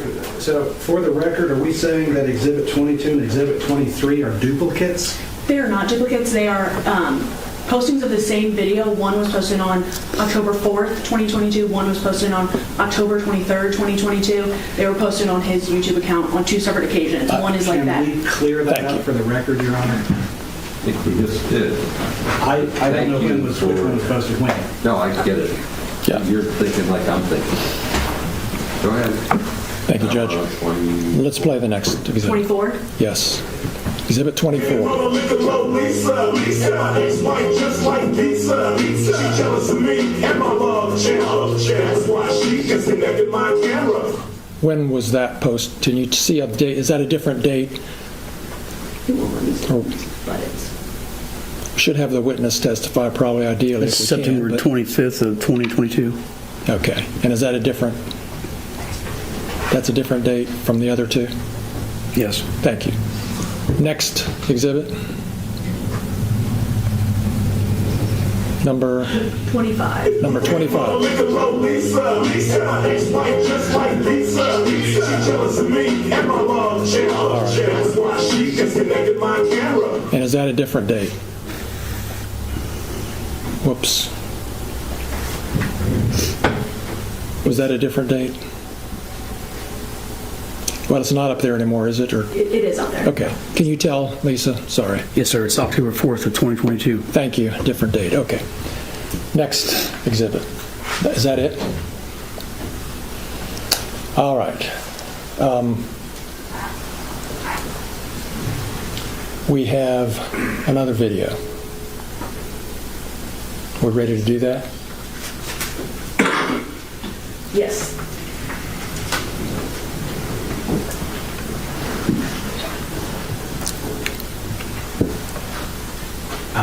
I'm just assuming I'm going to object. Yes, you're going to object to this. This is the one I'm going to renew my objection on. So don't play it. Just tell me what it is first. What is this? This is a video that was posted, I believe, last Friday. Yes. I will enter an objection on this. The law has changed. As I said, in April of 2025, a new law was passed, an anti-SLAPP law, which would apply to this, and therefore would have a completely different standard of evidence, and we would renew our objection to it being admitted or even posted at this point. Mr. Klingler? That law does not apply to this video or to this case, Judge. Your Honor, that pertains to matters of public, for the press. It also covers artistic expression and stuff. Just to have no analysis is not an answer to the question. But I will renew it. It's a really good objection, and I'll be consistent and overrule it. We'll play it, and you might be right, but we'll overrule it. I think I'm right. Number 26. And this is not 26. I apologize, Your Honor. It's 34. Sorry, we're out of order because of the way that they. 34. Then for the record, Your Honor, my objection would pertain to Exhibit 34, just for the record. Did you see this already, Mr. Osborne? Your Honor, when they listed it, I did find it and take a look at it. I was never supplied a copy, but I did find a copy on YouTube. Thank you. Go ahead. Thank you.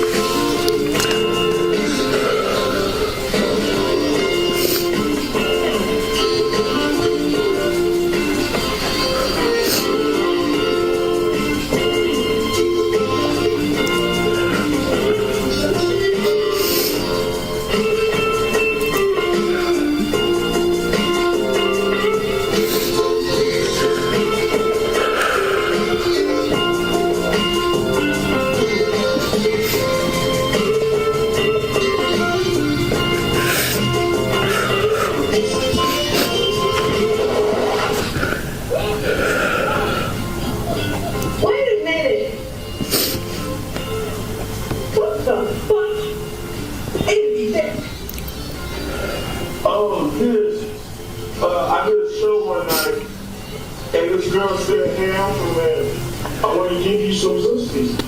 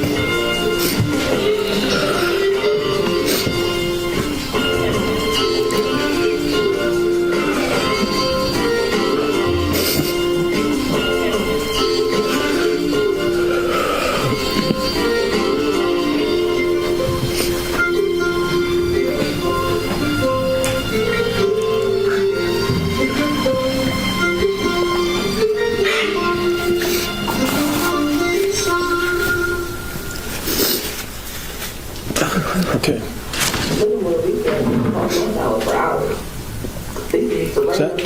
Is this part of it? I used to put kids in the front end, mess with kids in the car.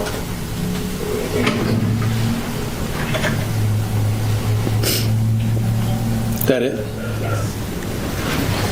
I'll give you 15 minutes tomorrow to start. We're done. She's still under direct. You're directed not to coach her testimony.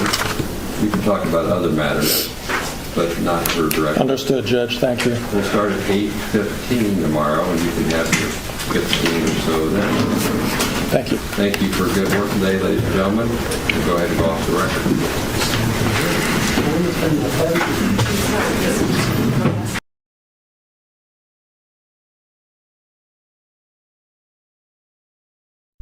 All right. Was not expecting that. That one I was not expecting. That one caught me by surprise. I will say that much. I'm right now at this point concerned about our channel. I hope that we have one tomorrow. We're going to have to cut all of that out. Yeah, that's going to have to all come out. So we've covered a lot of trials that elicit a lot of emotion. Never had this happen before. So I ask you guys to please be respectful to each other. If you don't like what's being said or being shown, please leave.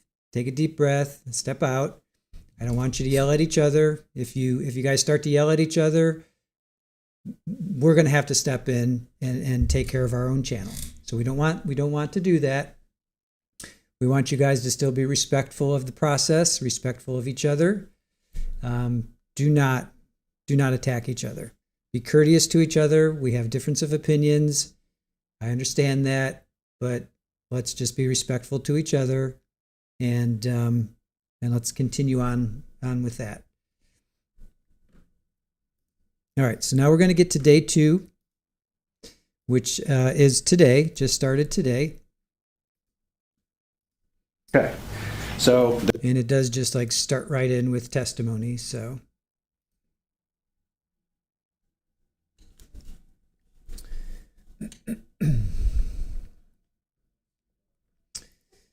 YouTube hasn't pulled them, but we won't be, maybe today will be demonetized. Yeah, well, we don't want to be demonetized.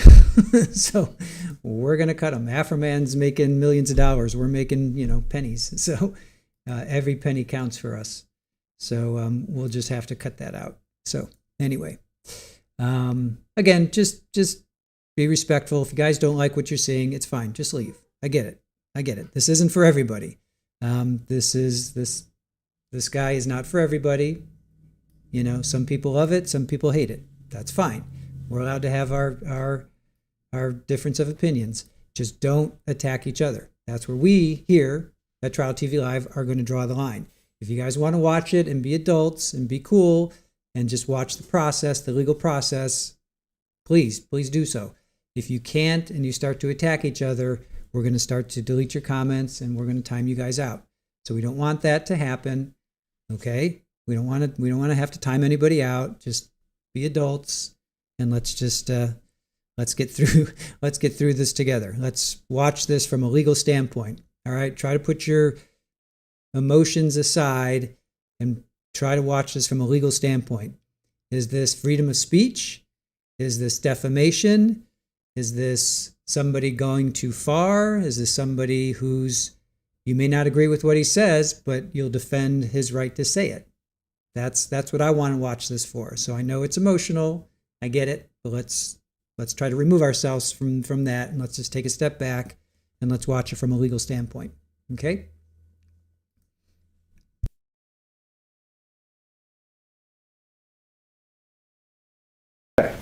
So there is more reasons then than Mr. Foreman that caused you to leave the sheriff's department.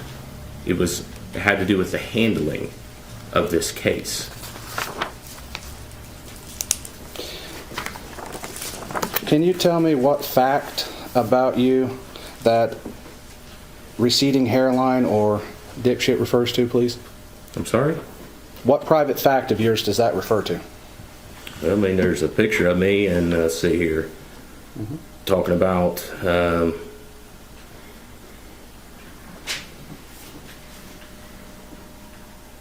see, I wouldn't trust him with methamphetamine crack ass alone in my house. So I find that pretty insulting. So that statement is what you're suing on? Well, no. I told you this is one of many. Well, and that's why we're trying to find. You keep trying to make it singular. I'm telling you it's not singular, it's plural. Okay, and so one of them is dipshit, one is receding hairline, yep, and the other is meth heads. Yes. Is there any more? Well, when he's sitting there making accusations against the organization that I, at that time, was working for, destroying community trust, all based off of a lie, that's what ultimately stopped. And that's community trust in the Adams County Sheriff's Department, correct? Yes.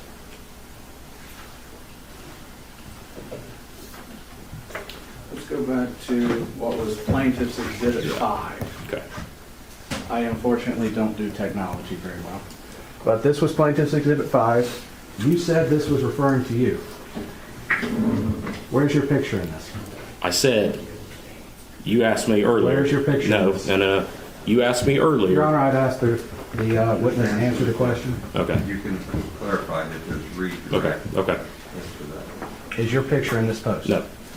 Is that a picture of your father? Yes. So this actually pertains more to your father than you? Correct. I'd like to look at what was Plaintiff's Exhibit A. Can you turn a little bit? Well, here, help me then. Just turn it slightly. There. Right. Yep. Perfect. Okay. So there's no Plaintiff's Exhibit A. Oh, sorry. Plaintiff's Exhibit 1. Thank you. So this would have been Plaintiff's Exhibit 1. It says, in court early. Were you at that hearing? No. So this is a post about a legitimate hearing that we have in this case? Right. But you weren't present there? No, sir. Do you know if your attorney was present? I don't know. This kind of goes without saying, you're not a judge. Nope. You're not. Exhibit number? Oh, are you not? Thank you. This would be Plaintiff's Exhibit number 6, the one about Roy Gabbard. You're not a judge? Nope. You're not Roy Gabbard? Nope. And other than this referring to the Adams County Sheriff's Department, somewhere towards the end, that is the only thing in it that you believe is the claim? I'm sorry. It kicked on right when you were talking. I couldn't hear you. The AC kicked on. Strike your question. Okay. I'm sorry. Poor timing. This would be Plaintiff's Exhibit number 8. You said you saw this sometime after? Yeah, it wasn't the day of. It was sometime after. I don't recall. How long after? Within a week, I'd say, probably. But you're not identified in here? No. And it just talks about the department in general? Correct. It just talks about a guy that hit Mr. Foreman's mailbox? Correct.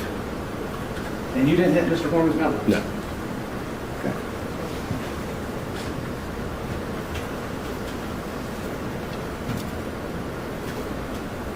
Were you ever disciplined because of what happened in the raid? No. Were you ever disciplined for anything Mr. Foreman said? No.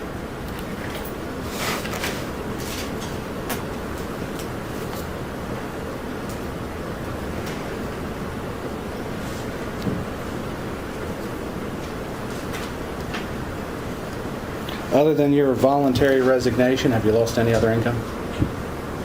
I haven't been employed in a year. I've been living off savings. You know, I can't keep gainful employment because I'm going to VA appointments 5 days a week sometimes. Well, you said that you went to surgery. When did you go into surgery? I don't remember that. That's been so long ago. It was It was a nice time at home. You didn't have any duties. Yes. Was it a long time ago? I don't recall. I'd say it's been over a year, but the dates I'm sorry, I can't recall it.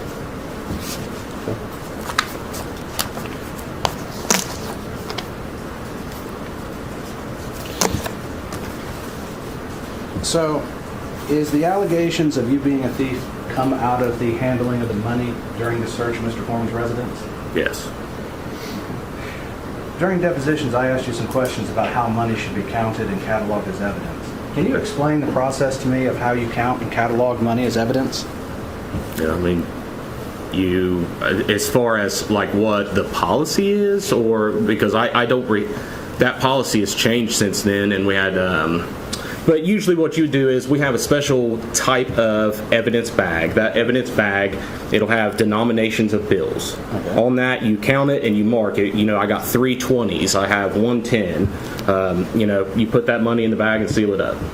Does that answer your question? Well, so you have these evidence bags. You would count out the money. You have it recounted. You would then like put a stack of 20s, 10s, 5s, and then down the denomination? Yeah, it's not counted by the total on the bag. It's counted by each individual bill and the amount of each bill. So you have 3 20s. Mm-hmm. You don't put the total amount of currency, you put the number of bills. So you on that type of evidence bag, yes, sir. Okay. So let me rephrase my question as we're talking at the same time. So if I look at the evidence bag, I can know exactly how many 5s are in it, 10s, 20s, 100s? Correct. And the evidence is sealed when it leaves the scene? Most of the time, yes. But as long as it stays in your care and custody, as long as it's not something, if this was something that had a fingerprint, of course you have to protect that fingerprint until you can get it to a lab. I'm not going to say that every time you leave somewhere something is sealed, because sometimes, I mean, that's an unrealistic expectation. You know, if I got a gun, but I don't have a gun box to put it in, well, that's going in the trunk of my car until I get a gun box to put it in. I mean, that's the reality of law enforcement. But if that gun changed hands by 3 or 4 people, they would all sign the box when they got it to show the chain of evidence. Yes, sir. Yes, sir. So anybody in possession, that must be in the chain of evidence. Correct. And that's put on the bag. Or the box in that case. Well, there's a little thing right on the front. It'll have an evidence chain right below the denominations. It has an evidence chain. So if you collect a gun, you would sign first. If I hold it, I'd sign second, and so forth and so forth? Correct. Okay. Now, what happens if you don't have these special evidence bags and you just have a clear bag? Can you tell me where you're going with this? Why it matters?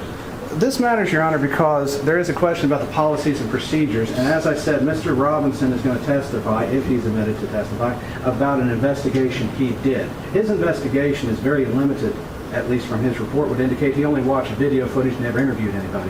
So one of the things I have to counteract that is the fact that the evidence was not handled correctly. And that is what I'm building here. Mr. Cooley is testifying about the exact way in which you would put that in. What does that have to do with any issue in this case? Your Honor, the issue of money and missing money is at the very issue of, they say they're being called thieves. They're trying to prove it's not a fact. I'm trying to prove that from the evidence and how things were done, you cannot even make that conclusion. Do you have to call Mr. Robinson? Yes, we do, Judge. That's going to be very long.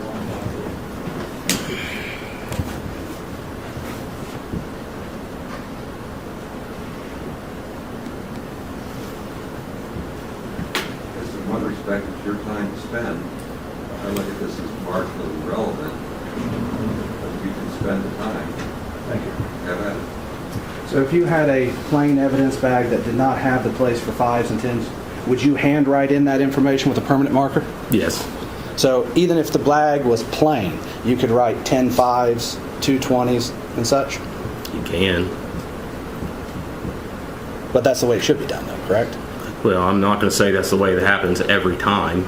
I mean, it's as long as you can protect that evidence to display in court, that's the purpose.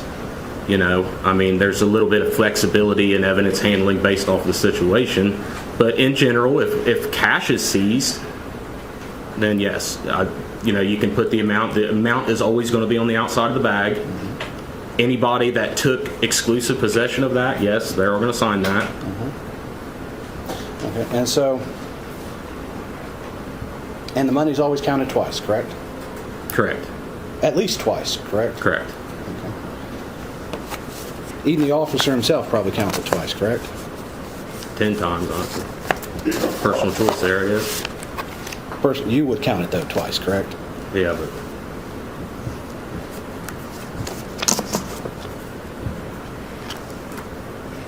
Did you ever have possession of the money during the search of Mr. Foreman's home? To be honest with you, I don't recall.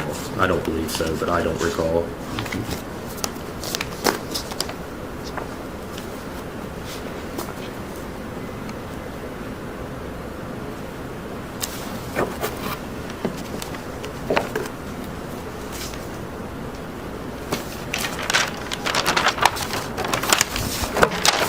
Forgive me.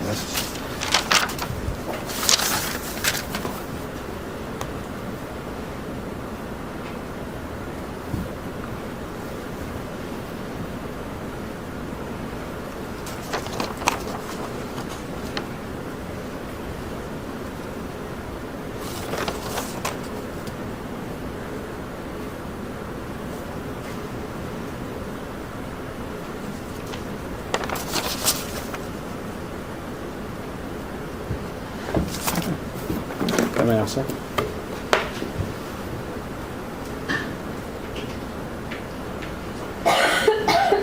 Your Honor, I have no further questions for Mr. Cooley at this, or Justin Cooley at this time. Thank you. No redirect.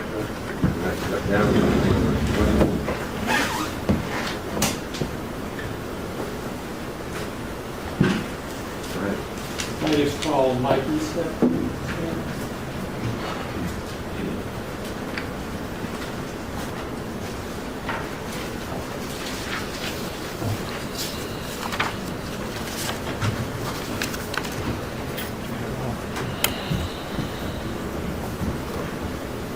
Do you solemnly swear the testimony you're about to give shall be the truth, the whole truth, and nothing but the truth? As this, you shall answer unto God. I do. Thank you. Would you introduce yourself to the jury, please? Michael Eastep, And Mr. Eastep, how are you currently employed? Adams County Sheriff's Office. How long have you been with the Adams County Sheriff's Office? Over 24 years. What's your current position with that office? Road Patrol Supervisor. How did you get started in law enforcement? Through the fire service. Actually, some friends in law enforcement were in the fire service and kind of hung out with them, and that's how I began to take an interest in law enforcement. You live here in Adams County? I do. How long have you been in Adams County? All my life. Do you have family here? I do. You married? Yes. Children? Yes. The children go to school here, did they? Yes.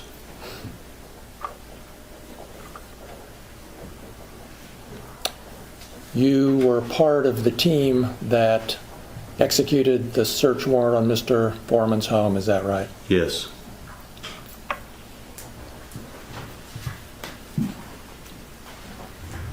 Did you steal any money from Mr. Foreman's home? No.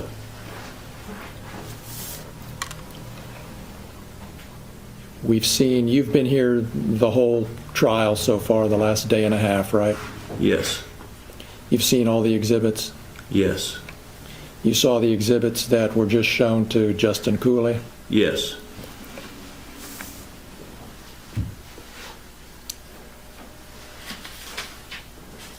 Did the posts that we've been talking about here in this trial have any effect on you? Yes. Explain what you mean, please. People that we deal with in providing services into the community has called us out, called me a thief. We assisted with a search warrant service here with another agency, and the people who was inside the residence looked at us and says, why are they allowed to do what they're doing? And then they look at us and say, well, you done it to Afroman, they can get by with it, they can do it to us. Did you ever receive any calls having to do with this case? Not directly. Are you aware of calls that were received by dispatch? Lots of them. Tell us about that. My daughter actually works in the dispatch center, along with all the dispatchers that I'm very familiar with, that I work with as co-workers on a day-to-day basis, called, and anything from why did you do this to why did you tear down the door, why don't you pay the guy back, you guys are thieves, and on and on and on. Your Honor, I'm going to object. It's hearsay. He was not there. He did not have the phone calls. He's hearing them actually third hand the way he's described it. He's hearing them from the idea of, from the dispatchers telling him what another person said, so hearsay upon hearsay upon hearsay. What's the purpose? The purpose, Judge, is to, my next question was going to be, what effect hearing about these calls to dispatch had on Mr. Estep? Wait. Just for the jury's benefit, if the content of the calls was an important issue, then we wouldn't let it come in. The speaker or the hearer would have to testify. But the nature of the call and how it affected him is probative, relevant in this case. So the general description of the calls in the context of how it affected him is the reason you're allowed to hear, not the accuracy of the call, but the effect on the person. Something else, Mr. Osborne? No, thank you, Your Honor. Just for the record. No, your objection. Thank you. Thank you. So Mr. Estep, tell us what effect it had on you hearing about these calls that dispatch was receiving about this warrant execution. And it developed a serious concern of safety, to not only to me, but the people working with me on those shifts of the days that I was working. Basically, overwhelming of calls that came through, and they were hardly able to keep up with what we have going on in the services that we're providing with nonsense phone calls. Are you aware of any effect that these these posts had on the sheriff's website? Your Honor, I'm going to object. That is beyond the scope and not even relevant to this. The Sheriff's Department is a government agency. You cannot defame a government agency. Sustain. Okay. For the record.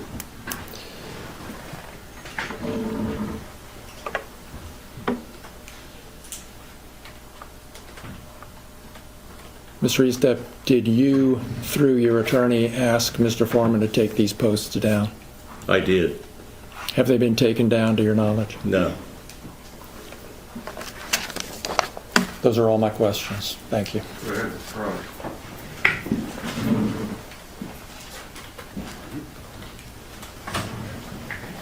Mr. Estep, do you mind if I call you Mike? That's fine.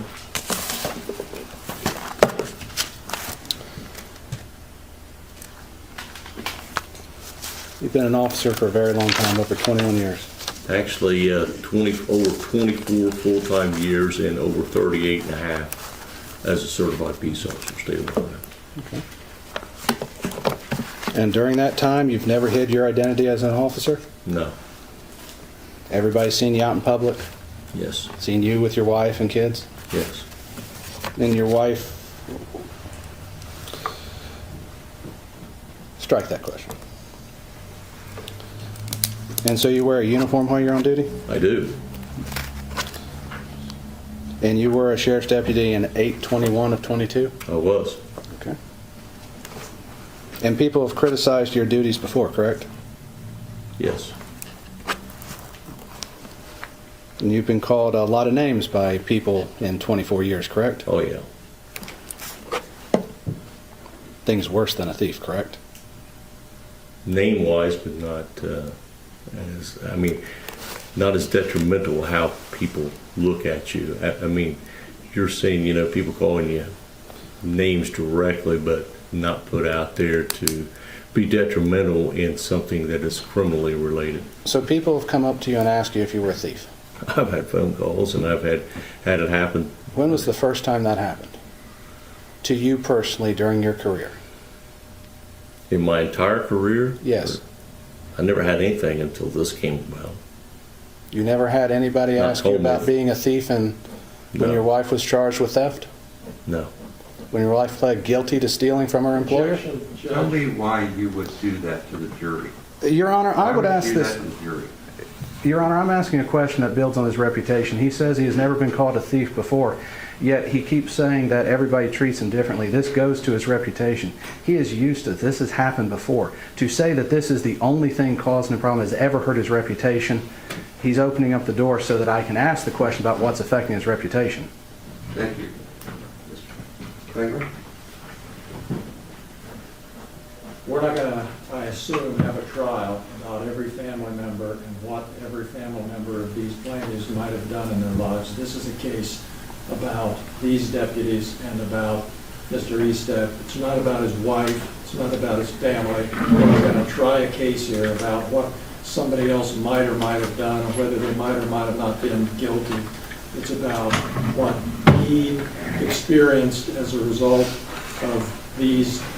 And how it affected his reputation, which is exactly at issue. He is talking about his reputation and how it's been affected. He's opened it up. Your reputation is your entire life. Everything you do in the community. Your family affects your reputation. You can't say that you have... If my brother gets in trouble and people ask me about that... This case is about what he did to his reputation, not about what... What was his reputation like before this started then? So I thought you play this out in front of the jury so they can understand how to separate the evidence. There's no claims here for your benefit, ladies and gentlemen, for family member injuries. Right? But how family members' reactions to the claims affect a person's relevant. So you get to hear that my daughter was upset when I was called a derogative term for the benefit, for the relevance of how it's me. Right? Now, take that to this step. If we allow, and we will, testimony about the wife's prior experience, it only goes not to the character of that person, but how it affects the witness. So, like, we're not here to try to decide whether or not the spouse has a character flaw or not, but how the whole thief reference should play into his claim for damages, right? Their law school example and arguing with each other is what lawyers do, but you need to understand how to see it. So I'm going to allow this so you can see how it does or does not affect him alone. Just don't get caught up that your spouse's character is your character, because it's not. Enough said, overrule the objection, and then you can renew them as you feel appropriate. Go, re-ask the question. He answered the question, Your Honor. Then re-ask it because he shouldn't have. Okay. So restating the question, Mr. Estep, your wife did steal from her employer, correct? Yes. And it was a felony sum of money, correct? Yes. Which is over $1,000. Yes.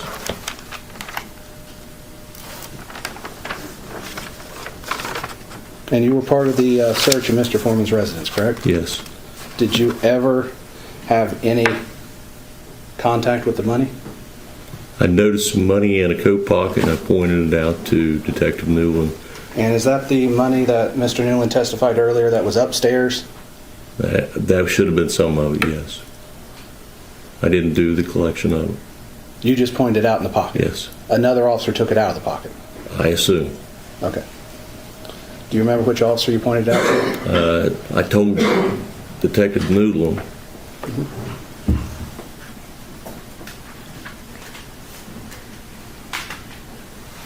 You realize that during that search, everything you said was captured on your body cam, correct? Absolutely.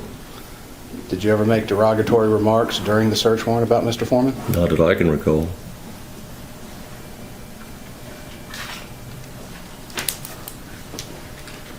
But we'll lay the foundation. Mr. Estep, on October 21st, 2022, did you have a body cam on during the search of Mr. Foreman's residence? Yes. Okay. Was that body cam active the entire time? Yes. Does it have audio and video recording capabilities? Yes. If I show you a clip of that body cam, can you Sure. identify it? Sure. Okay.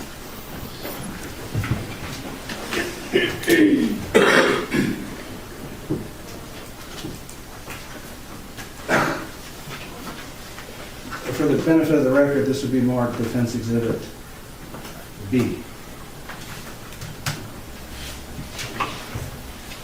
And for the sake of the record, the file would be ACSO3_OK0019_21252.mp4. This is a clip of that file. Is there a way to note what portion of time it clocked? Or when you plug it in, there's a clock time. It should have the date, time, and the timestamp it goes through on it. So the Court of Appeals should know that you didn't play the whole thing, you just played X amount of time. Yes, Your Honor. That's what I'm looking for. As there's over 8 hours of body cam footage, we have to. We just have to make a note. Tell me where you're starting it, when you're starting the time clock.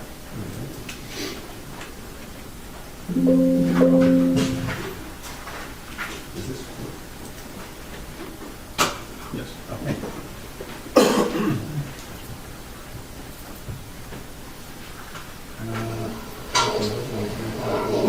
Okay.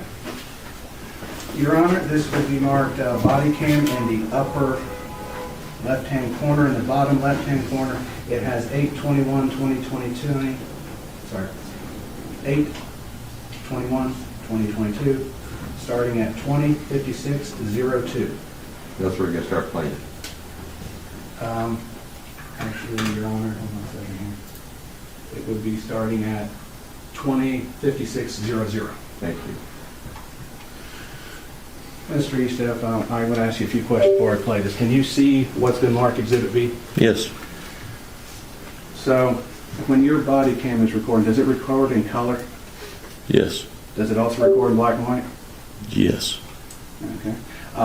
Now, looking at this, does this appear, as you can recall it, to be the inside of Mr. Foreman's bedroom? Yes. And is the... I don't know why I did that. Did you happen to see the date in the bottom corner of it? Yes. Is that the correct date for when you searched? Yes. So this would be a copy, a segment of your body cam taken that day? Yes.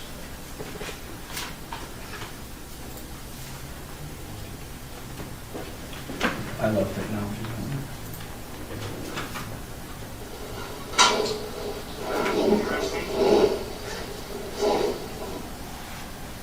Your Honor, maybe approach. What's it have to do with? It has to do with what I think might be coming up. I wasn't aware that this was going to be shown, but I'm concerned about something. Sure. Stand up, don't leave, just stretch. In front of your chair.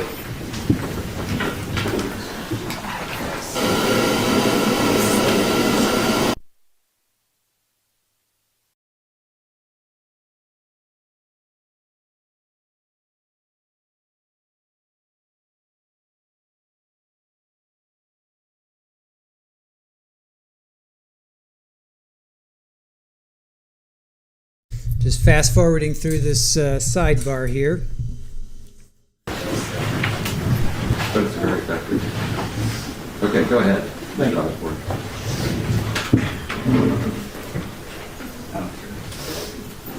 I asked for the...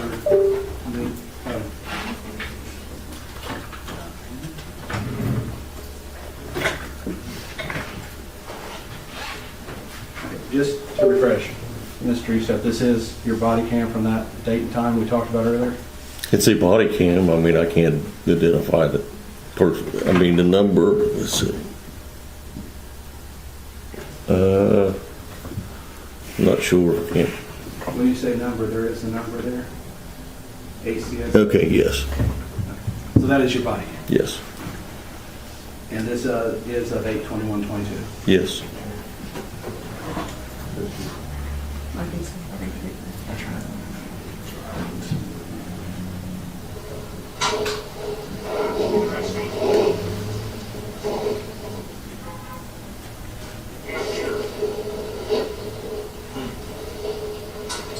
So you see you want to flip something?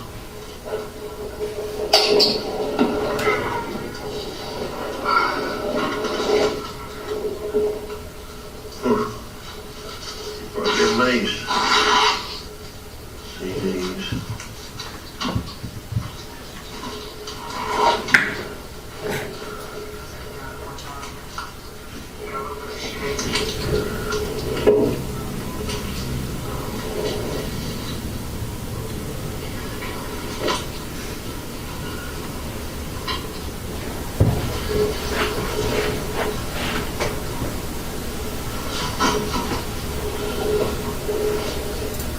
I'm going to stop it for a second, just for the sake of context, as there is things happening sort of below the camera.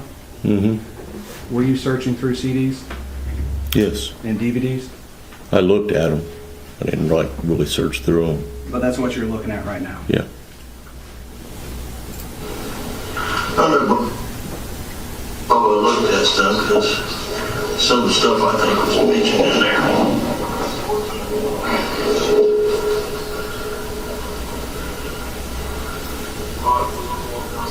Well, he's just denying sex.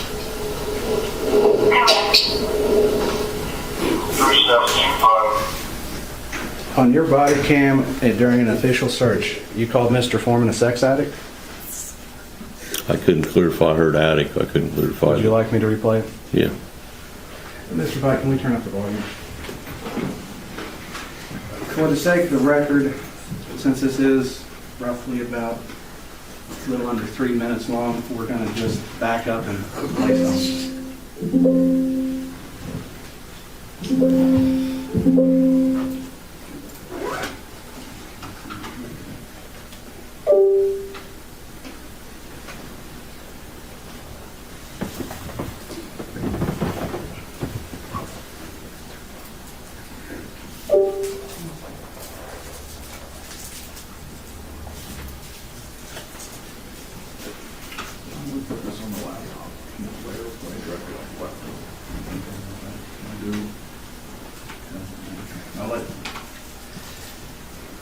We really shouldn't let me touch anything technology. I shouldn't break it by touching it.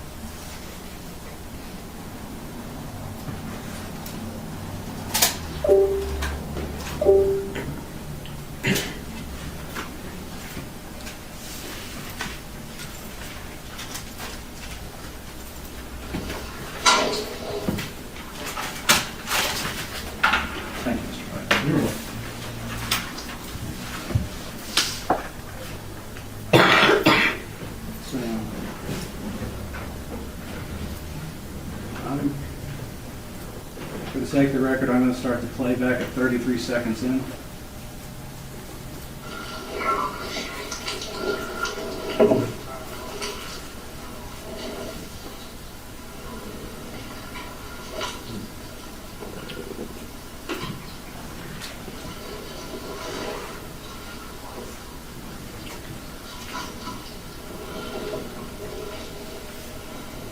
I know Brian probably looked at that stuff because some of the stuff I think was mentioned in there.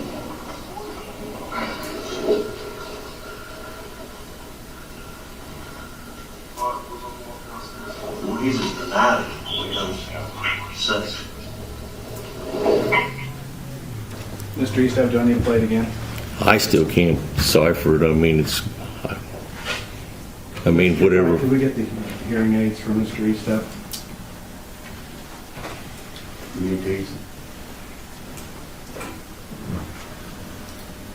Mike, we're going to give you a hearing here. This That could be should have a good. better thing.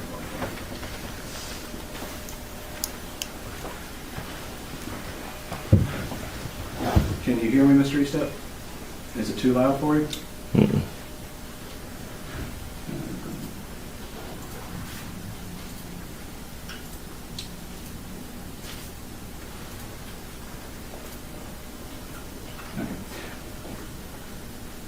For the sake of the record, I'll start at 31 seconds in.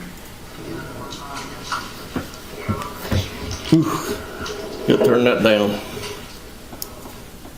There's a dial on your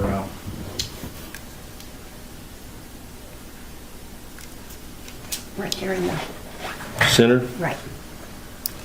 And try to,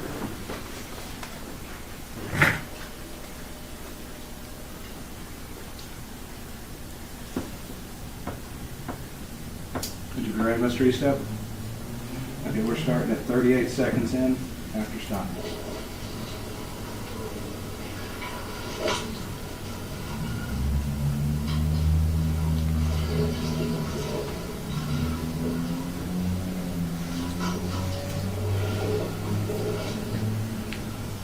I know Brian probably looked at that stuff because some of the stuff I think was mentioned in there.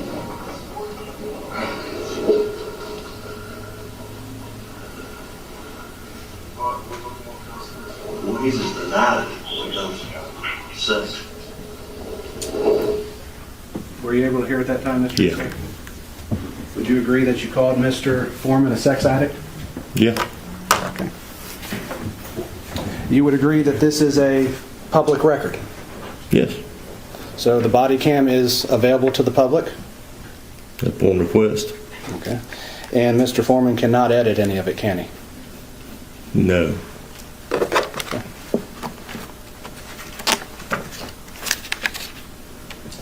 Do you believe how you do your job duties reflects on your reputation? Yes. So someone seeing this could reflect badly on your reputation based on what you did? Possibly.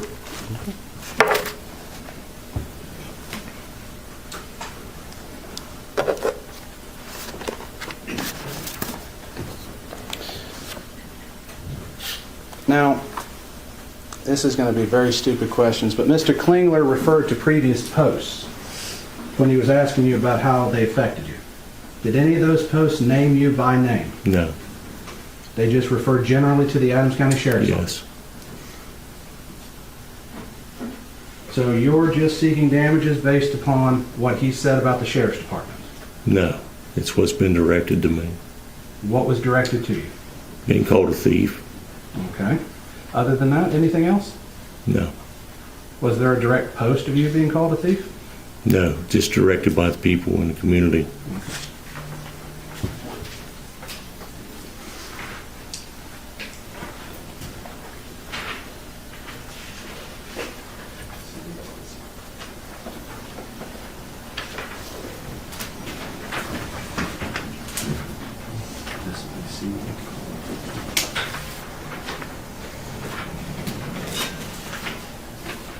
I'm going to get your steps in today, Mr. Foreman.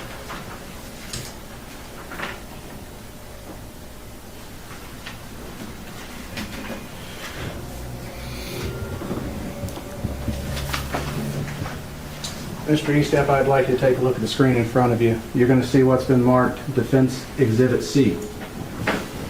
Have you seen that post? Yes. And that is the singular post that Mr. Foreman made in reference to you, correct? Yes. Where you were called, and I quote, Colonel King Kong Bundy. Yes. King Kong Bundy was a wrestler, correct? Yes. Damn good one, correct? I don't know about that. Can't answer that.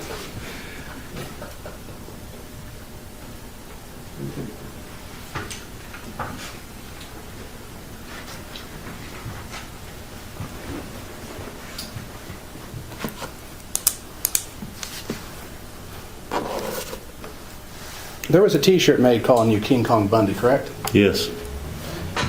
You told me about an incident where a friend of yours made a joke about that, correct? Wasn't a friend. It was one of the fire department that I was chief of. One of them wore a shirt to the Christmas party? Mm-hmm. They thought it was a joke, correct? I don't know if they thought it was a joke. I mean, I don't know what the true intent of it was, but they wore it. I saw it. Have you ever had jokes made at your expense? Oh, yeah. Made jokes at other people's expense? Yeah. So it's a reasonable assumption they bought it as a joke against you? I would hope. Okay. But it's not a good joke.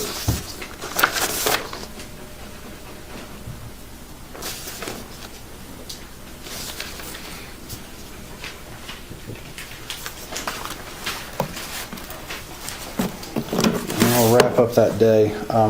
So after the search, you went home, correct? Yes. And you left directly from the search to go home? Yes. After a 19-hour shift? Yes. No further questions, Your Honor. Go ahead. Thank you, Your Honor.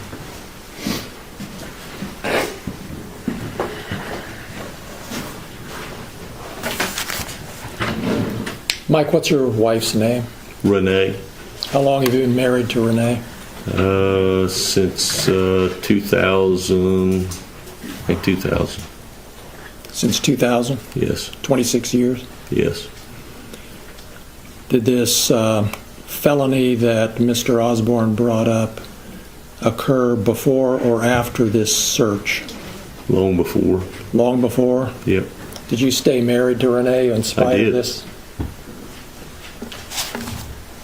Do you think her problems with this felony hurt your reputation? No. I never got no backlash. I wasn't a part of it. I didn't support it.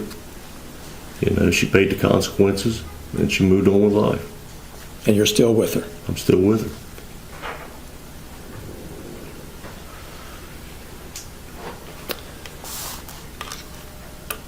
This body cam footage that we saw, did you ever publish that body cam to the world? No. Did you ever post that body cam on the internet? No.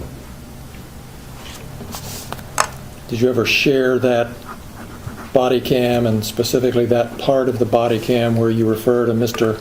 Foreman as a sex addict? Did you ever share that with anybody? No.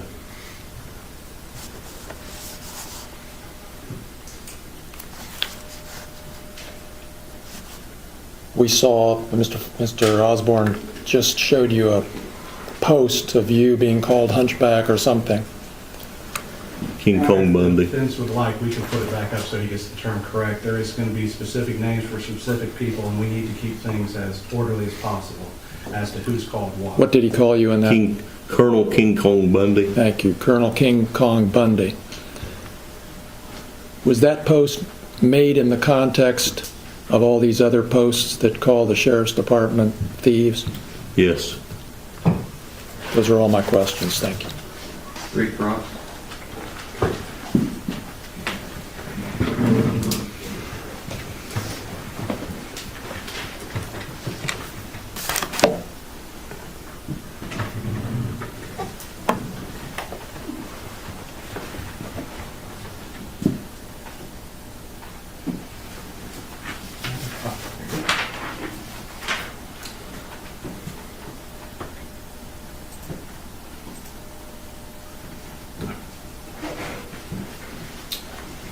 Mr. Estep, look at what's been marked.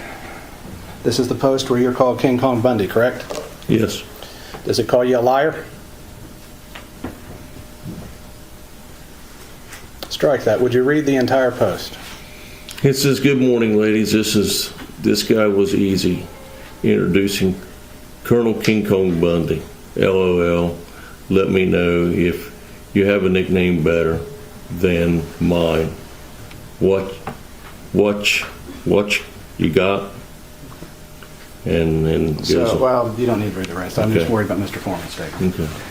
So he didn't call you a liar in this post? No. Didn't call you a thief? Nope. So all the other posts that you would refer to are solely about the sheriff's department being called thieves? Yes.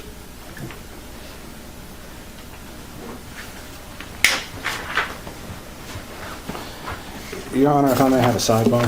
Yep.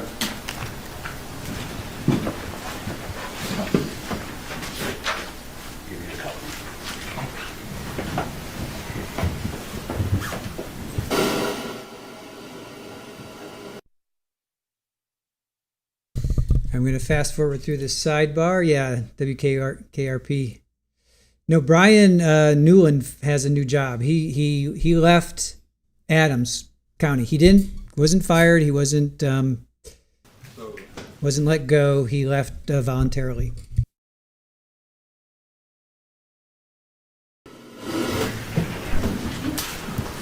So, Mr. Osborne's finished.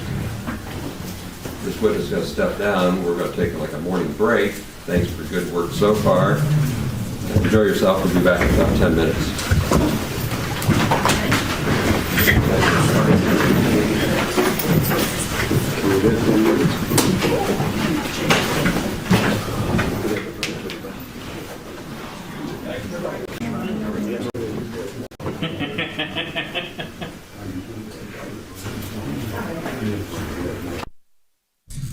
All right, so they're taking their morning break.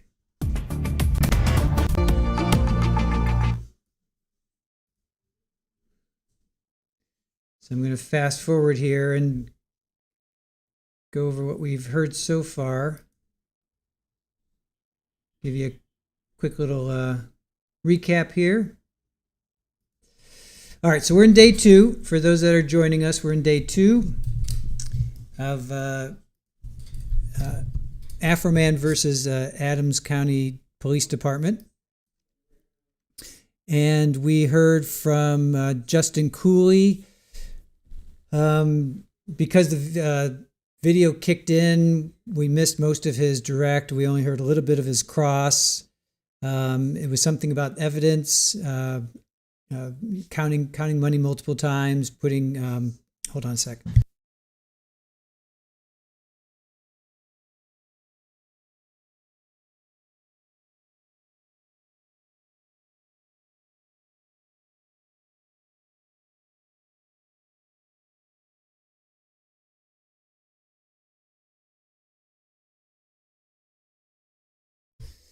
All right, so yeah, I didn't hear much of the cross, so sorry about that. Then we had Mike Estep. His direct was the public is calling him a thief. If you, let's see.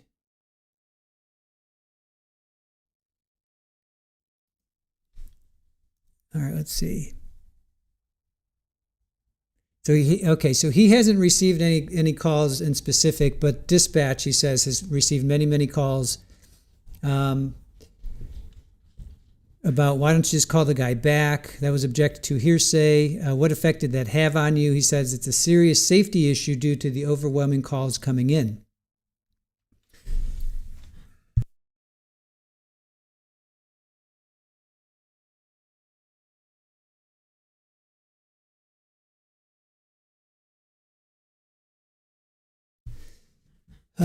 Let's see what let's just go. Let's just play.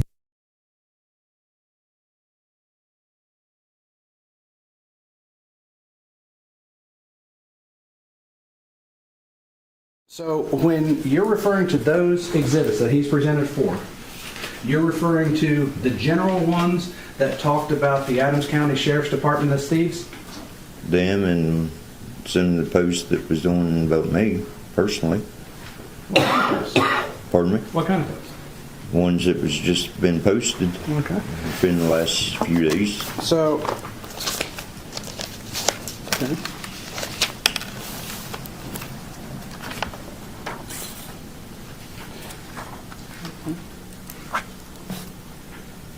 And you've been in law enforcement between the West Union and Adams County Sheriff's Department for 21 years. Correct. And you've arrested a lot of people. Yep. Okay, you have to verbally, because a shaking of the head doesn't get recorded. And you've been criticized before for your job duties? Yeah. And you've been called names before? Yeah, but not a thief. No person ever before has called you a thief in 21 years? No, they have not.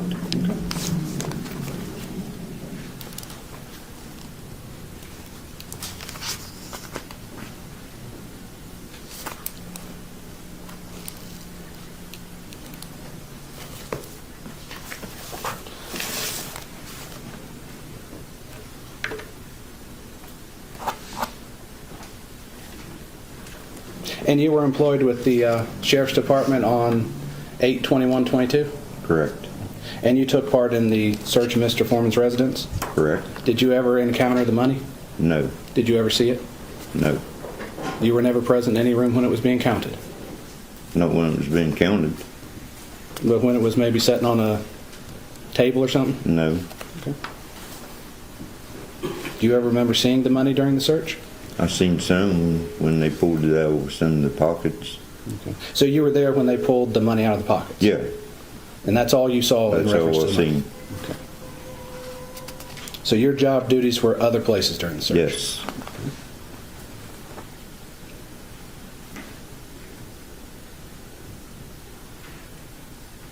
Have you ever been disciplined due to anything Mr. Foreman said?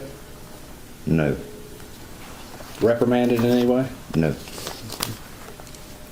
Were you ever interviewed as part of this investigation into the missing money? No.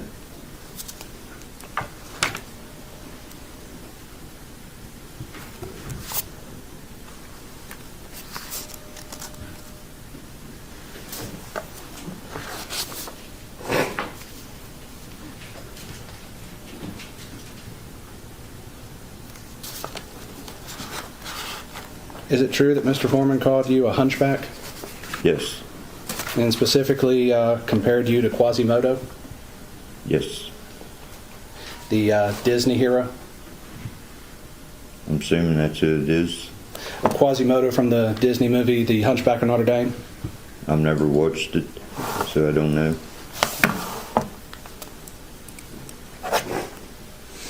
So you would agree that when a person says that someone's a crooked defense attorney, they're not meaning that I'm like a vine, they're meaning that as a opinion, correct? Correct.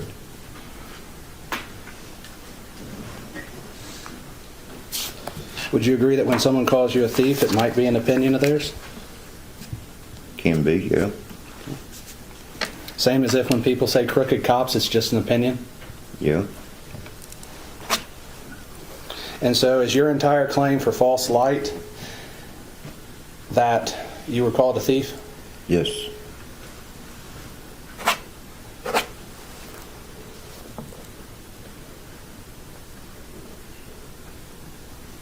And you would agree that Mr. Foreman is an artist subject to exaggeration?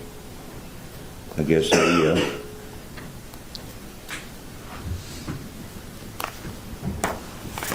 And just for the sake of question, nobody would ever think you're Quasimodo from the book, correct? I don't guess. People think different things.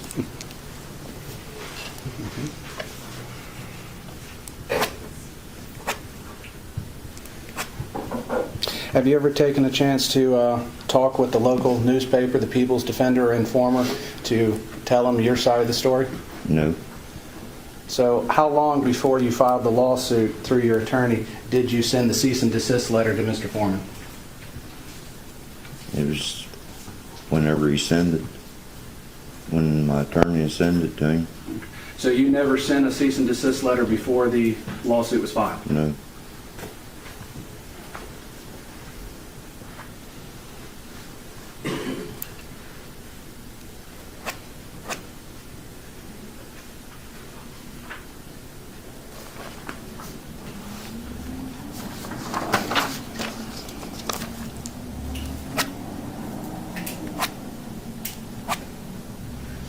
And you're seeking damages due to your reputation, correct? Correct. Your reputation in the community locally.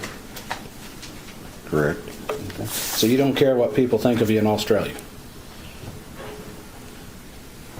Not really. Would you agree that everything you do as an officer reflects on your reputation? Yeah. All the good and the bad? Yeah. Anything wrong you would have done would be a stain on it? Yeah.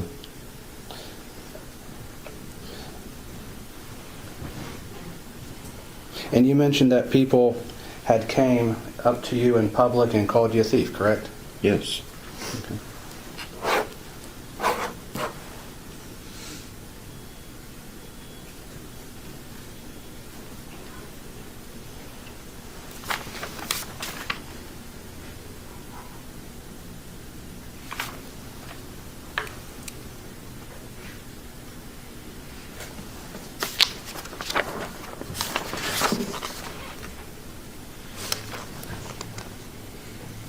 You've been criticized for your job duties before, correct? By the public?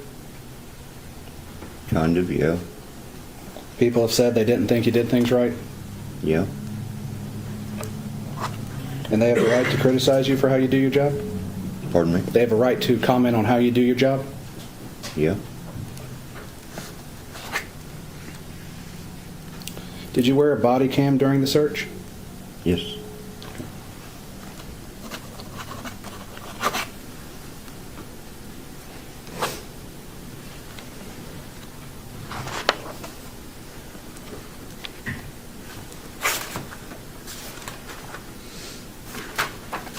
Can I have a second, Your Honor?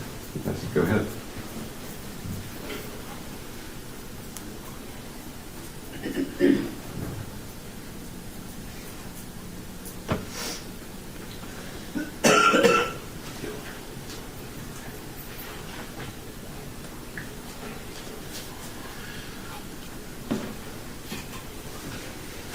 Your Honor, I have no further questions at this time. Go ahead, step down, thank you.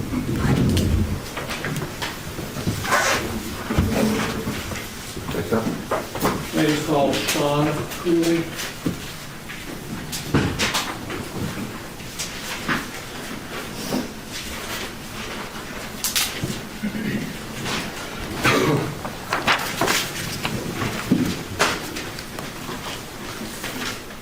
Do you solemnly swear the testimony you're about to give shall be the truth, the whole truth, and nothing but the truth? As this, you shall answer unto God. I do. Thank you. You can be seated.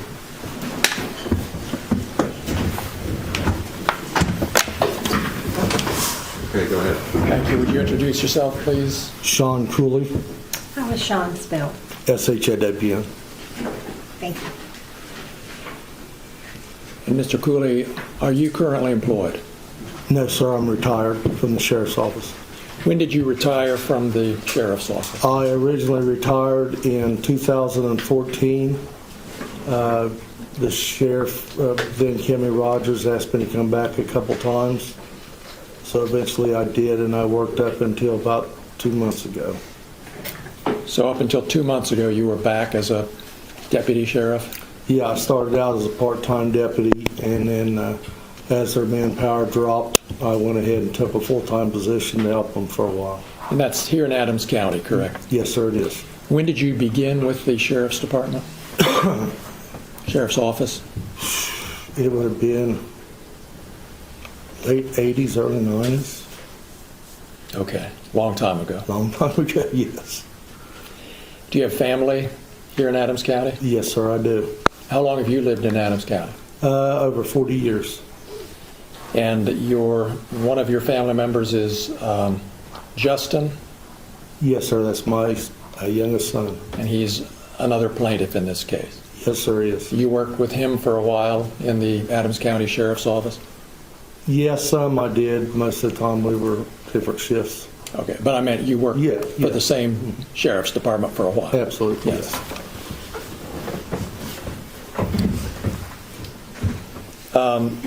Are you married? Yes, sir, I am. How many children? 4, 2 girls and 2 boys. Did they go to school here in Adams County? Yes, sir, they did.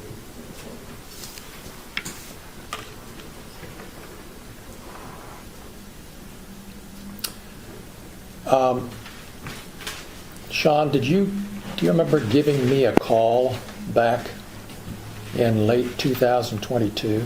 Your Honor, I'm going to object here. I do believe he's starting to move into the realm of attorney-client privilege and opening that. If he opens that door, we do intend to exploit it.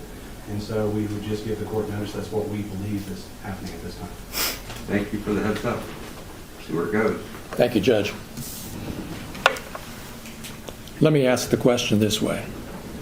Were you looking for an attorney in the fall of 2022? Yes, sir, we all were. And just in a nutshell, what were you trying to accomplish by contacting a lawyer? The posts and the things that were put on the internet about us, as far as us being thieves and different things with our image. We had went to the sheriff when this originally started. Mr. Foreman had an attorney. We had two attorneys prior to this one. We had the sheriff contacted, try to get it stopped. Then again with the next one, then again with this one. So our only other alternative was to try to file some kind of suit. And that's why you ultimately decided to file suit to get it to stop? Yeah, that was our last alternative. Has it stopped? It's gotten much worse. You were part of the team that executed the warrant on Mr. Foreman's property? Yes, sir, I was. Did you steal any money? No, I did not. Did you have anything to do with the money that evening? The only thing I had to do with the money, I sat in the kitchen and talked to Mr. Foreman's wife. Mr. Foreman's wife, Angela? Yes. Now, let me just stop you Her there. ex-wife. Oh, thank you. Ex-wife. Let me stop you there for just a second. How did Angela Foreman end up being in the kitchen of the home that evening? I don't know which supervisor it was that let her come in. Your Honor, I'm going to object to this line of questioning. If the search warrant is not going to be an issue, if we want to open that door, then I will ask to present that evidence and make that case. But Mr. Klingler now wants to bring up who everybody is there. So if he wants to open that door, I'm going to ask for the same latitude upon my presentation of the case. And I think the court has already made it clear we are not litigating a search warrant. I'll withdraw the question. I don't need to know how she got there, Judge. Just for everybody's benefits, they both pushed beyond what I was willing to do, so let's try to keep it focused. Thank you for withdrawing the question. Thank you, Judge. Think again. You were explaining what you had to do with the money that evening, so go ahead. I was sitting in the kitchen on a stool, I believe. Brian Newland brought in a package that he said contained money, laid it there, and asked me to keep an eye on it. Okay. And who was in the kitchen? Sorry, who was in the kitchen with you? Mr. Foreman's wife. Okay. Or ex-wife, I'm not sure. Just the two of you at the time? Oh, there's people in and out. Other deputies? Other deputies coming in and out, going back and forth to their cars to get different items. I think Sergeant Walters came in at one time and talked to Mr. Foreman on the cell phone. Okay. So back to the cash. You were asked by Detective Newland to keep an eye on it, and what happened then? Well, that's what I did, and then a short time later, Mr. Newland came and got it and secured it somewhere. And that was the extent of your Yeah, I never touched contact. the money, never was even really close to it. All right. Now, you mentioned earlier your reason for contacting a lawyer in this case. I want to just jump ahead right now to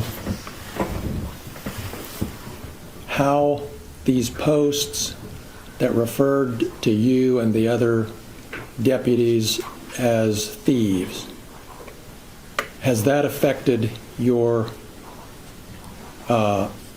reputation in the community, do you believe? Absolutely, there's no doubt it has. Well, tell us what makes you think that. You know, to understand that, you got to go back before this happened. We would go on calls. You very seldom ever have any trouble at anybody. Very, very rarely. You might get a drunk that was smart off or something of this nature. Then he starts calling us thieves on the internet, starts selling merchandise with our photo on it. So now when you go into a bar for a call, you've got people in there screaming, hey, you gonna steal all of our money, you know, or you go on a call. I had one guy come out of a bedroom after me, call me a thief and wanted to know why I stole Afroman's money.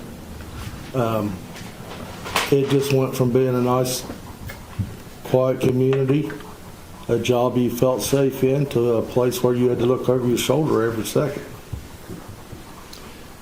Do you, based on what you've explained and what you've been through, do you think some of these people who called you thieves really thought you were? Absolutely. Absolutely. Did you receive any phone calls about this? I would answer the phone at the sheriff's department because they were overwhelmed. I remember one day there was over 300 calls threatening us, calling us thieves. So we would have to go over and help dispatch because they were overwhelmed. There's only 2 dispatchers. So yeah, they didn't call me directly, but I answered the phone. They would cuss me, threaten to kill me, threaten to kill my kids, threaten to kill my wife. And it got to the point to where my wife and my children couldn't even go to Walmart. You couldn't go into a gas station around here. My youngest daughter would hear the dogs bark at night and come in my room, wake me up terrified that somebody was there to kill us. Because even though they were young, they're still on Facebook. They still see this stuff. And it was just one after another after another. And when it would start to slow down, he would go back and do it all over again and get it all stirred again. Just like he did a couple days ago. Are you aware of posts that are continuing to come out as recently as yesterday? Some I are. I'm going to put my objection in place here. And it'll take a second. So Ohio law has changed since April of 2025, giving more protections under the anti-stalking. With that, we would have a 60-day notice. So I sustained your objection. You can sit down. Thank you. Like at some point in time, we draw the line. I just drew the line of what's evolving in the public. Like we started this trial yesterday, so let's try to stay before yesterday. You're all doing a fine job. Thank you, Judge. Fluid. Yep. But the trial can't be that fluid. Stay.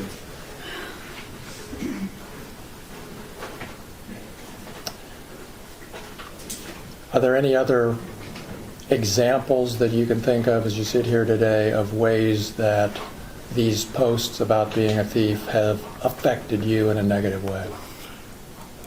One of the things that really kind of upset me, I was doing an investigation as a detective, and I had to go all the way up to eastern Ohio on the Pennsylvania border. And when I walked into the deputies' room up there to talk to them, they all knew me, all knew that I'd been called a thief, lemon poundcake. You know, it's everywhere. You can go anywhere, and if people recognize you, they start that stuff, whether they're being sarcastic or what. But And has your image, your face, been posted on some of these posts along with or in the context of the thief accusation? Well, according to he has posted my image, yes, several times on the internet. He sold merchandise, sweatshirts, T-shirts, things of that nature, at all of his venues. Matter of fact, they were for sale at a smoke shop here in town. Okay.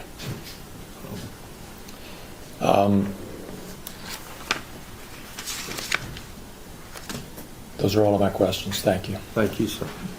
Cross-examination.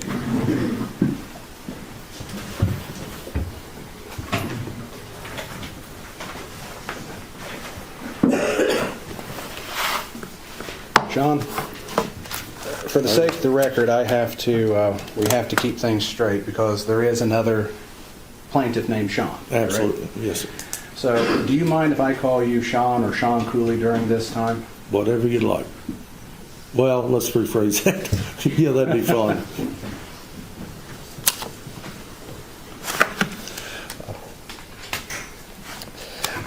I like to pick right up with this visit to the Pennsylvania border. You said they knew you as Lemon Poundcake. Yeah, that was what they referred to me as, a person. And they asked you for your autograph, correct? One of them did, yes.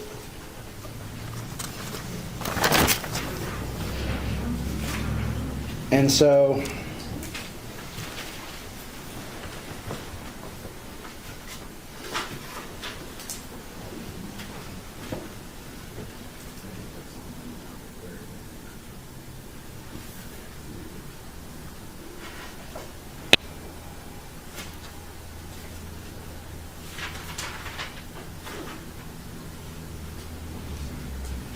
Your Honor, if we could have a sidebar about the Exhibit D that defense intends to exhibit. Okay, sounds good.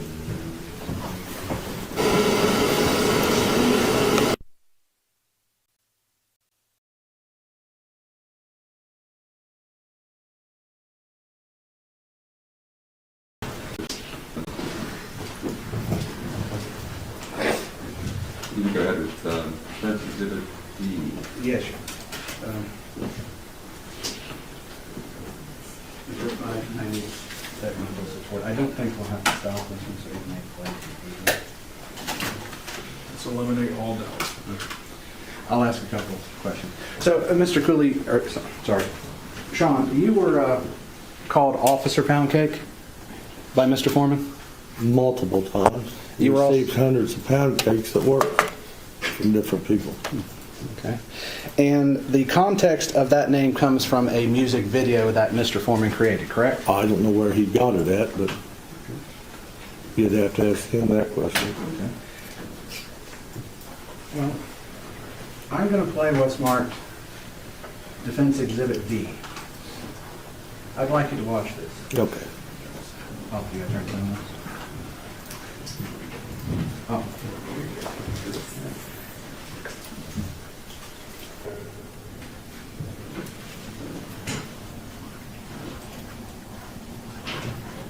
Stop it there. So you've seen Exhibit D, correct? Mm-hmm. You would admit that's you with the glasses walking by the Lemon Poundcake on the counter? Yes. And that is security footage from the search of Mr. Foreman's residence? I assume, yes. But there's no question that's you during the search? Yes. There is question? Or there's No, that was me, yes. Absolutely. So during the search, Mr. Newland asked you to watch the money. Correct. And you watched that money until he came back and got it. Absolutely. I'm going to play what's going to be Defense Exhibit E, which is like a sidebar. Is there objection to whatever it is? Okay.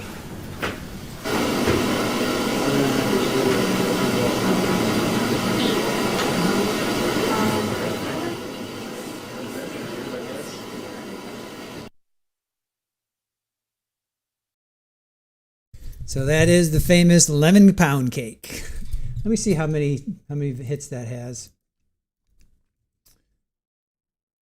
And yes, I'm sure he's getting way more press for it now. All right, 3 million views. That has 3 million views from 3 years ago. Then he's got another one that has 96,000 views. So 3 million views on that video we just watched.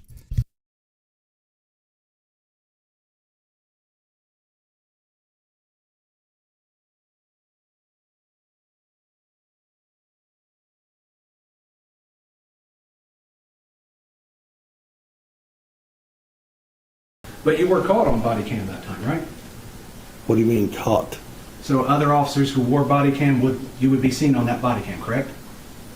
Yes. So if I was close to him, I would have, yes. Oh, let me play this clip for you.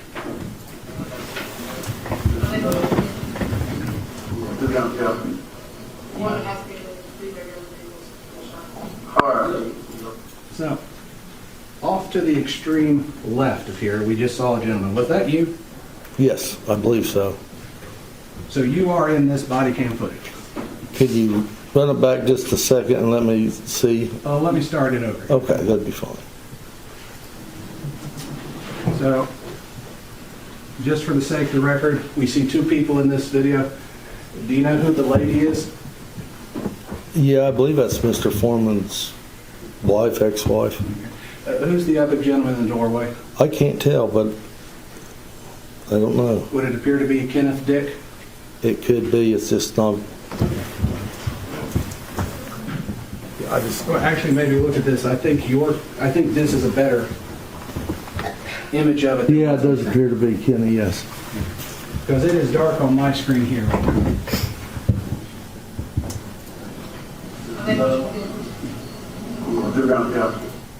Okay, so on the extreme left, we see a gentleman there. Is that you? Yes, it is. And this would be during the search of Mr. Foreman's residence, correct? Yes.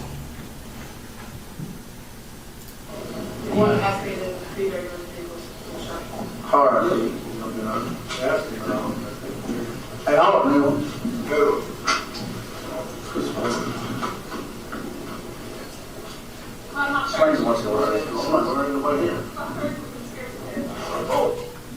Let me rewind this a second. Looking at the table here in the bottom right-hand corner, is that the evidence bags with the money? Yes, sir, it is. Those were the evidence bags you were just testified to, that you watched the entire time for Mr. Newland? It's a evidence bag, yes. So it's not the money evidence bag? It is the money evidence bag, yes. Okay. And you're watching it right now, you're looking at it? Yes.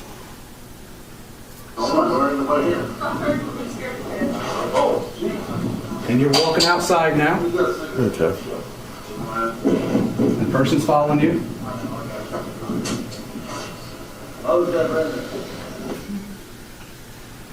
Sean, it would be a fair statement to say you didn't watch that money the entire time that Brian Newland left it in your possession, correct? No, you are correct. But you can also hear me tell another deputy, keep an eye on that money. If you want to play it back. Which deputy was that? I don't know. I have no idea, but you can hear me and see me talking to another deputy before I walked out. The guy walking right behind you would have been the one you No, told? I was looking, the guy behind me would have been behind me. Just play it back and you'll see it. Okay, well, let's replay it.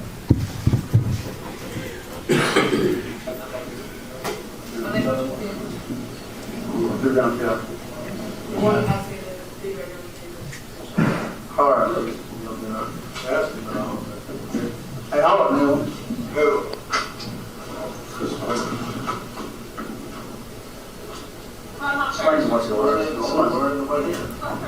Right there. You said you're not worried, no one's here. No. Well, let's replay. I believe I told him to keep an eye on the money before that. Okay, let's play it again. Let's start at, well, let's go back to, would you agree that 0:16 seconds in? it Yeah, would that's be after fine. that? Yeah. Mhm.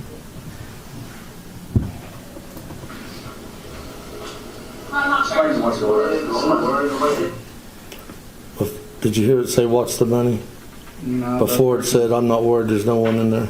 Yeah, that's what you said. That's why I said yes. Yes. So the person asked you about watching money. You said you weren't worried because no one was in the place. It does appear that way, yes. Okay. For the record, 35.27 to 36 minutes even. I got it. Oh, thank you. You're welcome.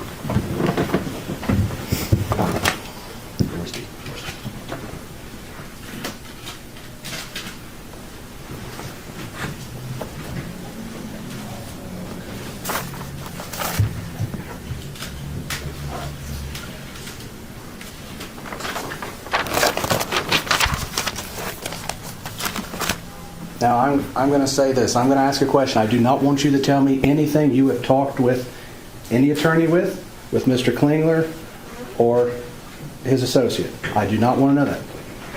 But I do want to know, you said you were looking for an attorney in the fall of 2023, correct? We all were. Okay. And so you employed an attorney to send a cease and desist letter prior to sending lawsuit, correct? No. Okay.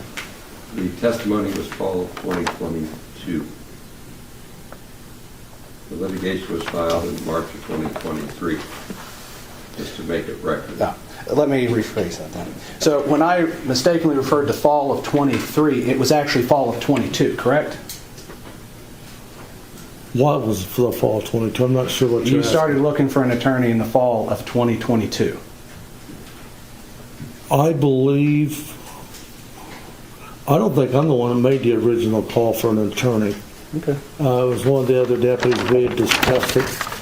We had to have permission from the sheriff at that time to do anything. You took some of the phone calls, the threatening phone calls, correct? In dispatch. Yeah. Did you make a report of those? They were all documented, yes. And they investigated and traced the calls? Couldn't trace them. They were all ghost numbers or showed up as no phone number at all. So nobody was ever prosecuted? No one was called in to... Well, they couldn't find them. They don't have any idea who they were. Okay.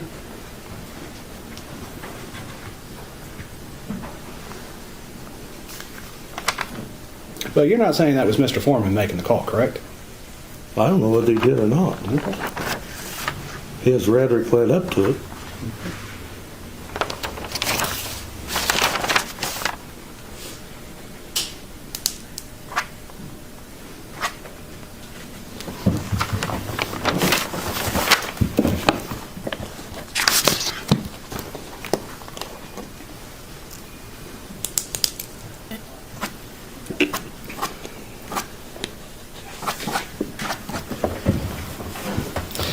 People, during your significant time as a law enforcement officer, the public has criticized your duties, correct? Yeah, some, yes. You've been called a lot of derogatory names? Not really. Okay. This may sound stupid, but I believe it applies to myself. We're not the thinnest people in the world, are we? I'm not going to call you fat, but okay. I was calling myself fat. But you would agree that we're not thin people? Absolutely. And you would agree that how you conduct yourself during a search and everything reflects directly on your reputation? Absolutely.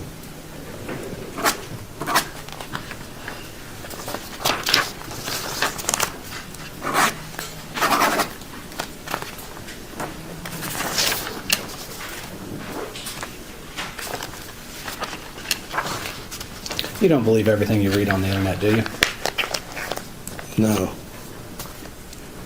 You actually probably don't believe everything you read in the newspaper, do you? No.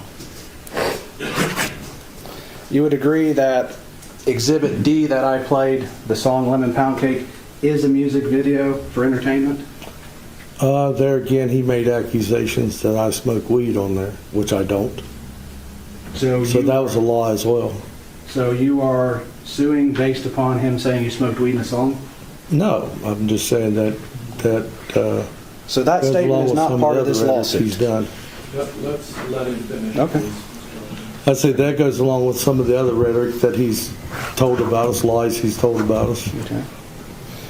Could that be exaggeration to make the song funny? I don't think it's funny. Would a reasonable person listening to that believe that Mr. Foreman is stating facts? You don't know what somebody's thinking. You wouldn't think we'd get 300 calls a day threatening to kill us. Somebody's buying into it. So when Jerry Reed sung the song, "When you're hot, when you're not, you're not," and the judge said that to him right before he sentenced him to prison, that's an actual fact, or is that an exaggeration for entertainment? So we're going to strike all that because we don't know anything about that case, and he's not going to become a witness. So until you establish a foundation that he knows what you're saying, you don't get to testify. So set it up right, I'll let you do it. Mr. Cooley, what is your favorite genre of music? 60s. Give me an example of a song. Freebird, American Pie. Let's take American Pie. Leonard Skinner. Is the song American Pie, you've listened to it, correct? Multiple times, yes. Is it literally about a pie? No. It's more about something else. Yes. It's for entertainment. Yes. And you were entertained by it. I like the lyrics, yes. And you don't, in that song, American Pie, do you believe that was fact? That what was fact? What was said in that song? No.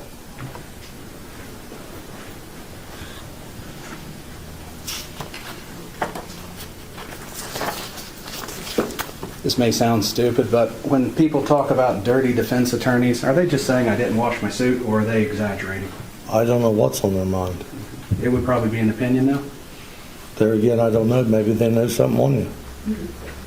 Like I didn't take a shower that day? Well, that or you've done something you shouldn't be doing. Oh. So when a person yells crooked cops, they may be just referring to cops in general doing bad things? It could be. Okay.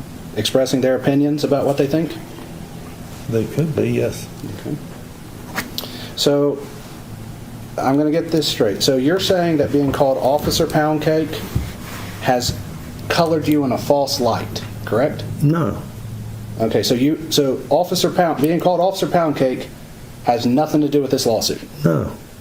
So the only thing that you're saying painted you in a negative light is the general comments calling the Adams County Sheriff's Department thieves. No, correct? calling me a thief. So there is a specific post that calls you a thief. There's photographs of me on it, and he's accusing all of us of being thieves, so that incorporates me as well. So it refers to the Adams County Sheriff's Department as a group then, and you're part of that. Just members of the Sheriff's Department, not the entire Sheriff's Office. But it doesn't list your name. Yeah, there's posts that list my name, I'm sure. You mean you're sure? I'm pretty sure that there was some that had my name on it. I mean, I don't recall which ones, but We haven't introduced any to evidence by your attorney. What posts are you referring to? I need a date and time. I don't know. I'm just saying that there could be. I don't know. There could be, but you don't know. Right. Do you mind keeping your testimony to what you know, not what you're guessing at? Yeah, I have been as far as I can. As far as you can.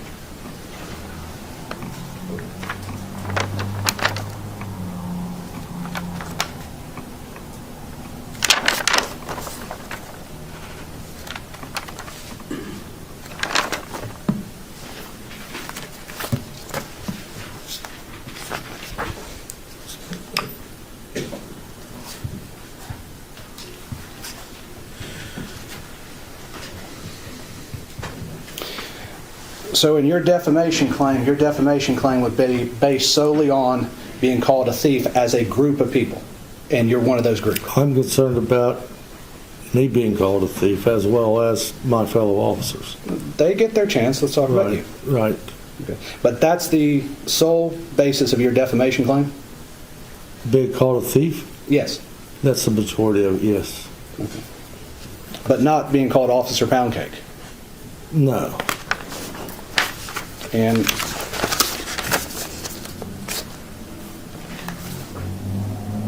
okay. May I have a second?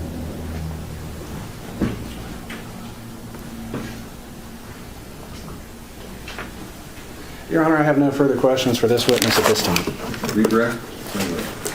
No regret, Judge. Thank you, guys. Thank you, sir.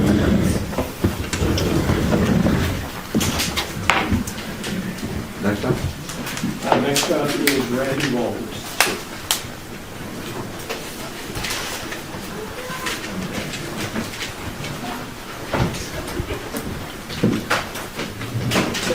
Do you solemnly swear the testimony you're about to give shall be the truth, the whole truth, and nothing but the truth? As this, you shall answer unto God. Yes, sir. Thank you.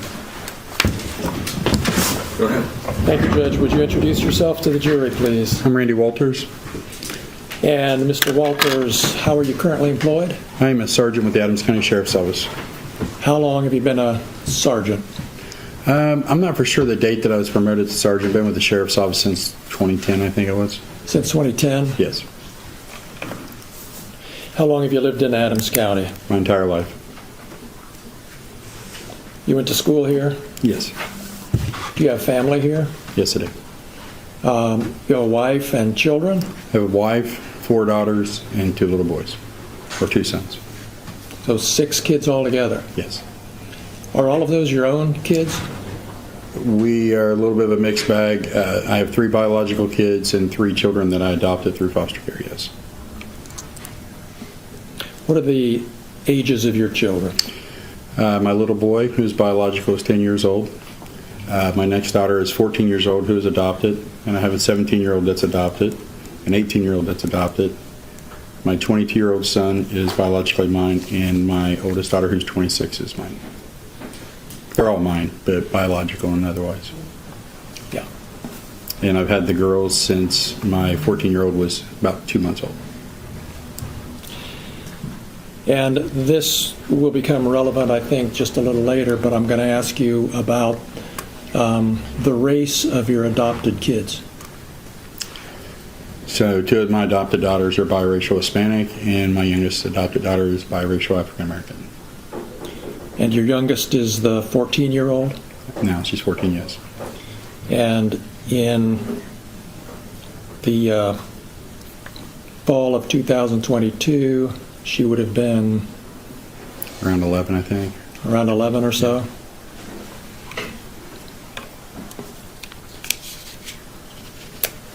Yeah. How'd you get into law enforcement? My father was a police officer, and it's just something that I've always worked towards doing. And you're the rank of sergeant right now? I am. And you took part in this search of Mr. Foreman's home back in 2022, is that right? Yes, I did. Can you tell us just a little bit about what your role was in that search, just generally? I was called in to assist with the search, and you have what's called an entry team. I was asked to come in and help with the entry team on the search. Did you have anything to do with counting or keeping the money that night? No.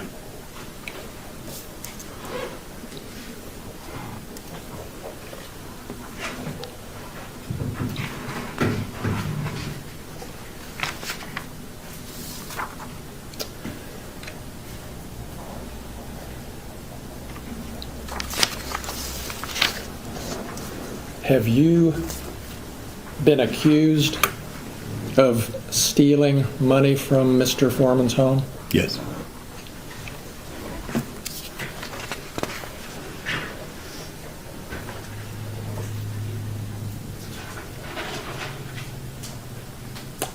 Can we look at Exhibit 27, please?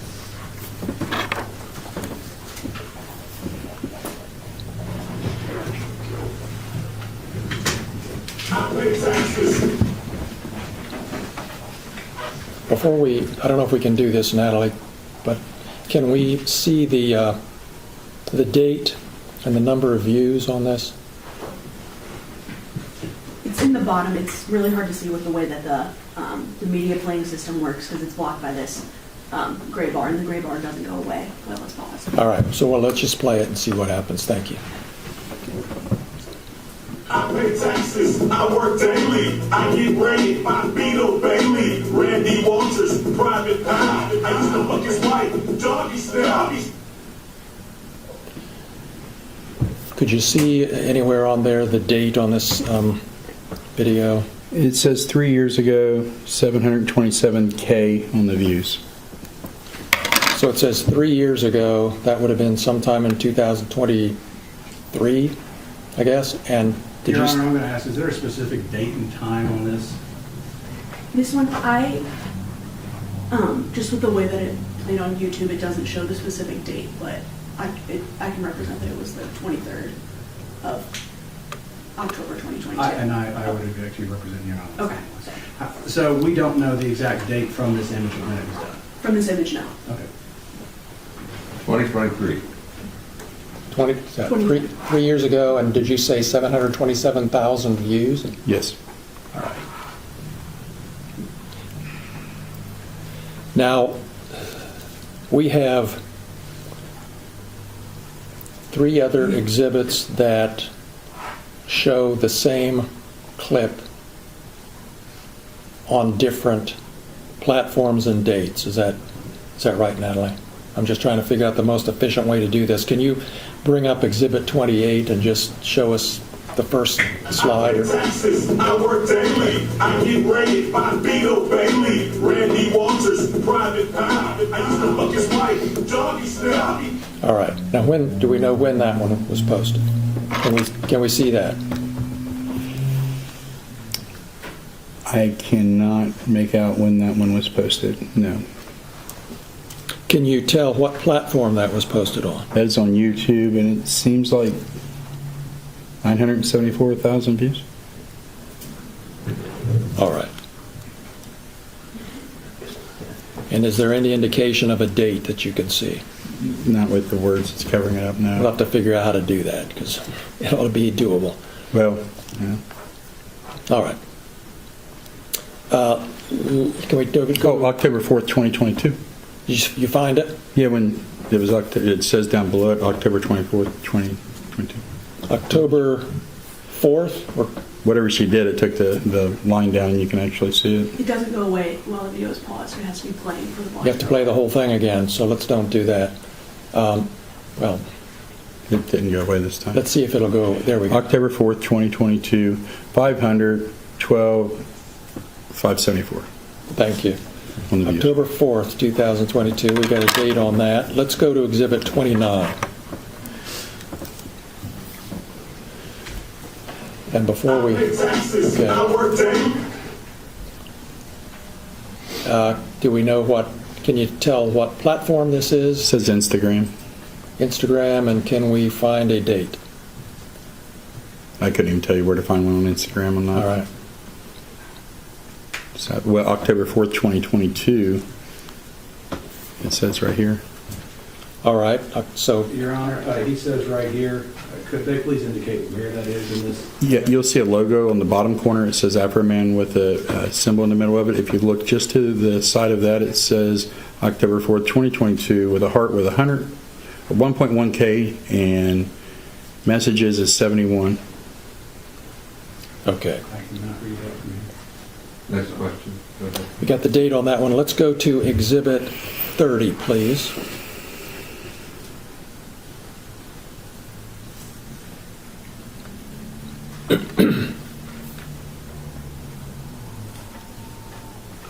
I work daily. I get raided by Beto Bailey, Randy Walters, Private Pie. I used to fuck his wife, Doggy Style. Do we know the platform on that one, Mr. Walters? Is this the same video right here? It's still up because it's Instagram. Yes, same one that's still up. Instagram. Yes. Instagram, and can you see a date? September 25th, I believe, of 2022. All right, thank you.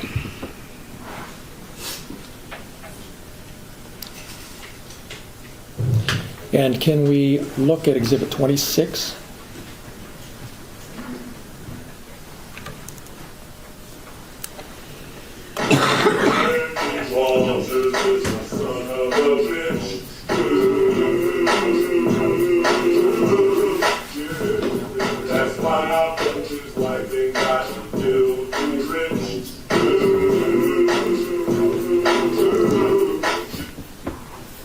All right.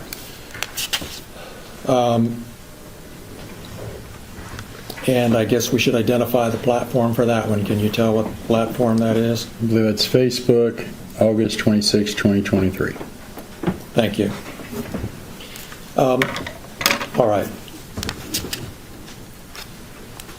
Did you become aware of these posts, Mr. Walters, at or about the time they were posted? Yes. How did you become aware of them? Of my personal post, I found out from my children.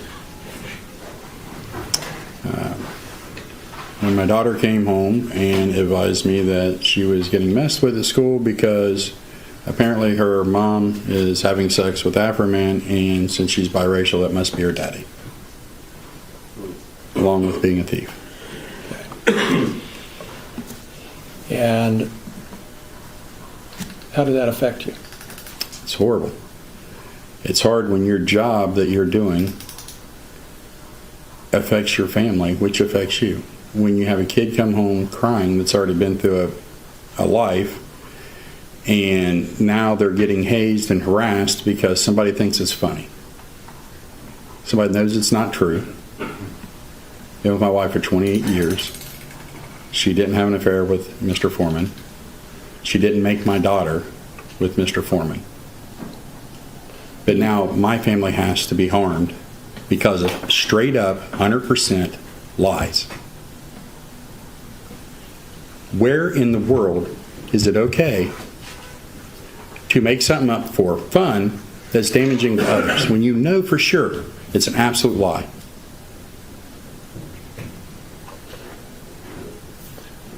That's a problem.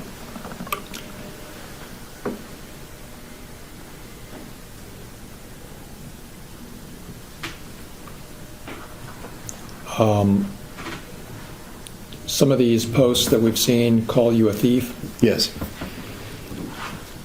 Did that affect you or your job in any way? Yes. We as we've already heard, we can't go to calls, not figuratively every call, but the frequency of it, like people automatically, you're stealing Mr. Foreman's money. You illegally raided him. You've done all these things. You know, your wife's having sex with him. Is that why you stole his money? Never touched his money. It's been proven. He knows. Did somebody say that to you? Yes. You can't make these simple street arrests with people that are mouthy. I get that. But now there's just fuel to the rage. And then the fact that at the time I worked night shift, Adams County is a rural county. You do your work in your car a lot of the time. You do your paperwork in your car. Well, try to find someplace safe to sit when you're literally getting death threats because of lies. You're absolutely in fear for your safety to begin with as a police officer. But now intensify that because somebody is lying about a situation that they know the facts of. Now you have to worry about it because the calls, the comments, everything, all lying. It created a situation that was uncalled for, that was unsafe and unhealthy for the officers involved. The problem I have is the respect for my family wasn't near the respect. This has gone to beyond a narrative. If Mr. Foreman could ask a question. Thank you. It's responsive. Overruled. Go ahead. The respect for my family, including my law enforcement family, wasn't nothing like the respect I gave to his children the night of the raid.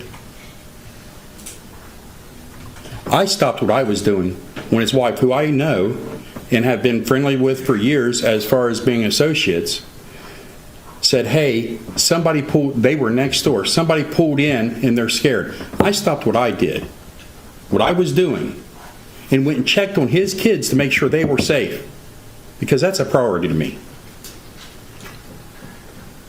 But the same respect that was given to his family had no regard to mine or me. And that affects me. Because to see my family in distress because of my job is distressful to me. To have the public send you death threats over lies is distressing. And it was easy. Stop with the lies. But that wasn't enough. It's happening today. My kids came home yesterday because of new posts, Your same Honor, thing. I'm going to renew this objection again. It's beyond the narrative at this point, and further, this is not bringing in evidence that is beyond this. We're not going to allow like videos from yesterday. I get that. Last Friday, we have a video. I get what you're saying about the evolving nature of the conduct. That testimony is consistent with other people's experiences of the harm, but we're not going to bring in the exhibits. We're not going to bring in the content. But they can testify about stuff that's happening at this time. Yeah, it's the effect, Okay, I not would the register an content. objection for the record on Got that. it. You're in. Next question. Had you finished your answer? Yes.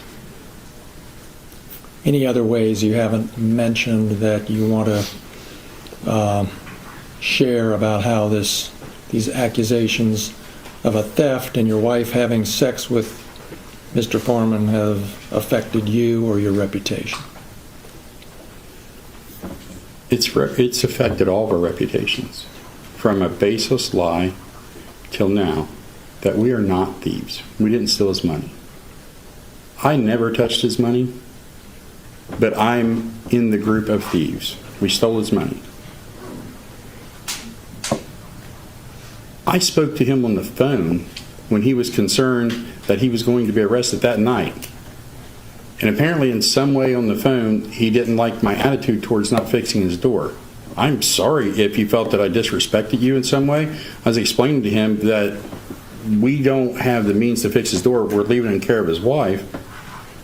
But I also cooled his fears that we're not coming to arrest you. Deputy or Sergeant Newland would like to talk to you. Get your attorney and come and talk to us. There's not going to be an arrest warrant for you. If we need to talk to you, we can find you. We can call you. You can come in. If an arrest warrant would occur, turn yourself in, go through the system, and do whatever. Nobody's chasing you through the woods, as reported. Nobody's doing any of that. The respect that was given to him, which I guess is not required in society, was not put forward to us.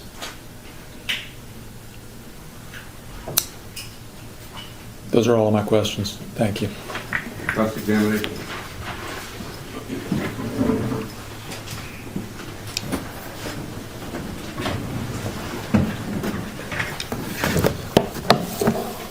For the record, you stated previously your name was Randy Walters. Randolph Lee Walters, Jr. Okay. I go And by so Randy. you go by Randy. Yeah. Do you mind if I call you Yes, Randy? it's perfectly fine, sir.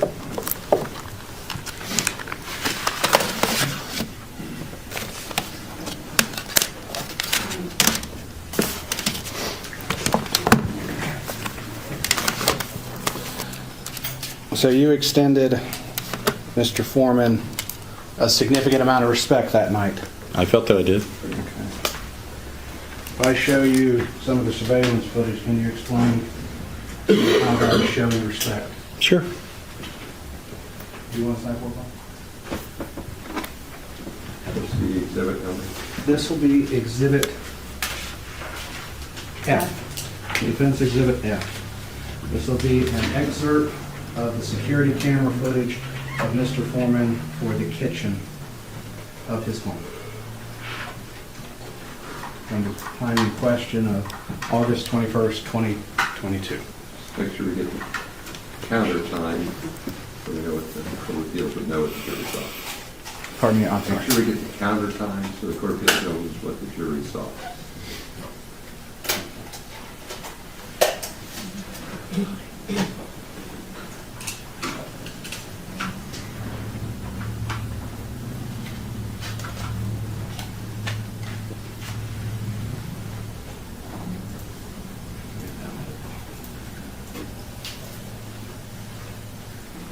So I'll ask a couple questions while I wait for this gentleman. So you took part in the search warrant execution. Yes. You were part of the breach team into Mr. Foreman's house. Yes. You had a riot shield-like thing. No, a ballistic shield, sir. Well, what's a ballistic shield?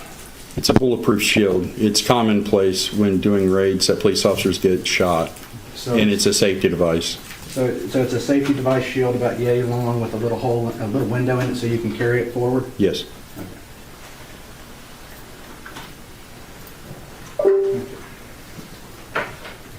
So, do you see what has been marked Defense Exhibit F? Yes. I see something on the screen. Okay. So on that screen, does that appear to be the kitchen of Mr. Foreman's residence? Yes. And you would agree that that gentleman there with the firearm is Mr. Brian Newland? Yes. Okay. And so this would be the beginning after breaching the door? From this, I can't tell what part of the entry it was. Let me play some more. Okay, so this would be starting the security camera footage of 8/21/2022, starting at 8:13 and 4 seconds p.m.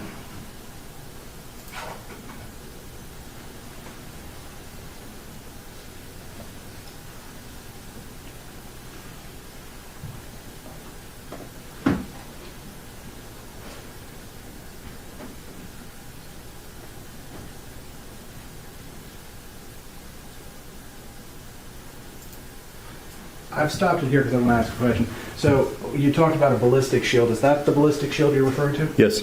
And you would be behind that ballistic shield? Yes.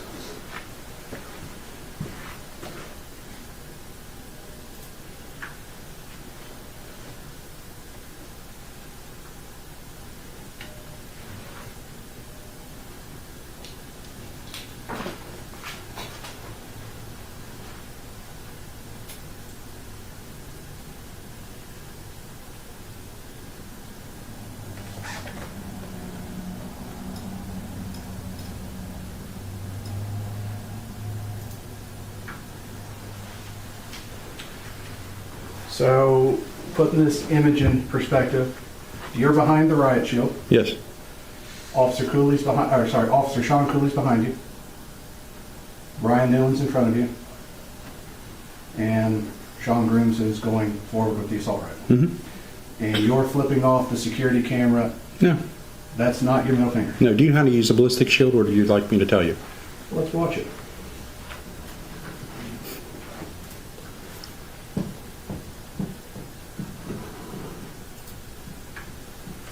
Finger went down, right?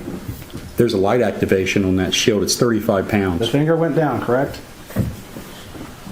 If you think I was flipping him off, you can think that that's not what it was. Okay. There is a light activation on the handle of the shield. Mr. Walters. Okay, go ahead. Wait for the question. So, you were called a couple names by Mr. Foreman, one of those being, what was it, Beetle Bailey. Yes, sir. Does anyone believe you're Beetle Bailey? Probably not. That's a drawn cartoon. Beetle Bailey is a cartoon that's in the newspaper. Sure. Been there for years. Okay. So that would be an exaggeration. Okay. And when they call you a son of a bitch, that would be an opinion? I'd say that would be an opinion. Okay. Because there's no way we can prove whether you're a son of a bitch or not. Nah, she's been dead for years. I'm sorry. I am sorry about your mother on that. I am.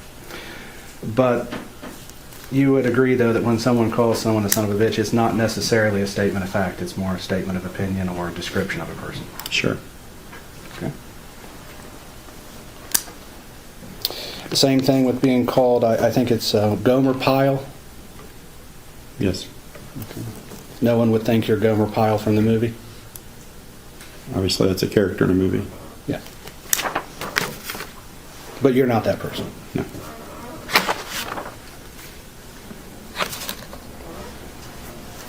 This may sound stupid, but you've been a law enforcement officer for a long time, correct? Yes. You've been called many derogatory names, correct? Over the years, yes. You've been called a son of a bitch before, correct? Not published, but yes. Okay. You've been called other things even worse, correct? I'm sure over the years I've been called many things. It would be fair to say that during those years people probably said bad things about you and your family also. You know, I honestly can't remember bad things being said to my family, but I can remember bad things being done to them. Do you believe everything you read on the internet? No. Do you believe everything you read in the newspaper? No. You probably tell your kids, don't believe everything you hear, right? Especially now.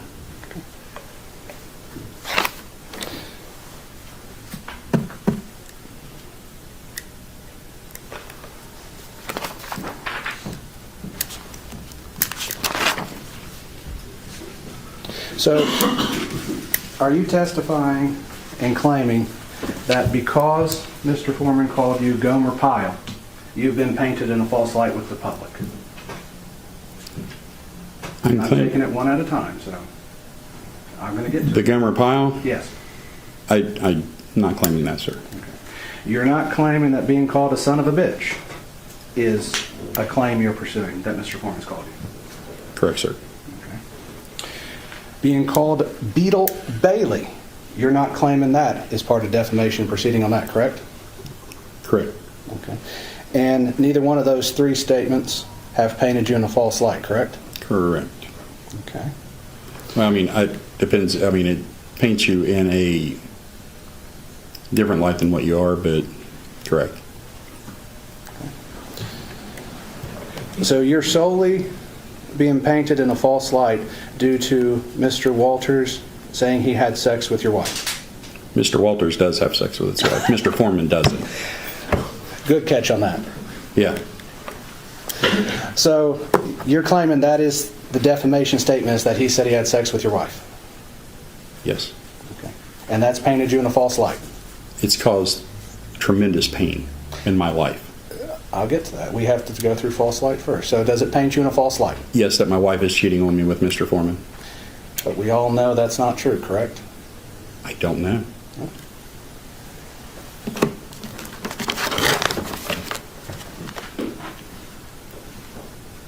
Wait, you don't know if your wife's cheating on you or not? You want to go there? No, I just want to ask that question because you said we don't know. I just Been need with to that know yes or woman no. since middle school. I know. I would hope she wouldn't. But you know what? Once somebody puts it out there for their fun and entertainment, it's out there. And it's a problem. So it's something we cannot verify the truth of?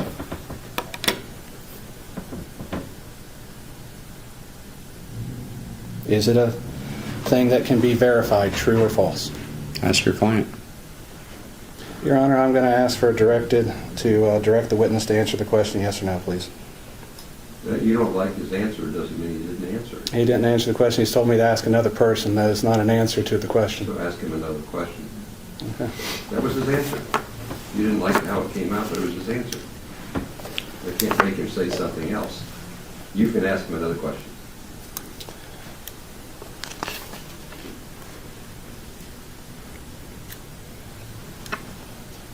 And so are you claiming that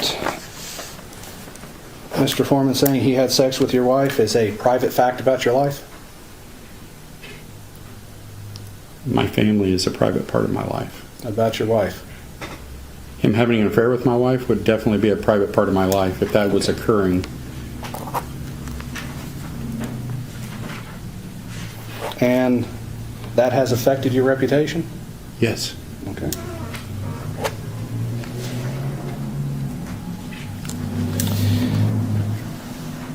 And so, am I right in concluding that the other final statement that you are claiming that Mr. Foreman said about you that painted you in a false light is that you're a thief?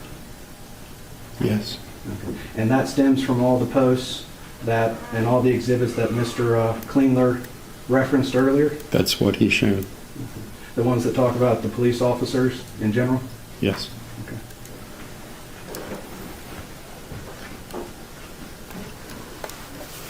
Were you ever disciplined due to anything Mr. Foreman said? No. Ever passed up for promotion? No. This may be a stupid question. Were you a sergeant before or after the Before. search? Okay. Because I know you couldn't remember when, so I was just curious on that. It was from before. Okay. Have you ever talked to the People's Defender or Informer about the statements? We were not allowed. So you were not allowed by the Sheriff of Adams County? Yes. Okay.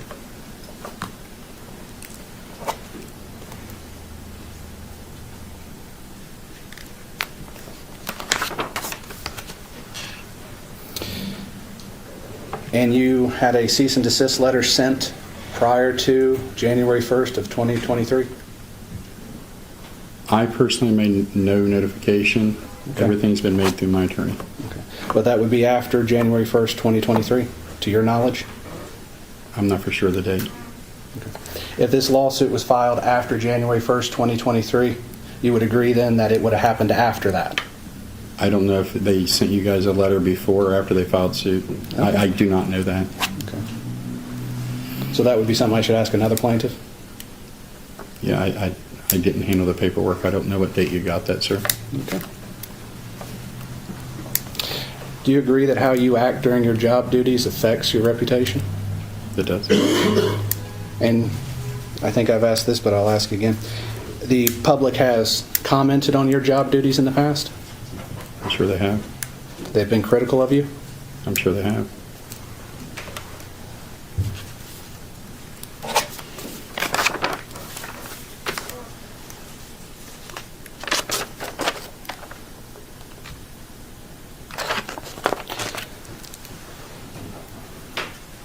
Did you order Lisa Phillips to disconnect the security camera? I don't, and I haven't reviewed the body cam since that event. I know that the intent, if I can, for the camera system is, in speaking with Detective Newland, that they thought there was some type of operation of narcotics transfers there, so it would be obvious that if there's a surveillance system, that would be on it. That camera system was disconnected with my multi-tool by Sergeant Phillips. I will trust in the fact, because I have not reviewed it, that I said, hey, disconnect it. I don't know for sure that I did, but I know that she used the multi-tool to disconnect it, and it was placed in the central area in that room for evidence to be collected, because it was to be collected. Because obviously, if you thought something was going on in the residence, you collect the surveillance system, you go later and get another search warrant. I didn't find out until a couple of days later that that was not actually collected. It was left at the scene, Yes. but it was disconnected. Yes. And you were To standing take his there? evidence. To take his evidence. Yes. But it was not taken as evidence. It was not. So the only thing taken as evidence, significant evidence, was the cash. There was a jar of marijuana that was found in like the ball cap room, some cash, and some vapes, as I remember.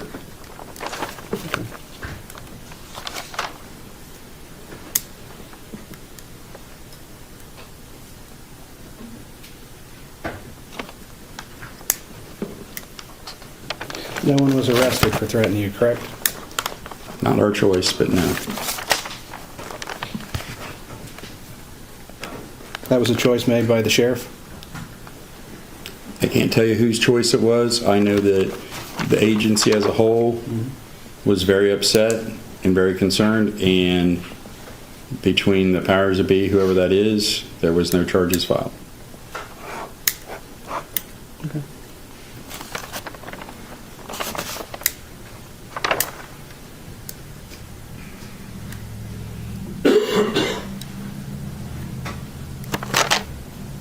This may sound stupid, but being a son of a bitch is not a crime, correct? No. You may have a second, Howard.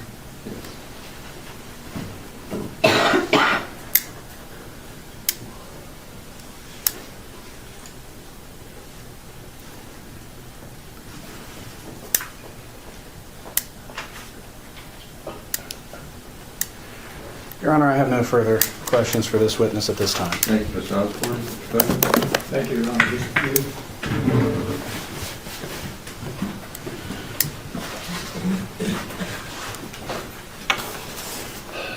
Mr. Walters, I'm not going to put the body cam up again. I was frankly a little confused about what it was supposed to show, but explain to me what it was that Mr. Osborne said he thought he saw that you were explaining. May I stand up, sir? Yeah. A ballistic shield weighs about 35 pounds. Okay, it's very big. One hand has your firearm, or if you're using it for something. The other hand, there's a bar like this. To activate the lights that's on the front of it, there is an activation switch on that shield. That's what occurred. So so your finger moved or something? Yes, that's how you activate the shield. And it's also 35 pounds. Once you're carrying it for a while, it takes a toll. So were you trying to flip the bird to his security camera or something? Or No. were you trying to make a disrespectful gesture in any way? No.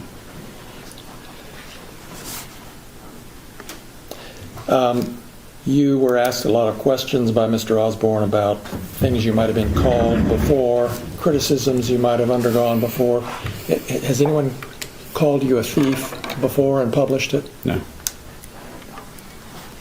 Has anyone ever published a statement that they fucked your wife? No.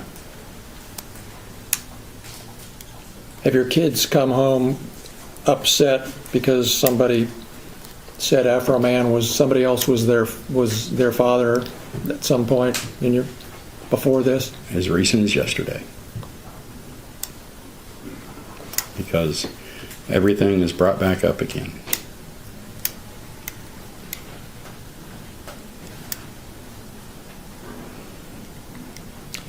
Were you at Mr. Foreman's deposition? I was not. Okay.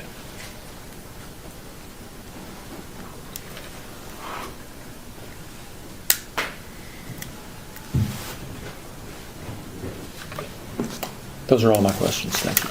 Recross?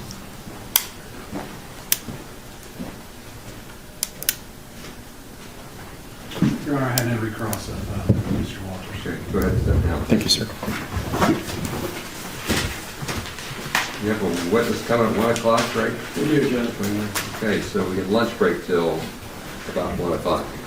Enjoy yourself. Don't talk about the case. Don't research. Decompress, whatever it means. Get some fresh air. Stretch. Don't deliberate early. Have a good lunch.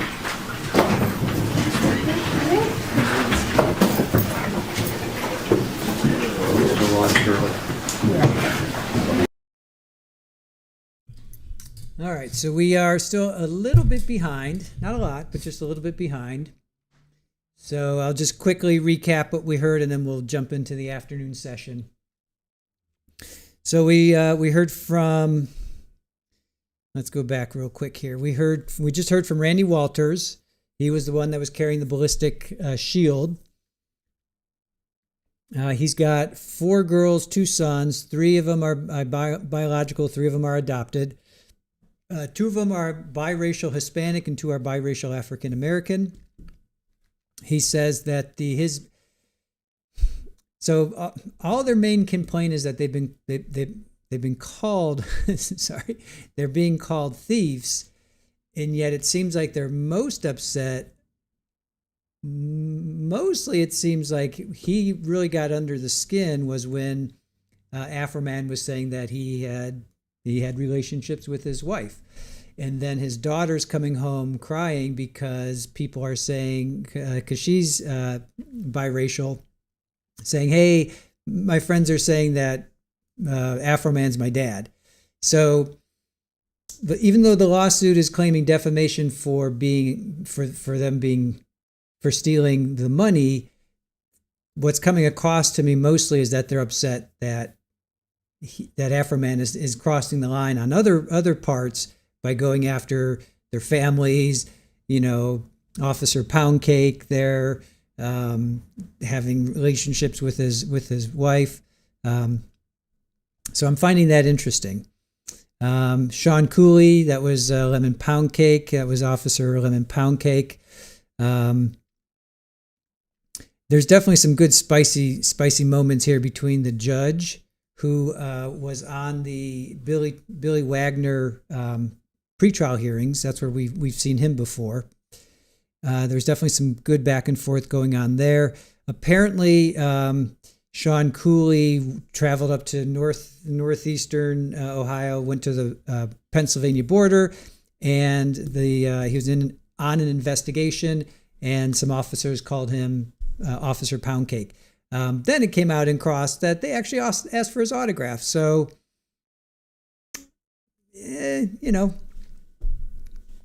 is that a bad thing?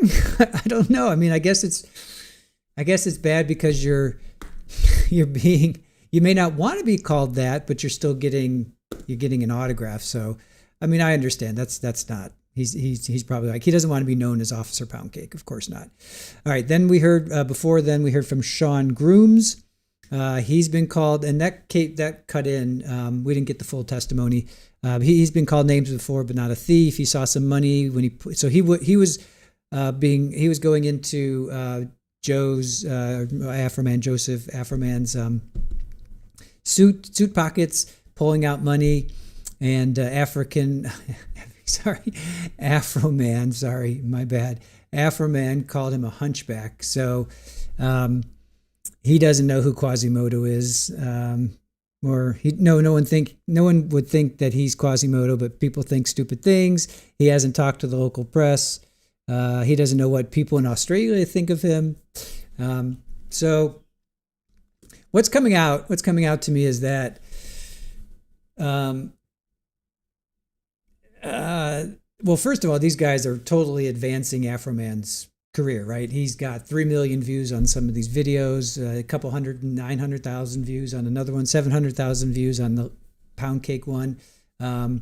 So they're clearly upset that their reputations are being damaged, but but the lawsuit about defamation is about them being called thieves. It's not about my daughter came home thinking that, because there's a song out there that her mom had had a fling, is having an affair with Afroman, then is Afroman my dad? I can understand that's very uncomfortable. It's very upsetting.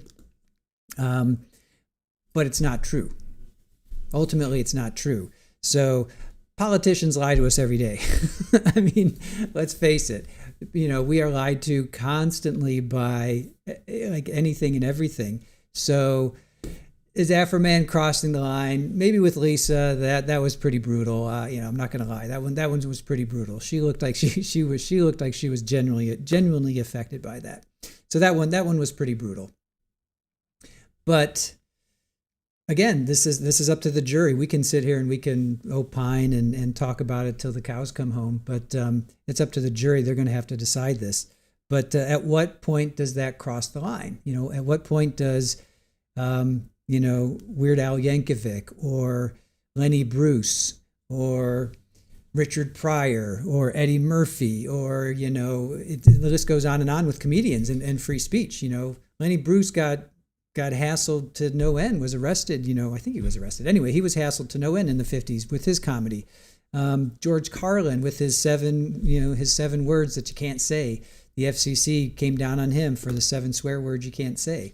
So now there's a big difference because those guys weren't attacking certain people. So I get the difference. Afroman is specifically attacking specific people. So he's got that side of the equation, that's happening.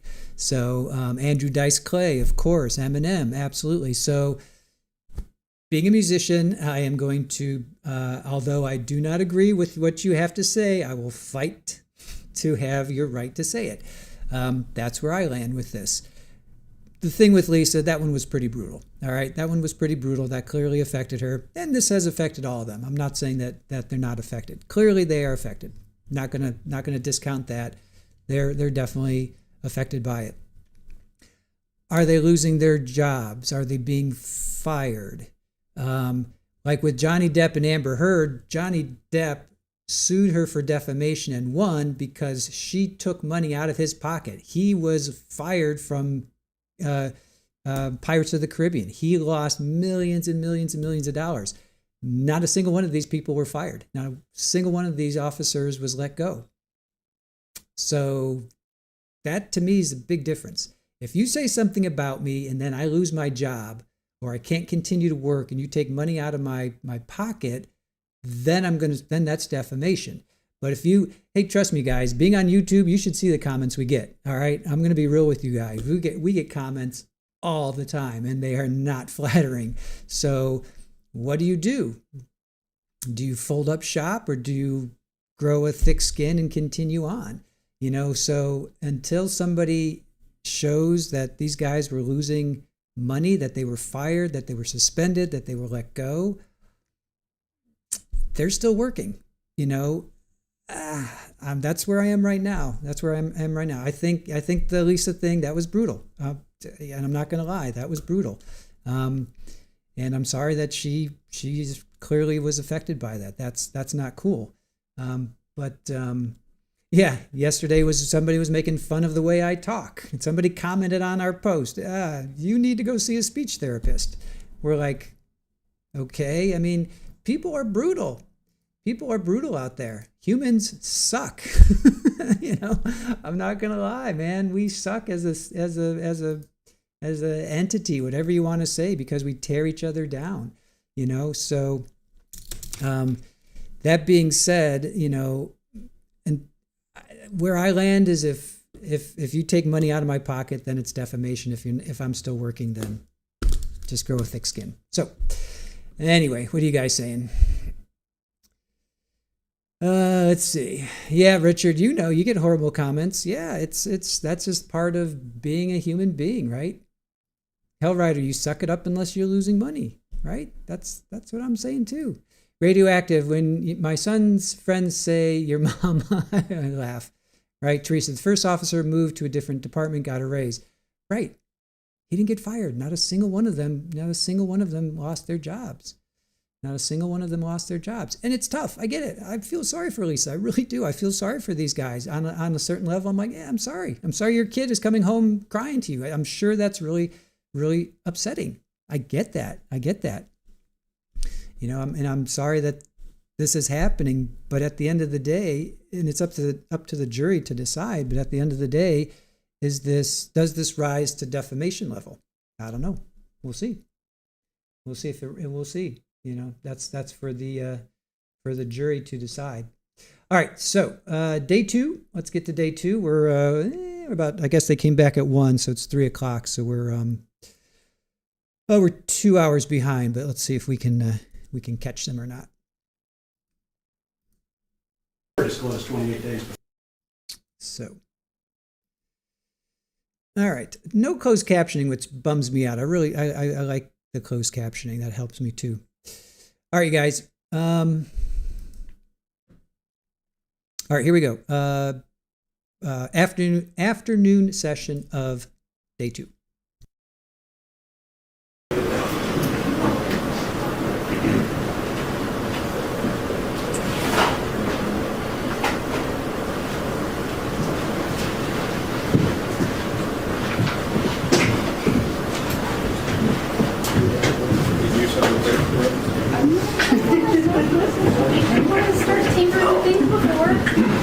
Thank you, sir. Okay, go ahead and be seated, everyone.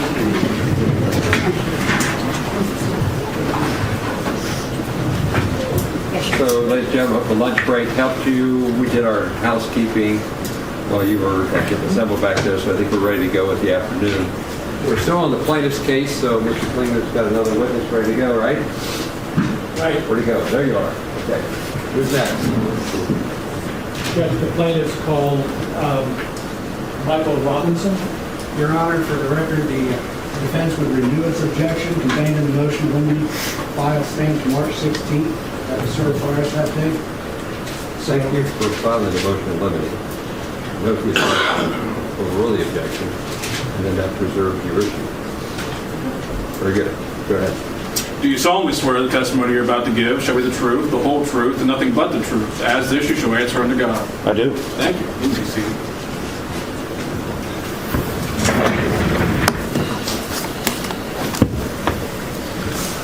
Okay. Go ahead, Mr. Klingler. Thank you, Judge. Would you introduce yourself to the jury, please? Certainly. My name is Mike Robinson. I'm a deputy sheriff with the Claremont County Sheriff's Office and been employed there for 35 years next month. And can you tell us your current position and responsibilities with the Claremont County Sheriff's Office? Sure. I'm assigned under the investigative section with the Claremont County Sheriff's Office. I'm an evidence technician. I'm a certified evidence technician through the Miami Valley Regional Crime Laboratory. I am a certified I'm going to object. He's testifying to stuff that was not contained in the report that was provided to us, nor anything about his background was provided. This is improper to ask this at this point. It was not disclosed. Mr. Klingler? His name and his purpose here were certainly disclosed. I'm simply giving background information so the jury knows who's talking to them. He can certainly be cross-examined by Mr. Osborne if Mr. Osborne finds anything that he wants to question him about. But Is there a written report? there is. Was that provided? It was. It was provided upon request. It's contained in my motion and limiting the email response to it and everything, noting the dates and times. There is no CB attached to it. He is asking stuff that would paint this gentleman as an expert. Expert requires at least 28 days notice prior to trial. It was never disclosed 28 days before, so it does not meet that. Asking him his training and everything, which we were not disclosed of, puts us at a disadvantage because we had no ability to research it, and we would object to that or paint him as an expert when it has not been followed per the rules. He's going to be testifying as a fact witness, Judge, as to the investigation he conducted into the alleged missing cash in this case. So the amended witness list is March 11. I don't remember the date of the first witness list. So as a fact witness, that's how I took him also. So his qualifications are relevant. I understand the objection, and I overrule it, and you can go ahead. Thank you, Judge. Yeah, it is. Thank you. Continue, please. And your title is detective. Is that how we should refer to you? Or Yes. Detective Robinson, you were talking about your certifications, I believe. Yes, I'm a certified evidence technician through the Miami Valley Regional Crime Laboratory. I'm a certified CVSA examiner as computer voice stress analysis for the last 25 years.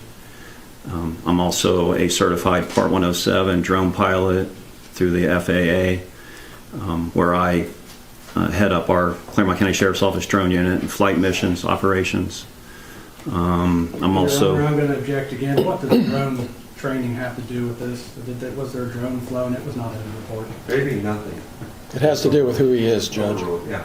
It's not right on point, but it doesn't hurt.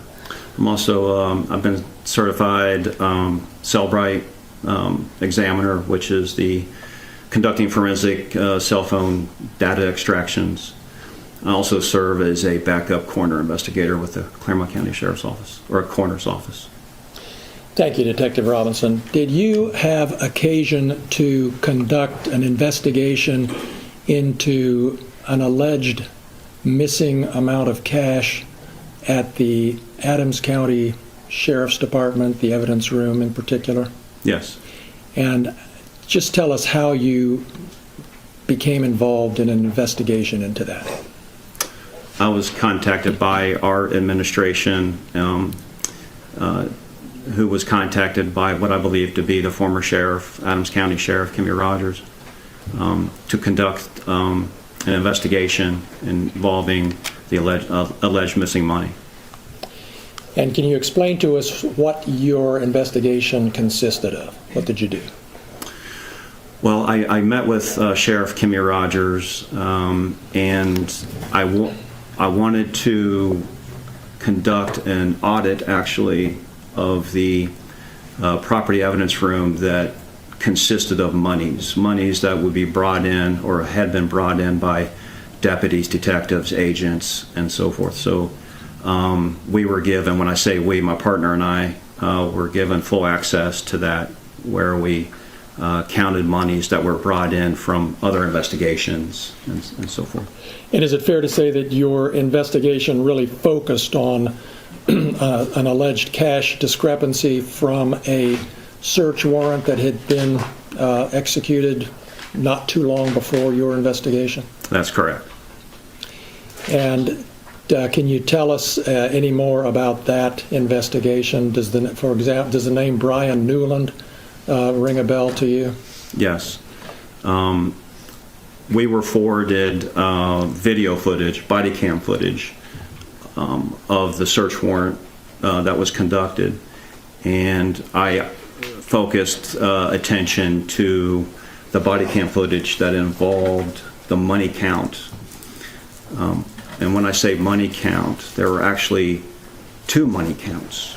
There was, from the body cam video footage, there was money that was collected from one room of the home, and there was other monies that were collected from another, what appeared to be another room of the home. So you had a money count in this room that totaled a certain amount, and then you had a money count in another room that totaled a certain amount. And do you remember what the alleged discrepancy was? Maybe not in terms of numbers right now, we'll get to that, but just in general, what was the problem? There was something, an amount was recorded that didn't actually comport with the amount of money that was there. Is that? That's correct. So what was reported altogether was $400 missing, alleged to be missing. $390 from the first money count, from the one room money count, and $10 from another money count from the other room. That totaled to $400. All right. And did you review, you mentioned you reviewed some body cam. Do you know whose body cam footage that was? That was Detective Newland's body cam. Okay. And you reviewed that body cam? I did. And were you able to come to any conclusions after your review of that body cam? So the body cam footage that I reviewed in the one room that was counted as $4,390, I reviewed that body cam footage, and it was clear to me that there was a miscount of $390. And can you explain to us what it was about the body cam footage that led you to that conclusion? Well, it's just also not the video footage. It also includes audio. So video and audio together assisted me to determine this, but it's clearly on video. Do you want me to explain? Please do, yeah. So what Detective Newland does in counting this money was, you can see as he starts, he lays two $100 bills on the ground. You can clearly see that. And as he's counting the money, you can see it in body cam video, such as I'll demonstrate as I'm talking. And you can hear him count. With $200 on the ground, you can hear him count 3, 4, 5, 6, 7, and then he shuffles the money. And then when he lays down on the $200, he lays a single $100 bill down, and now he's counting 7, 8, 9, 10. So what he's counting as $1,000 is clearly that he only has $600 in the pile. And as he continue on with the body cam video footage, he makes piles of 100, and there's several piles of 100, hence over $4,000. But as he's collecting the money from the piles that he made, he collects. You can clearly see on body cam where he's collecting as $100. It actually contains $110. Now you can clearly see this on body cam video where there's a $50 bill underneath 3 20s. He picks that up and he collects it as 100, but it's clearly 110. He had a pile over to, in the video footage you see it on his left side, he's got a pile over there and he counted of $90. So he has 3 piles of 100s now in front of him. He picks that up and he picks up what he collected as $90 and he calls it $390. So he writes down on a piece of paper $4,390, when in fact the $390 doesn't really exist. And your review of the body cam convinced you that that was the source of the discrepancy between the $4,000 that was actually in the bag and the $4,390 that was written on the bag? Absolutely. Now you mentioned a second pile of money, or a second bunch of money that was collected from another floor or another room. Can you tell us about your investigation into that alleged discrepancy? Yes. So in watching that body footage, now this is the monies, I guess, that were uncovered in another room of the home. I could not make a determination like I could on the other count. It just didn't provide me a clear. It was counted as $641 was what was written on the packaging material that was used, and counted as $641. When in essence, I believe when it was returned to the homeowner, I believe $631 was actually in the bag, a $10 discrepancy. I couldn't account for that on body video or the audio displayed, so I couldn't come to a conclusion to that amount.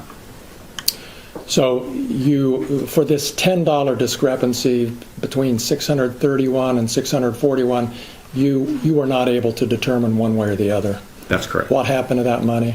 That's correct. On the $390 discrepancy, you were able to conclude what happened? Absolutely. And did you draw any conclusions at all about the $10 discrepancy, even though you couldn't see anything on video?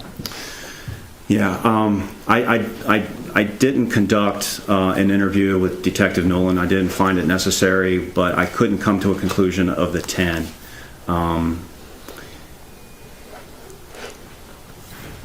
And I don't think it would be so far forward for me to conclude that that might have been a miscount.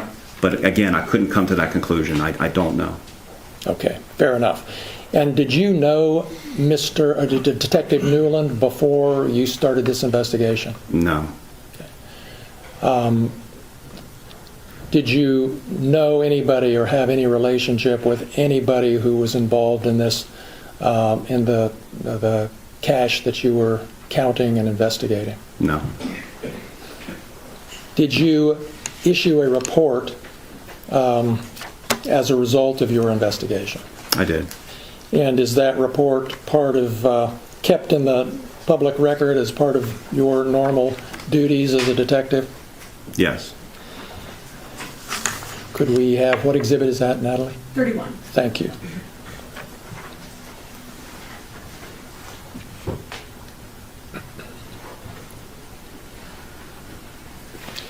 Okay, we're showing you Exhibit 31, Detective Robinson, and it looks like, first of all, do you, from this little snippet we're looking at here from the first page, do you recognize this as part of the report you issued? I do. And it looks like the report date is December 8th of 2022. Is that right? That's correct. Okay.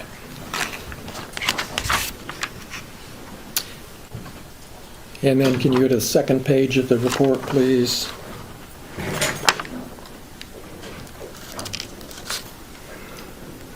And then the third page of the report.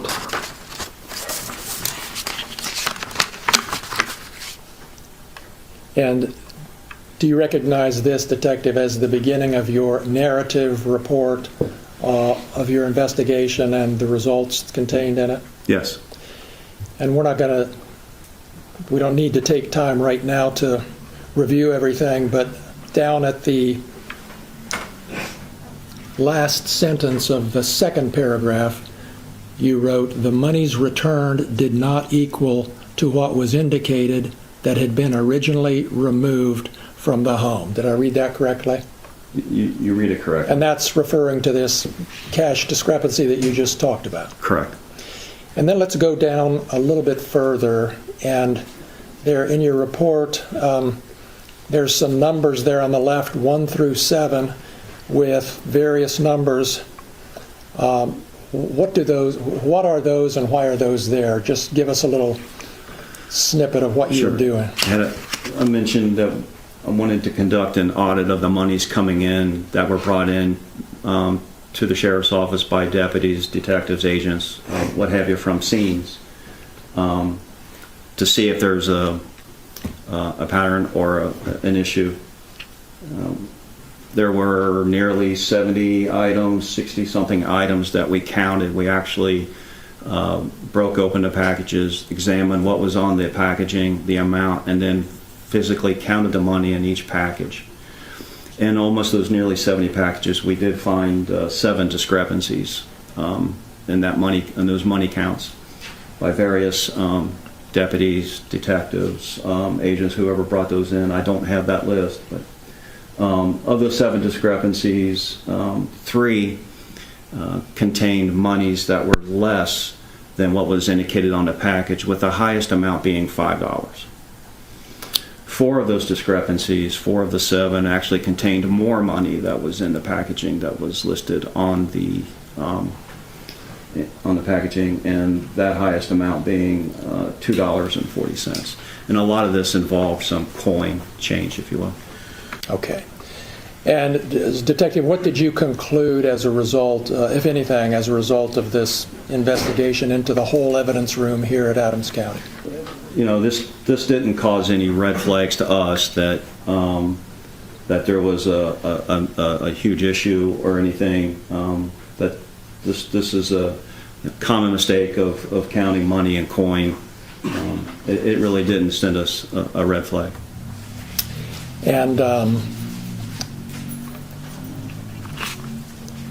Then let's turn to the, no, hang on I'm sorry. Yeah, while we're still at this page at the very bottom, this is simply, I think, reciting what you've just testified to. Can you just read that for us, starting with while counting out? Can you see your computer monitor, or is it? Can you see it on this one? Is that easier Actually, or that's not? better. Is it okay? Yeah. Well, Feel free. No. We can blow it up a little too. well, that's fine. While counting out 100 bills, 2 $100 bills was placed down on the ground and counted aloud by Detective Newland as being 2. The counting continues, 3, 4, 5, 6. Though you don't have a clear view of these bills being counted, the audio suggests that he has counted to the number 6. There is a pause and then it goes on. What seemingly is the arranging of monies in hand while the 2 $100 bills remain on the floor.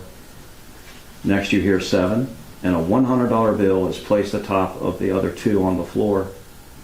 This is followed by 8, 9, and 10. This completes the pile the detective has established and collects it as $1,000.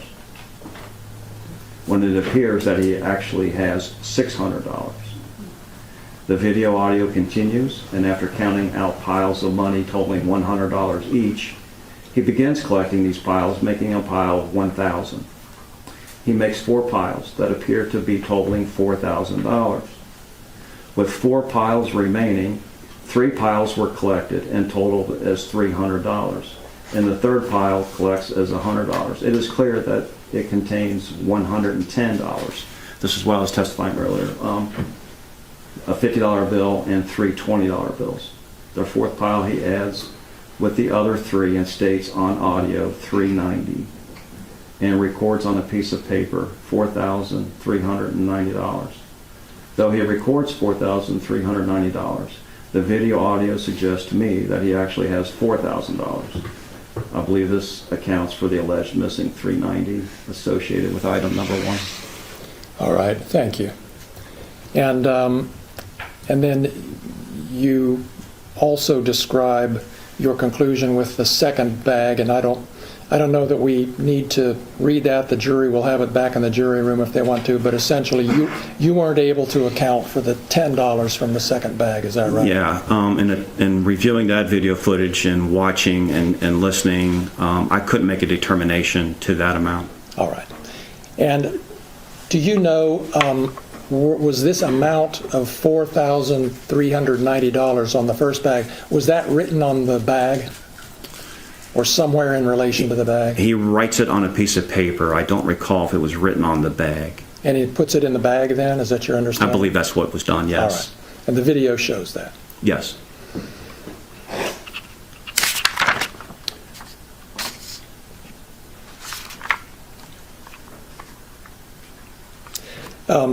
Detective Robinson, was your report available to the public if anyone asked for it? I would believe it would be, yes. Do you know if Mr. Foreman here or anyone else associated with him ever asked for a copy of your report? I wouldn't know that. All right. I don't know that. Okay. Those are all my questions. Thank you very much. We have the cross-examination. Thank you, Your Honor.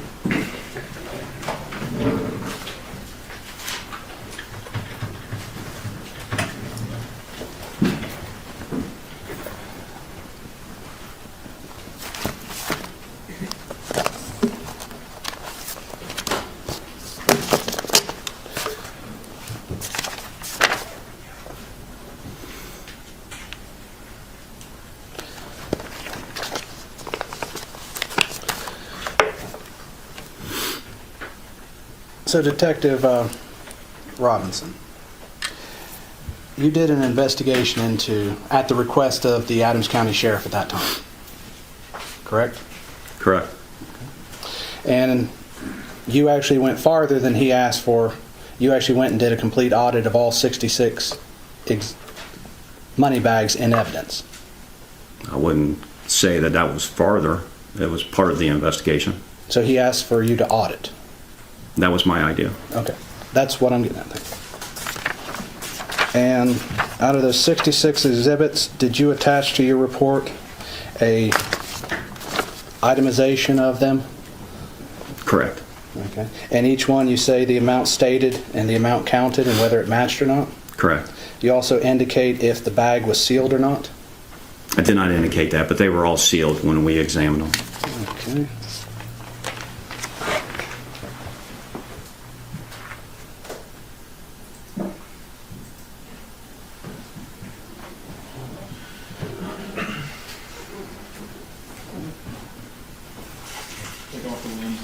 Oh.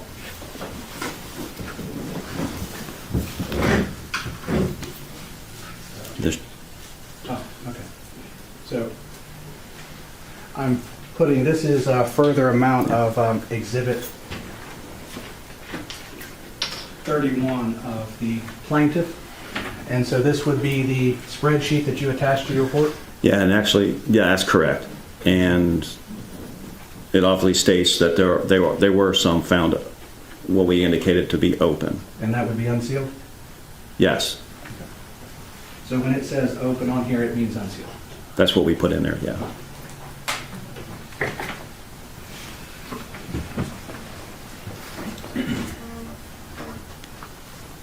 Did you note whether each evidence bag actually had like the number of denominations, like 7 $5 bills, 10 $10 bills?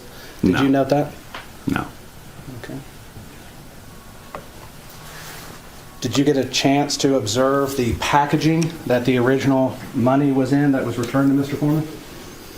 I believe so. I don't recall what that looked like, but I believe we had that ability, yes. So you don't remember if there was the bills written on it, so many 5s, so many 10s and such? I don't.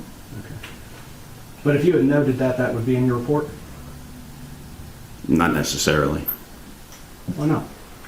I'm concerned with the total amount, really not, I wasn't concerned by denominations, but I don't recall if that was on the packaging or not.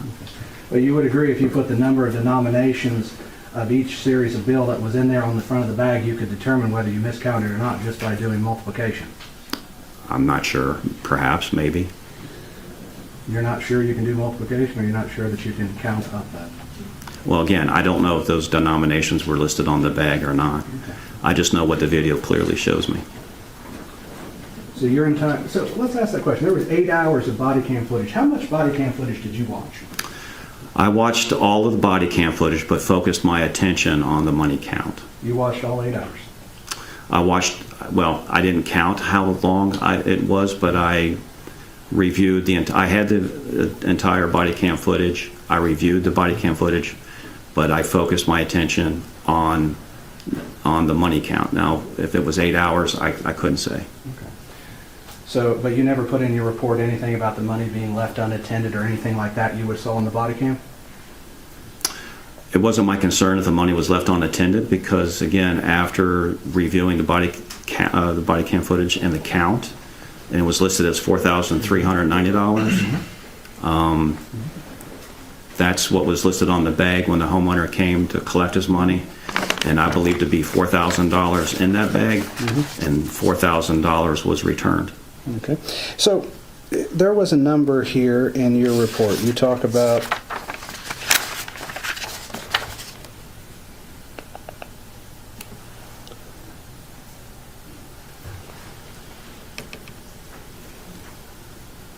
Do you recall what the total amount that was listed on the bag 1 was? You said it was how much? I don't know if it was listed on the bag or not. I know that he was writing down in the body cam footage on a piece of paper, and I couldn't tell what the number was, but I could hear what he was writing because he was saying it as he was writing it, $4,390. Okay. So he wrote $4,390 on a piece of paper with the bills. Yes. And that was put in an evidence bag. To my recollection, yes. Okay. And so your investigation, it's off by $390. On that money count. On the first money count. Item 1, yeah. Okay. And then the second count is off by how much? It was written as $641 or listed as $641, and I believe the money that was returned was $631 when they counted it. So $10. Okay. But you can't determine today what happened with that. That $10, no, sir, I can't. But you do make an allegation in your report what happened to it, correct? I indicated in my report that confirming the miscount of monies of $390, it would not be so far to believe that it was a miscount of that money, but again, I couldn't come to any conclusion of what happened to that $10.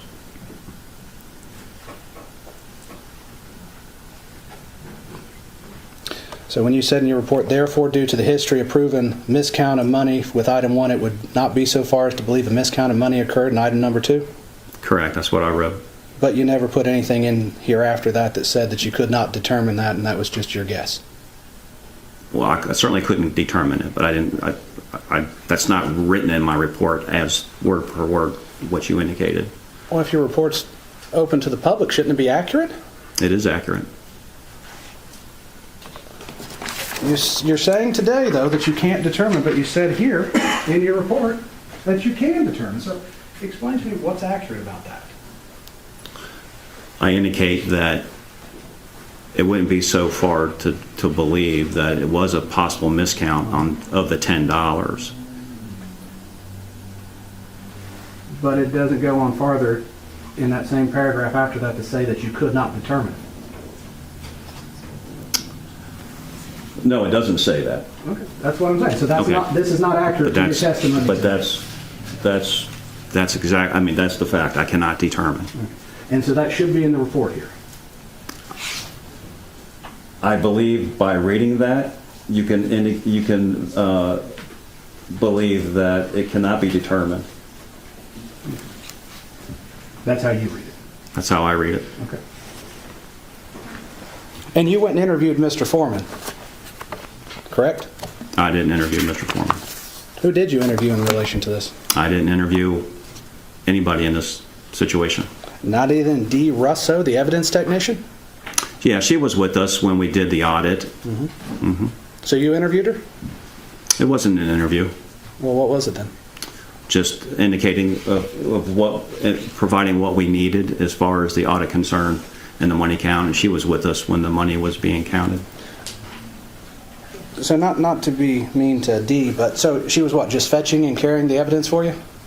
Well, she's in charge of the evidence property room, and that's how we made contact with her. But you didn't sit there and ask her what she saw when she counted the money when it was returned to Mr. Foreman? I didn't ask her that, no. Okay.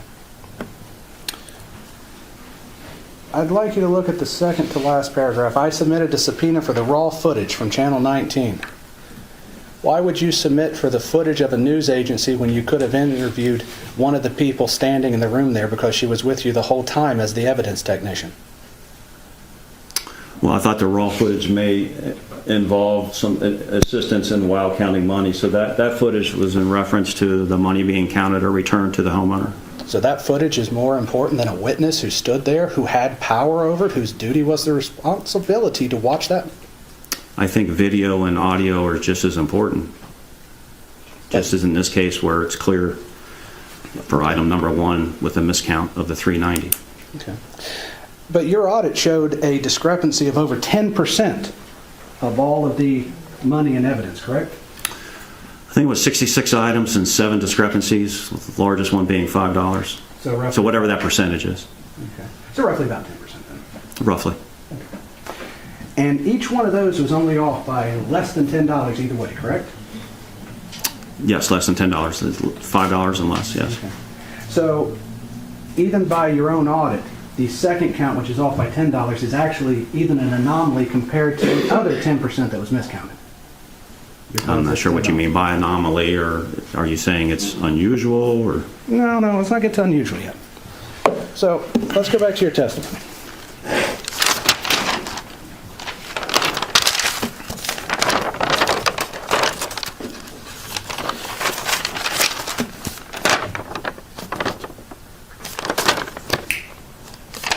Okay, so you testified during your audit. You had 3 that indicated less. with the most being indicated missing $5 as a miscount, correct? That is correct. You then found 4 that had more money than listed, with a highest being $2.40, correct? Correct. So $10 is more than you found in the 10% audit, correct? Yes.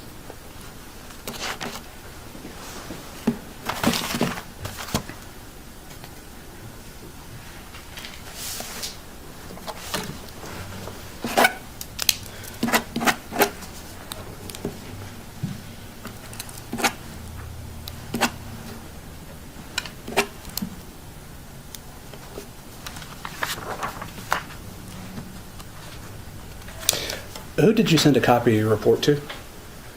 I can't recall if I sent any copies. I may have. I just don't recall. You sent a copy of Mr. Foreman, though? I don't recall sending a copy to Mr. Foreman. Okay.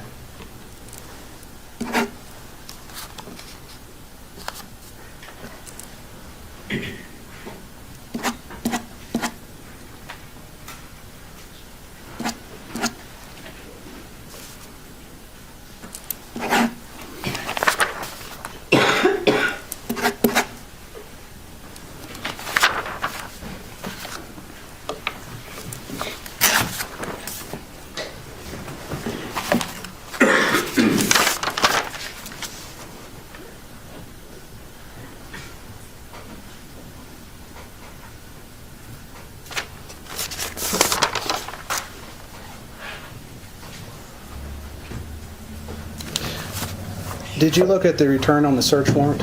I did not. But as far as you know, it would have an incorrect amount of money on it due to the miscount? The search warrant return should have $4,390 as one count and $641 as the other count. Which adds up to over $5,000? Yes. So, okay. If I may have a second, Howard. Go ahead.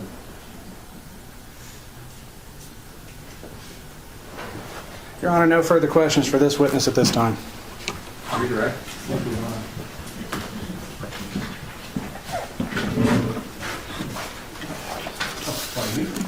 Detective Robinson, we're going to pull up this report one more time, and let me ask you just a couple questions about it to clarify what happened here.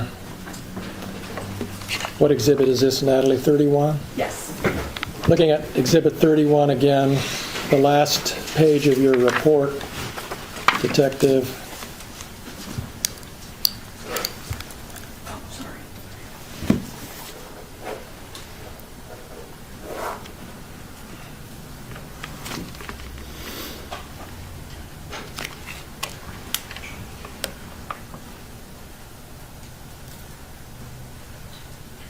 I'm gonna have to reset it.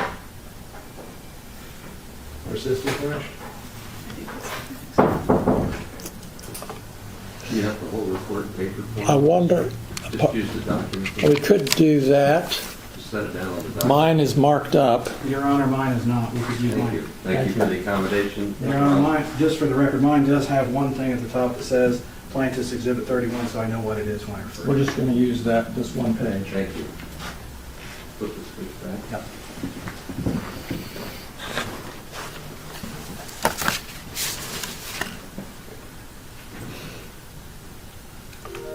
He's resetting it. I hope that doesn't mess us up here.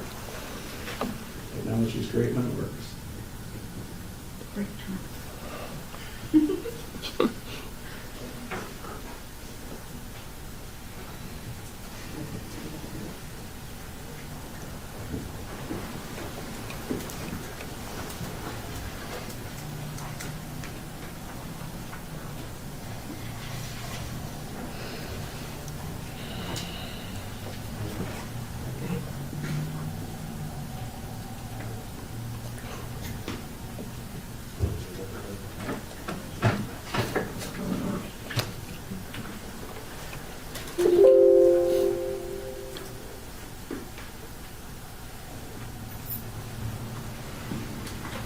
Your Honor, if I may ask, this might be a perfect time for me to ask for a restroom break because we're not able to do anything at this time. How long do you think this will stand? I have 2 minutes, 3 minutes.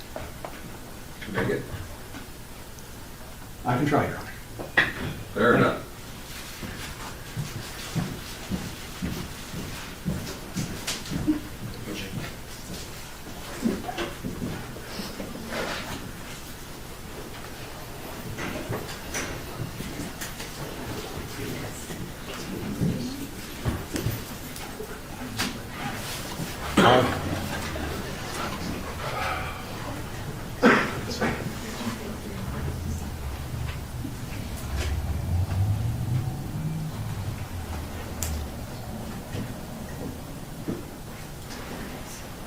Don't say a word.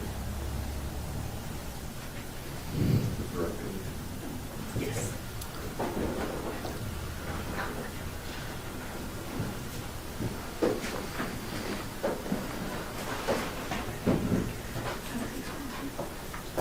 Thank you, Mr. Chairman.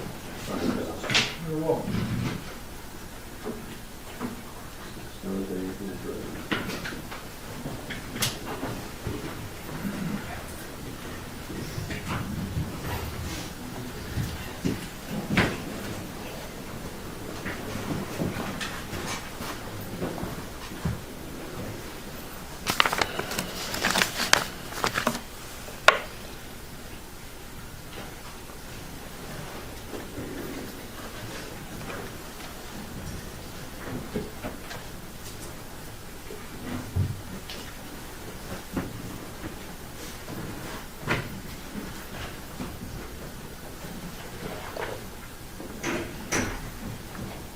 Thank you, Your Honor. Perfect. Okay, go ahead, Mr. Klingler. Thank you.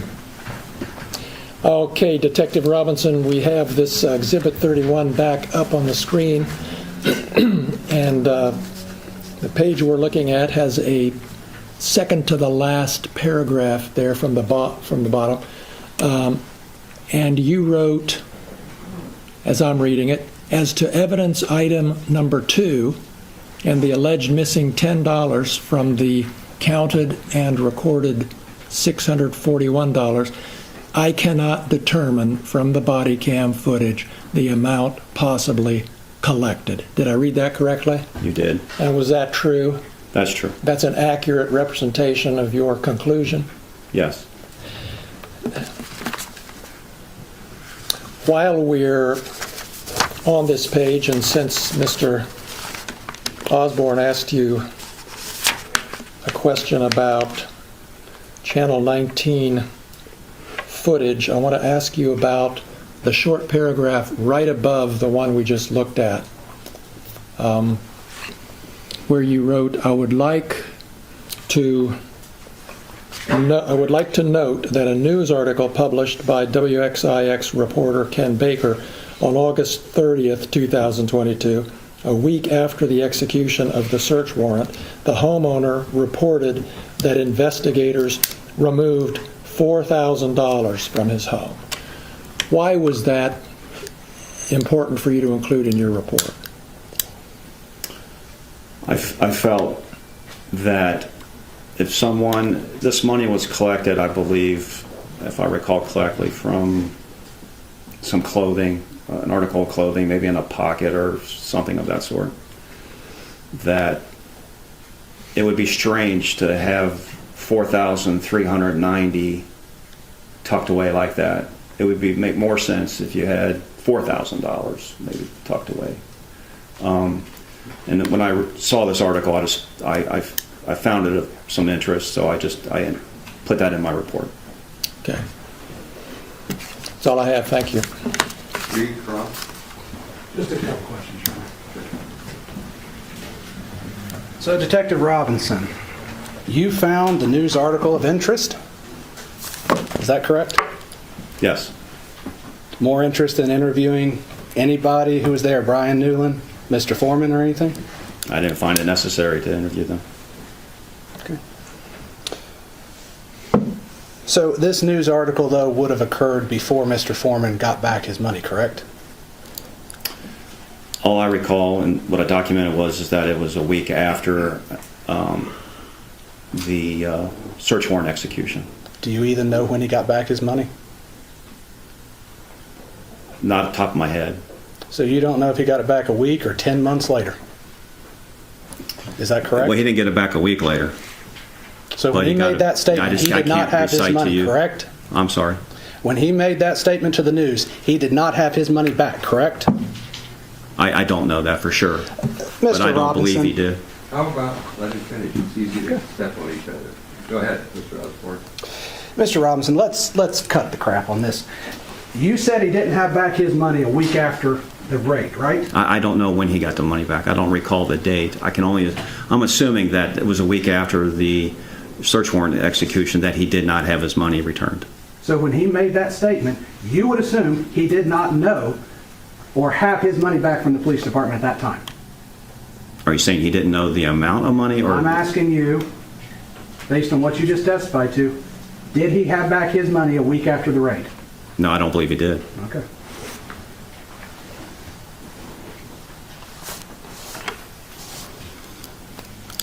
Did you call Ken Baker?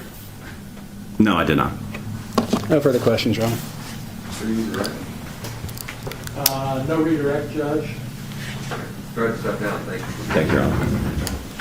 Thank you. Next. The plaintiffs called Joseph Foreman as if on cross-examination.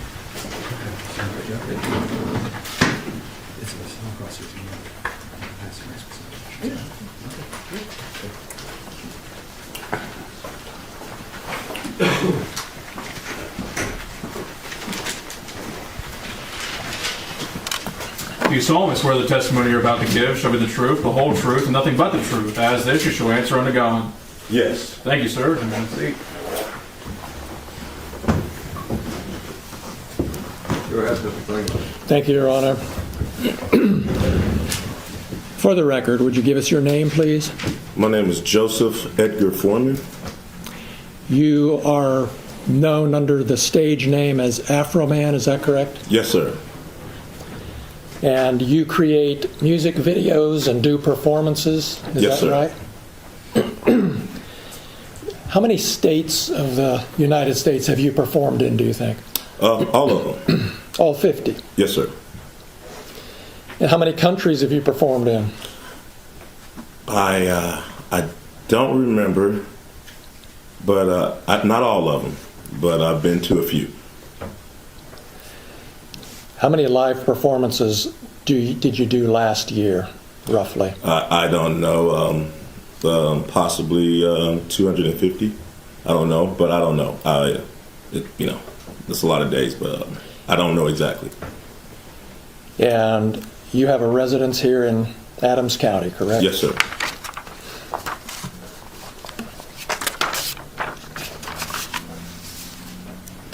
You've been performing for 20 or 30 years, is that right?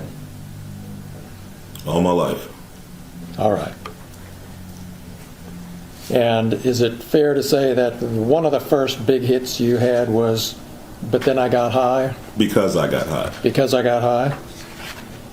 And do you think it's accurate to say that that song has had over 300 million views on YouTube? Sounds right. You have a large presence on social media, obviously, correct? Depends on your definition of large. There's bigger people than me, but I'm all right. And on Instagram, is it fair to say that you have 247,000 followers? Yeah, I just got some of them the other day. You got new ones coming all the time Yes. Not all the time, just here lately. because the trial's coming up? Yeah, all the publicity from the officers lawsuing me is running up my numbers. Yeah. Yeah. And on YouTube, you have almost 1 million followers, 983,000. Is that right? I haven't looked. It was 977 last time I looked. And on TikTok, you have about 392,000 followers. I haven't looked at it, but that sounds kind of right. You know when you post something that a lot of people are going to see it, don't you? Yes.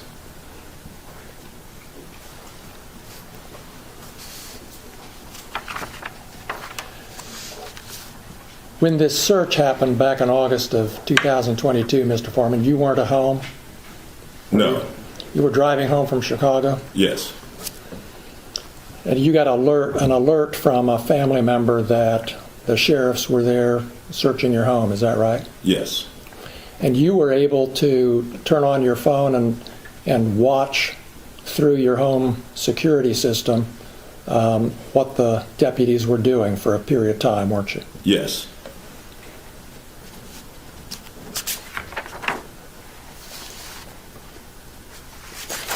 And is it fair to say you were angry and upset about this search? I wasn't happy.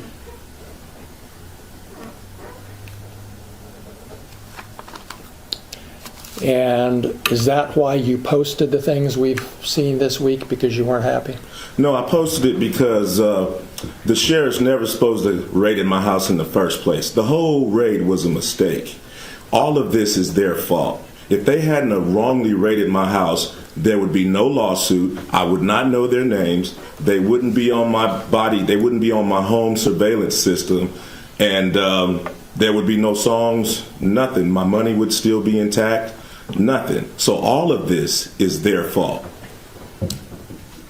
And because they executed a search warrant on your home, that gave you the right to post the things that we've seen this week on the internet?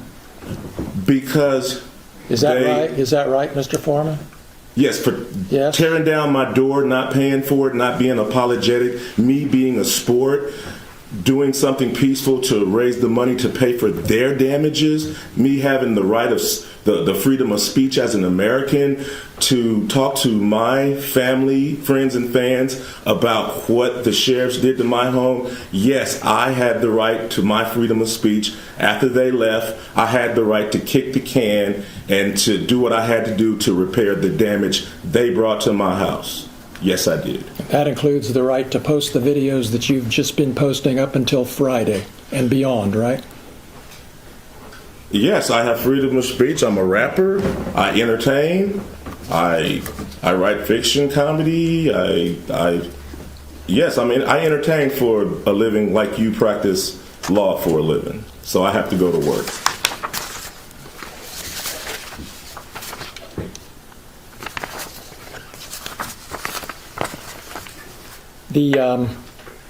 The deputies left a warrant return at your house, didn't they?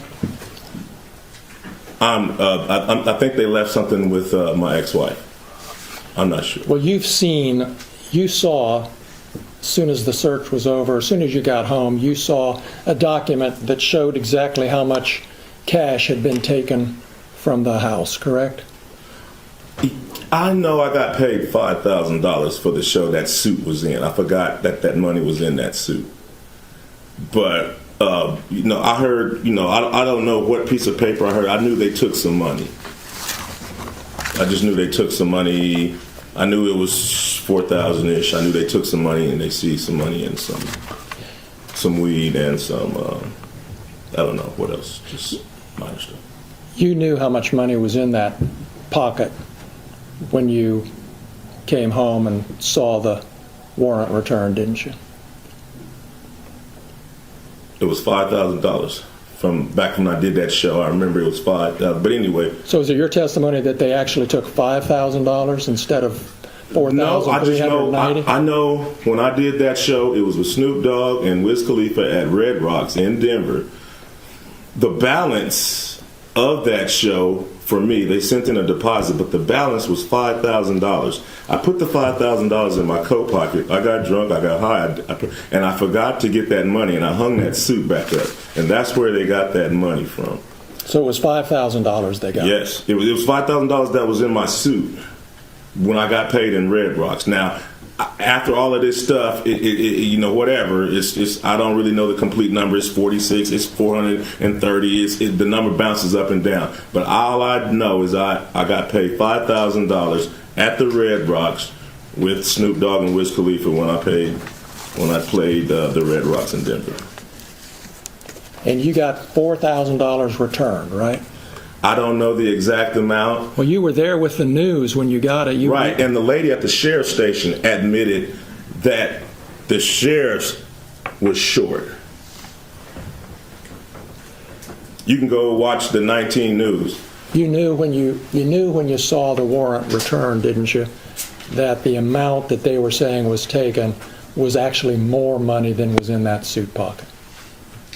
I didn't warrant. That's why you brought the news to the sheriff's office when you got the money back, because you knew that they had miscounted the money and the number on the evidence bag was actually more money. I didn't know nothing. The lady at the sheriff department just volunteered the information. I was sitting there, you know, if she had been, I might not even known I got ripped off. She admitted it live on Channel 19 News that the money wasn't right. You remember in your deposition when I asked you, why did you bring the news when you picked up the money?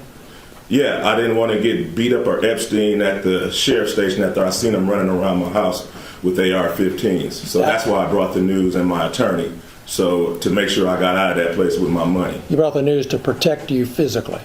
Yeah. Yeah. You didn't bring the news because you already knew there was a miscount and you were going to make. I didn't know nothing about the miscount. I didn't know. I figured they stole my money. They turned my cameras off.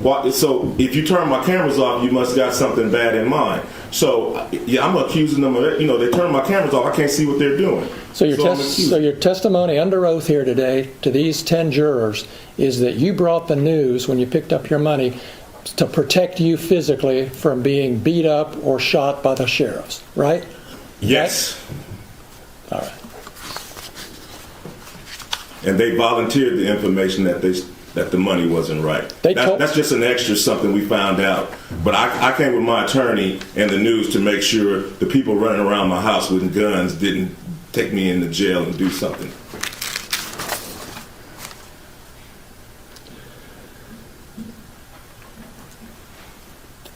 You had a safe in your home, correct? 2 of them. 2 safes. Did the sheriffs look into those safes, to your knowledge? Yes, they did. The deputies? Yes. And how did they get the combination? I gave it to my ex-wife so the sheriffs wouldn't pull my safe out the floor, take it to the station and put something in it and try to say that whatever they put in my safe was mine. So I went ahead and gave my ex-wife, who I didn't want to give my combination to, it was just safer. I went ahead and gave her my combination so they could open up the safe and realize that they just vandalized somebody that don't even have nothing in the safe. And do you know what was in those safes? It was absolutely nothing in the safes. Don't you keep jewelry in those safes? No. Didn't you tell me that in your deposition, that you keep jewelry in those safes? I do. Was anything missing from the safes when you got home after the search? I didn't put nothing in the safes. Was anything missing from the safes when you got home? Nothing was in them, so nothing was missing from the safe.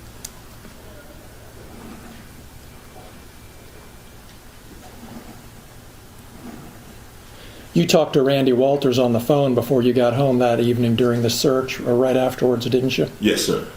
He told you that they were taking some money and some vape pens and a small amount of marijuana. He told you that? Yes, sir.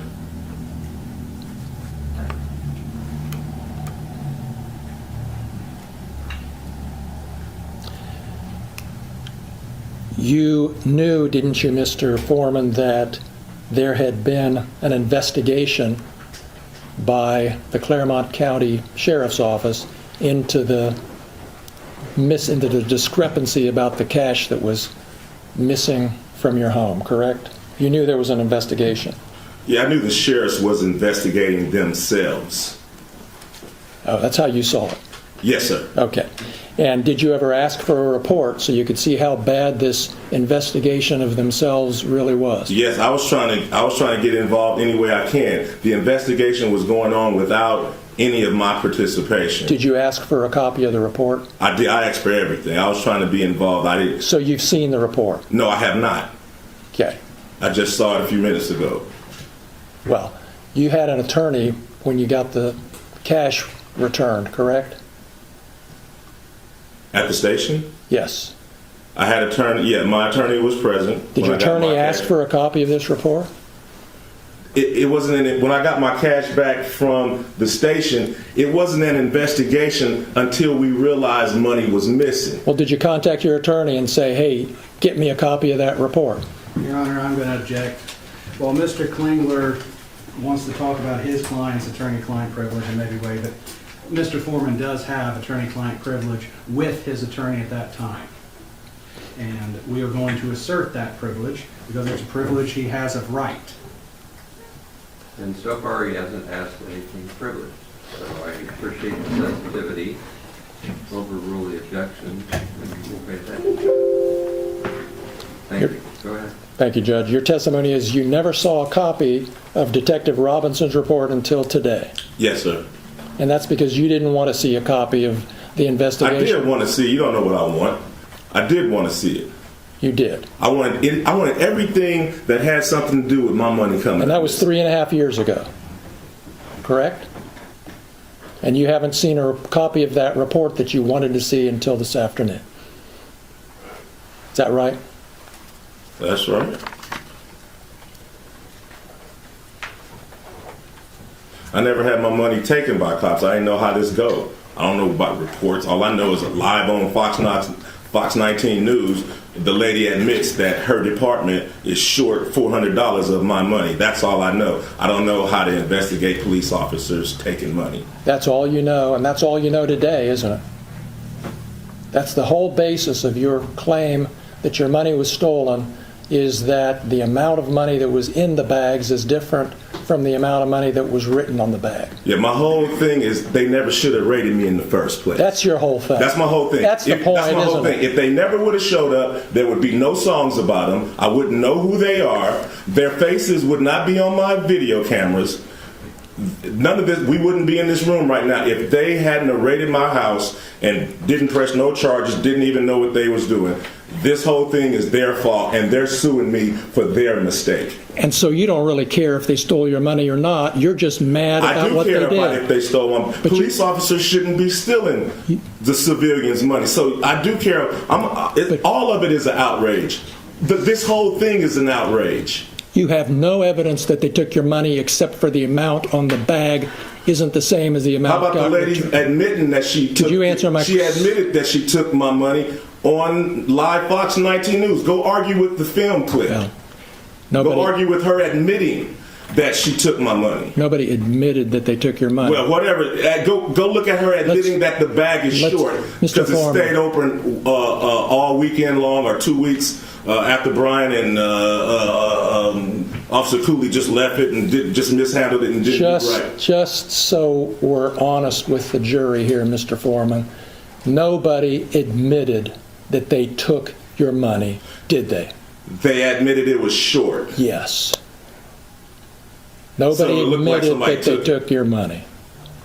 Correct? It was short. She admitted, she said that it was short. And usually it's $10, $5, $2 missing. How does $400 even come up missing? Odd.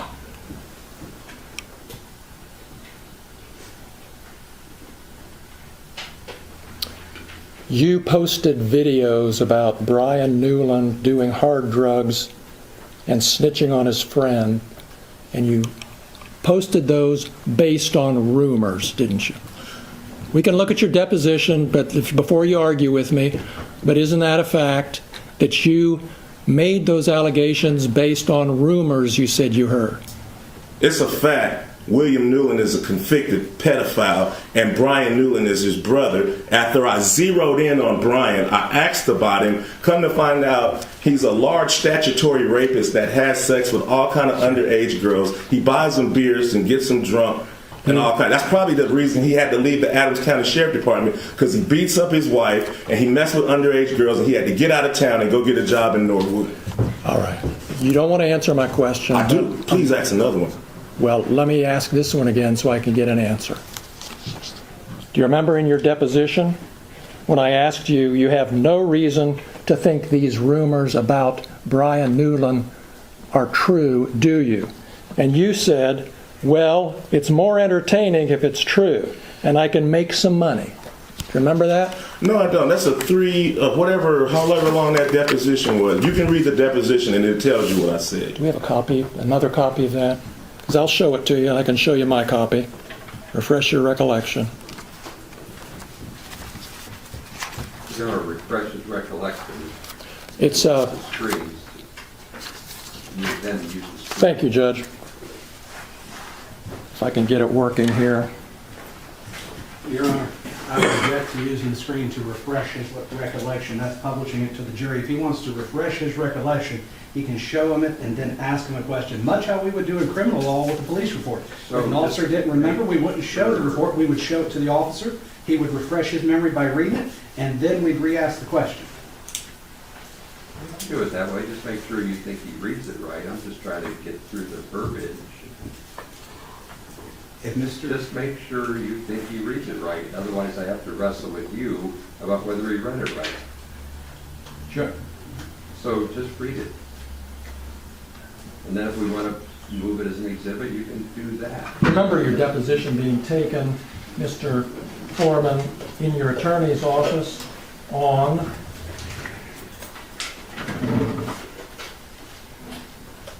September 3rd, 2024. I remember the deposition. And that deposition was taken in D.J. Osborne's office? Yes, sir.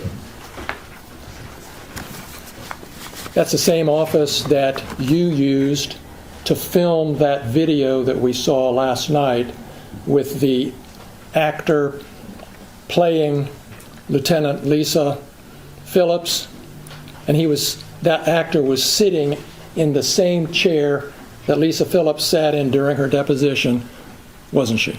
Yeah, the actor played Lisa because I wouldn't have known her if she hadn't came to my house and cut off my camera. Yeah, right. Right.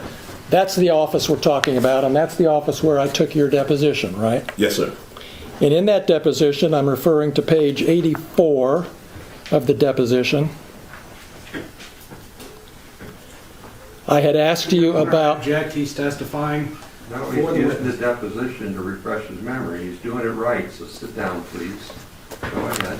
Did I ask you this question, and did you give me these answers, Mr. Foreman? Question: would it be fair to say these are rumors? Answer: you know, Stephanie said it, and you know, some other people that don't remember, you know, I'd be in a hurry in Walmart or something, they shake my hand, yeah, Brian used to do this, used to do that. Then something, I didn't know him, but this is what I've heard. Question: you don't have any particular reason to think that it's true or not true, right? Answer: well, it's more entertaining if it is true, and I could probably make some money and capitalize on it if it's true. What are the line numbers?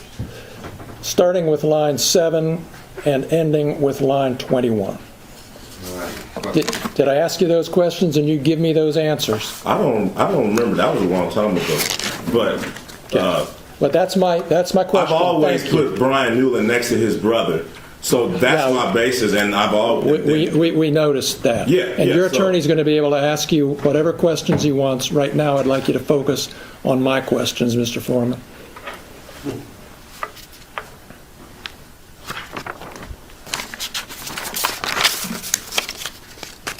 You have no evidence that Brian Newland ever molested little boys, do you? If you look at the picture, he's holding the little boy's butt. It's too much for me. So if you just use your eyeballs, and then his brother's a convicted pedophile. That's your evidence for posting that pedophile stuff about little boys. I'm trying to figure out what kind of guy is kicking on my door. What kind of guy is walking around my house reading my bank statements?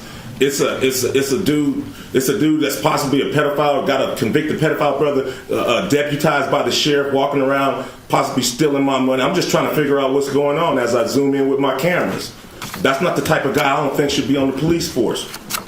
I'm going to refer you again to your deposition. If you don't trust my reading of it, I'm happy to give it to you, Mr. Foreman. But on page 98 of your deposition, on that same day,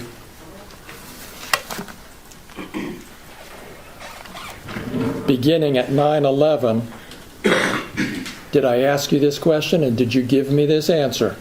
And again, the only evidence, you don't have any evidence that Brian Newland is a pedophile or plays with little boys. Answer: no, sir. Did I ask you that question? Did you give me that answer? I don't remember. What are the line numbers? Beginning with line 11 ending with line 14 on page 98.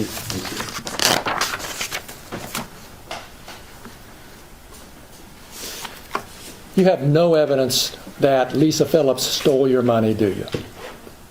I know if she hadn't raided my house, we wouldn't be having this conversation. Nor a lawsuit or nothing. They never should have been at my house.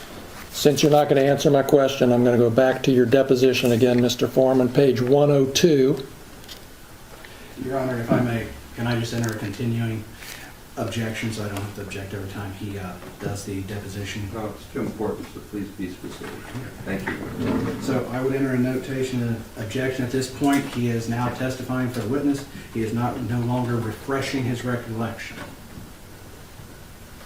I'll be sensitive to that, so you can rephrase, I'll sustain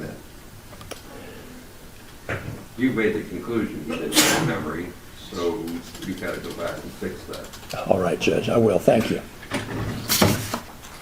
Do you remember telling me in your deposition, Mr. Foreman, that you don't have any evidence that Lisa Phillips stole your money? Yeah, she cut off the cameras, but I didn't know who took them. I didn't know who took them. So, all the officers was a suspect at first, because I didn't know where. After the deposition, I realized that Brian Newland was in charge of the money, and I knew where to focus everything. But at first, all the cops was a suspect, especially after they cut off my cameras, and I couldn't see what they were doing. All right. Well, so you don't remember? Is that what you're telling me? I remember telling you that Lisa, probably didn't take my money, but I just didn't know. I just knew it was missing, and they cut off my cameras, so all of them were suspects until I figured it out. So until you figured it out? Until everybody figured it out, until it was solved of where the missing money was. All right. So just to clear this up and move on, you admit that you don't have any evidence that Lisa Phillips stole your money? No.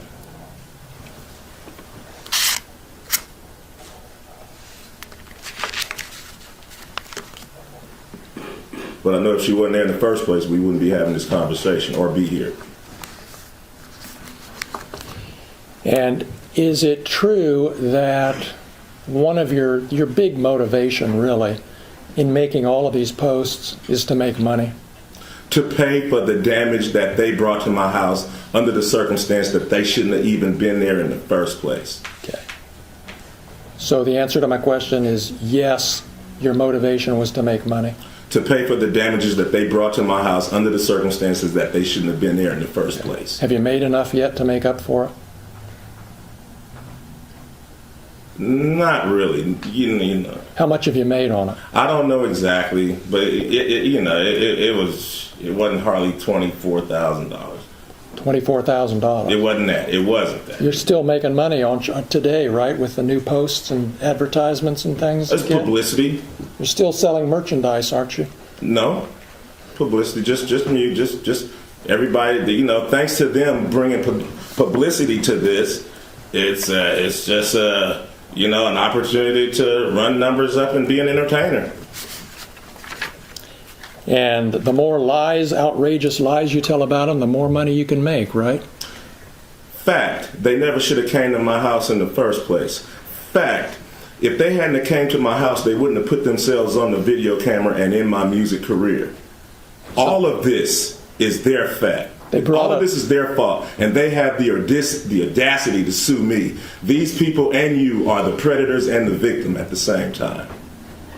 So what they did, searching your house, gave you the right to do everything you Under the circumstance that I got freedom of speech, after they run around my house with guns and kick down my door, I got the right to kick a can in my backyard, use my freedom of speech, turn my bad times into a good time. Yes, I do. And I think I'm a sport for doing so, because I don't go to their house, kick down their doors, flip them off on their surveillance cameras, then try to play the victim and sue them. You were at Lisa Phillips's deposition, correct? Yes, sir. In your lawyer's office? Yes, sir. Same office where you filmed part of that video last Friday? Yes, sir. And you saw how upset she was when she was answering your lawyer's questions about how this had affected her, right? Yes, yes. and you saw your attorney say, do we need to take a break? Yes. And you saw her say, no, let's go on and get this over with. Yes, sir. You saw all that. Yes. You knew she was upset. Just like she knew I was upset when she was standing in front of my kids with an AR-15 with her hand around the trigger ready to shoot me. Just like she knew I was upset when she cut my cameras. But I'm not a person, she is. So I'm sorry for being a victim. Let's talk about the predators. Okay. So you saw all that. You saw how upset she was. You heard the testimony about her children. You heard the testimony at the depositions about Randy Newland's daughter who came home upset. You heard all that. But you're still posting stuff about Yeah, it. because I understand it was Randy's fault and all of their fault for coming in my house in the first place. So if they hadn't came to my house, their children wouldn't be saying nothing. None of this would be going home if they did their research and did things right. So all of this is their fault. And now they want to sue me for their mistake.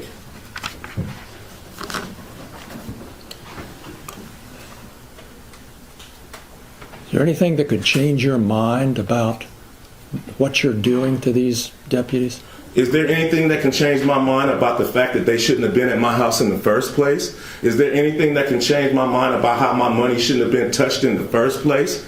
No. That's all the questions I have. Thank you. You're welcome.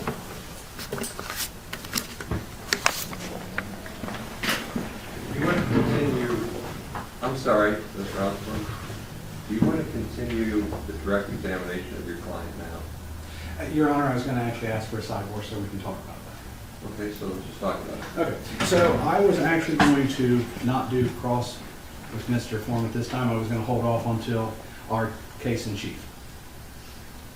Yeah, I just offered you the chance to do that. So do you want to do your direct examination on your case in chief right now? Not right now, Your Honor. Like the pogo stick of witnesses up and down is what I was talking about. If he testifies on his own direct case, it could be now or it could be later. I just gave the lawyer a chance to do it now or later. He said later. So you'll likely see Mr. Foreman again. This was an examination on the plaintiff's case. You get a chance to hear his testimony on his case. There's your explanation. Thanks, Mr. Foreman. You can stand up. Plaintiffs rest subject to the admission of all our exhibits, Judge. Okay, thank you. We'll deal with the exhibits on a break. What do you have? I have no one ready. All my people were subpoenaed to be ready tomorrow. I will have to call them to get them here in the morning.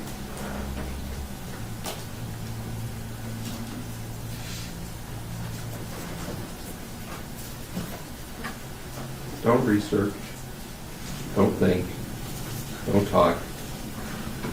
Ruminate in your own mind, maybe, but it can't be any farther than that. The admonition we talked about previously about deliberating as a group and thinking collectively is still in play. And you can't look at anything on.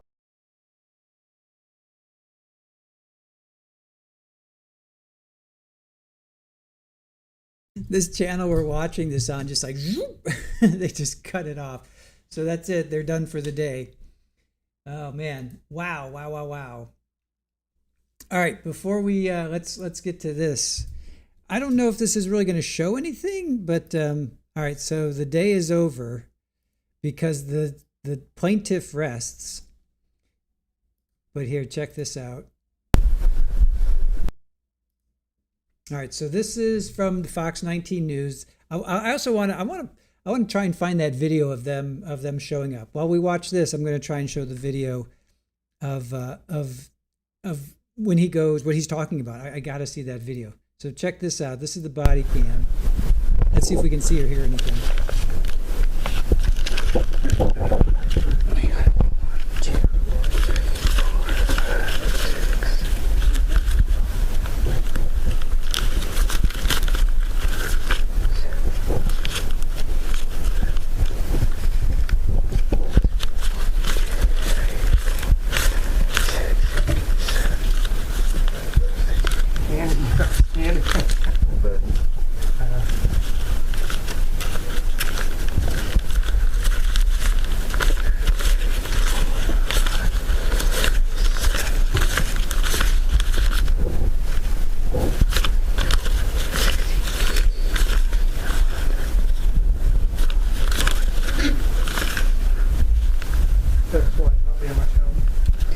she's trying to help, but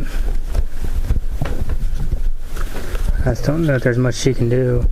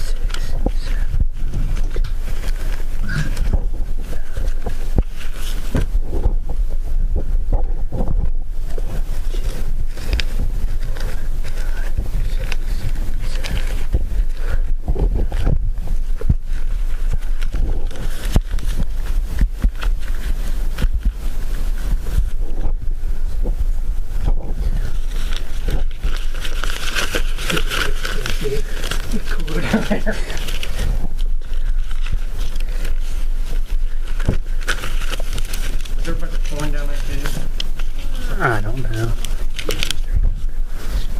390.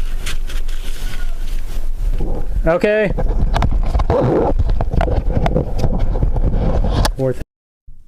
All right, he just said 390, right? You heard him? Let me rewind that. He just said 390. $1,390. Hold on. 90. Is there a coin down that case? I don't know. 390. Okay. $4,390. All right, so that's the 4,390.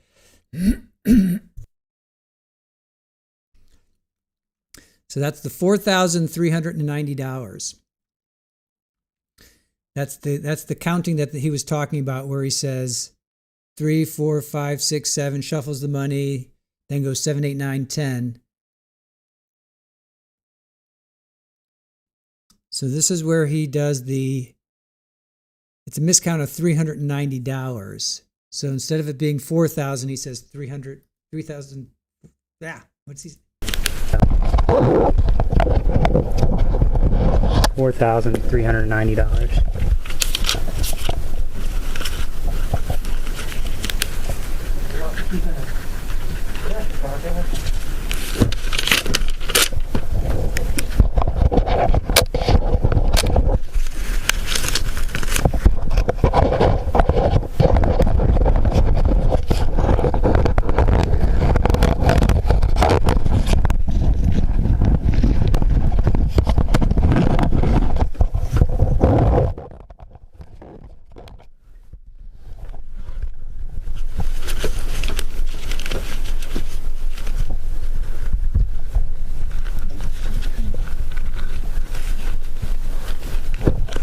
I said 4,390. So this must be Brian Newland. I guess this is Brian Newland.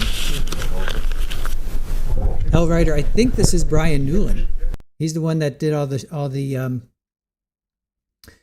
I think that's Brian Newland. So he's the one, I still don't quite understand how he got to that. He's counting and then he shuffles it around and he's counting. He thinks he has $1,000, but it's only $600. There's several piles of $100. And he says 4,390. That's what's missing is the $390. I still don't quite understand this. I still don't quite understand how he figures out that he miscounted. I still don't understand.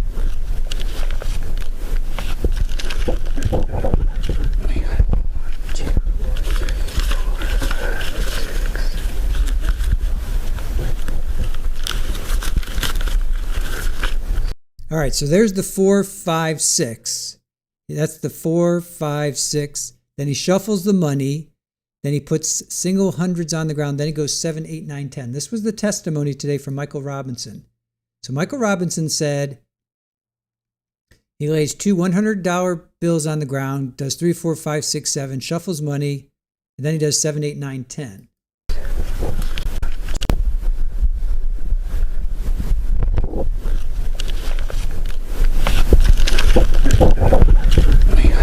All right, so those are the two single, okay, those are the two $100 bills on the ground, right? So he puts two $100 bills on the ground, right? So let's go through this testimony. He lays two $100 bills on it. There's one, there's two. There's the two.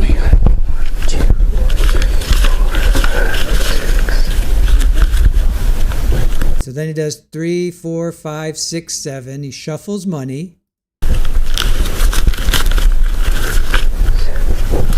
Then there's a single $100 bill on the ground. Then he does 7, 8, 9, 10.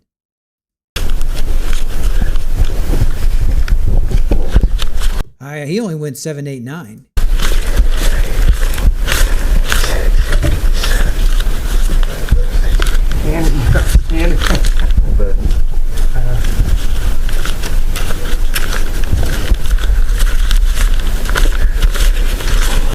Like, why would he count? I'm pretty sure this is Brian Newland, and I'm pretty sure this connects to that testimony that Mr. Robinson was talking about.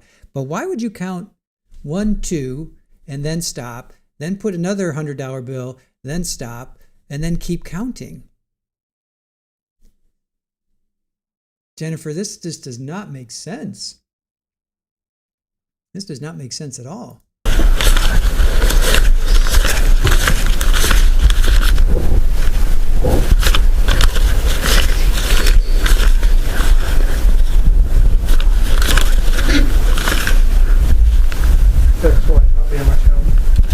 She's trying to help, but I just don't know if there's much she can do.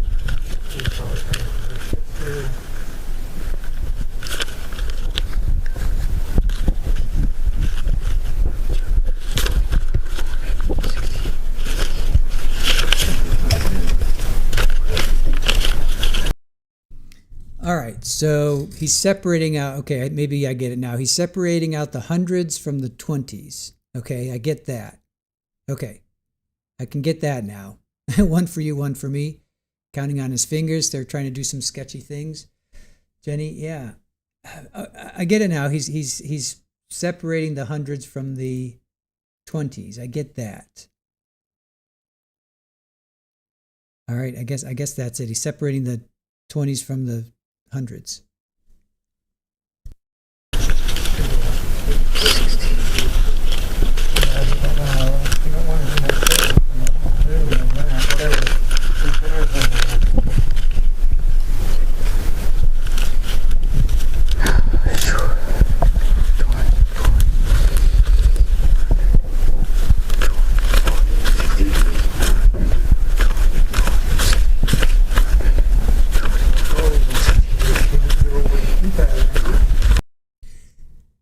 Yeah, Renee, I was thinking that too. Yeah, why would he take from the piles that have bands. Maybe those are like the raw piles, if you will. He's got these they found these, raw piles, if you will, of cash.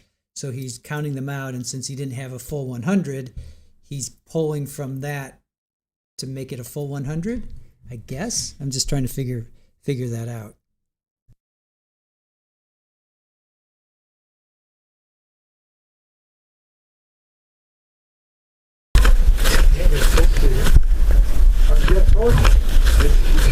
There we go now. Well, Dolly, that's something back up to get this house. I guess they're getting some settling, figuring all out. Well, fuck yeah, we're doing business and we can look online to see how it's going.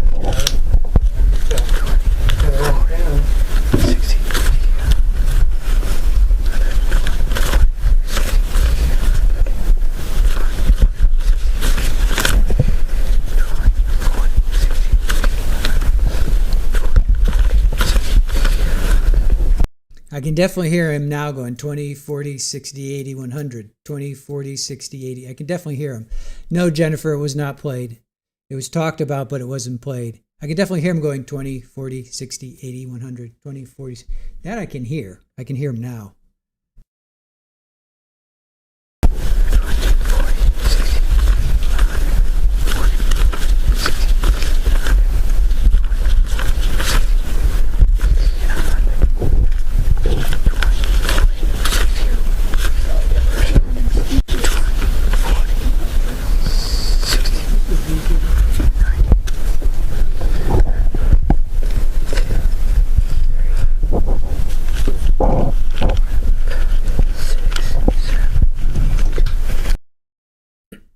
So Janet, okay, so Mr. Robinson's conclusion was,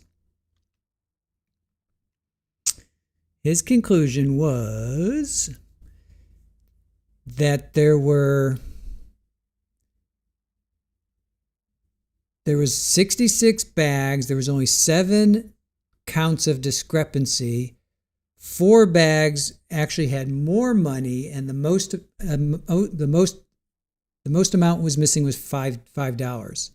So he says that's a common mistake in counting money and coins. So there was like one bag, there was like a penny difference, and there was like $2, I think. $5 was the largest one, and then then there were 4 bags that actually had more money in them, and I think that went up to like, did that go up to $10? Hold on a sec. Yeah, there were 66 items and there were 7 discrepancies. And he just he says that's just normal. That's normal in this line of work or this type of thing that you do, in the sense of you're counting coins, you're counting money, you're counting coins as well. So he said that there were only, well, let me see if I can find that. Let's see. That the discrepancies did not match $390. Let me see if we can find. Okay, here's the discrepancies that his accounting found. All right, here's the discrepancy. Let's see.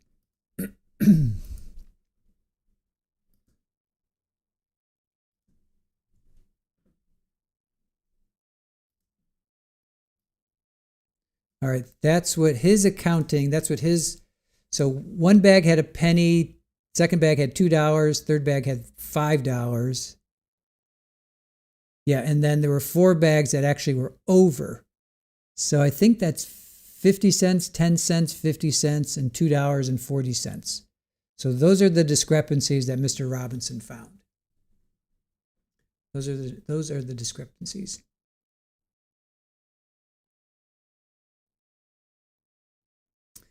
Susan, they did. They said that they said that 2 people did count them. They said 2 people did count them.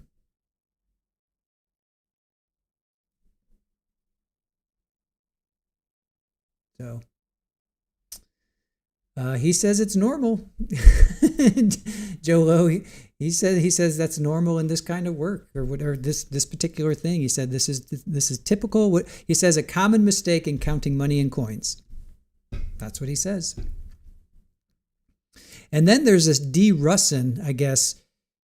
I did have a problem with this. Here's a woman who was in charge of the evidence room, and he didn't interview her. I guess she's the one that Afroman says, she's the one that said, hey, there was money missing. I get, because Afroman says there was a lady there that when we went there, she's the one, when she gave me the money back, she's the one that told me it was missing. I'm assuming that that's this D. Russin. We'll see if the defense brings her in. I'm gonna play the rest of this. Let's see if there's anything else here.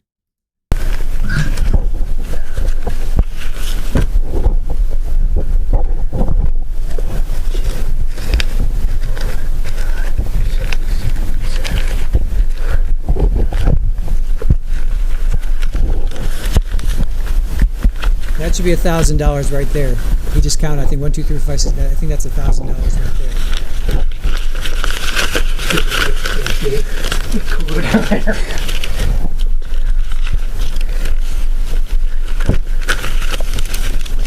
That should be $300 right there. I don't know. 390. Okay. $4,390.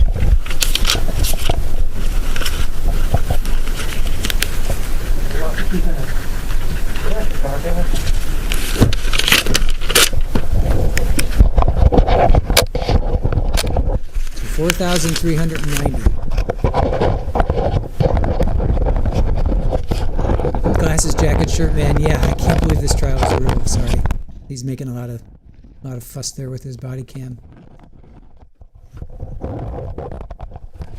And I think that's about it for this body cam. I think I found another one though.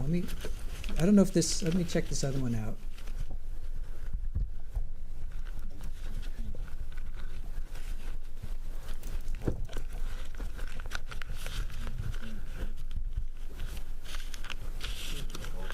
I don't know if this is the same. Is this the same? Hold on a sec.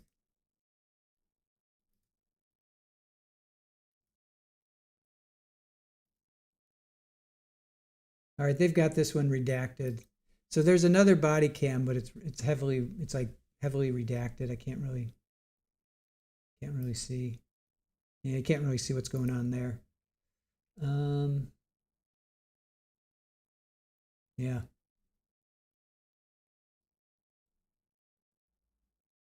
So.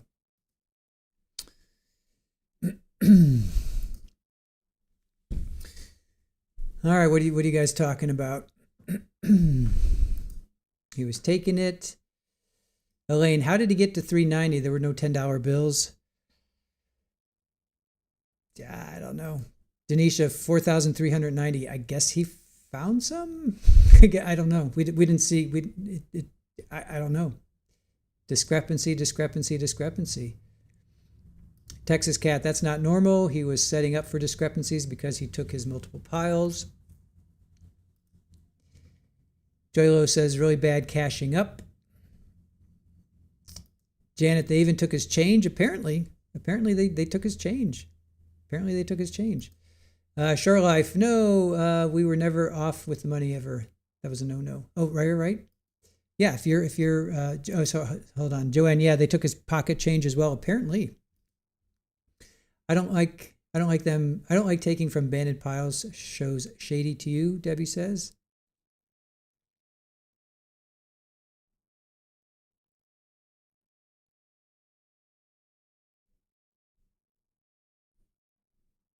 Grampy, a common mistake as in we steal a lot.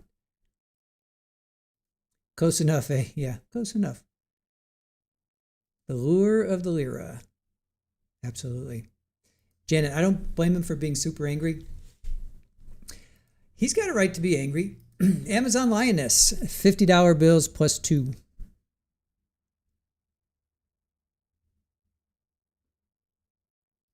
Seashell, apparently, I would love to get my hands on this warrant, but apparently they got a tip from somebody, we don't know who yet, and it was Brian Newland that wrote the warrant, and there was supposedly people that were kidnapped. I don't know if they were women, kids, adults, who knows, but the police got wind that there were kidnapped people there, that there were narcotics.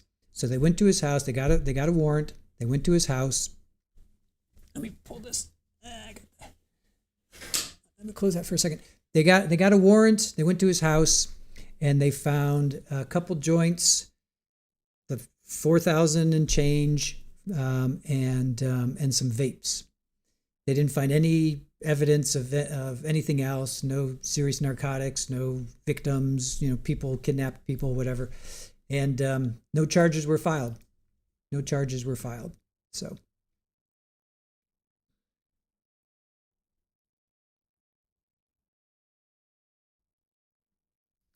All right, or too much going on in that video, something smells.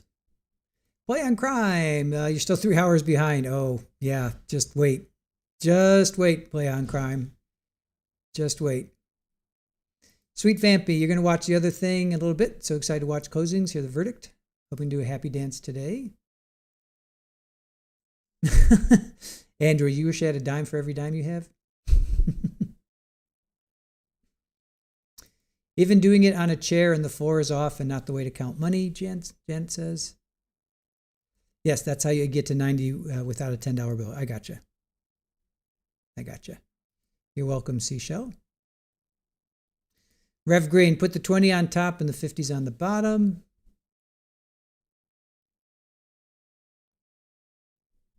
He doesn't even have a record, Texas Cat says. No big amounts, so why take his money?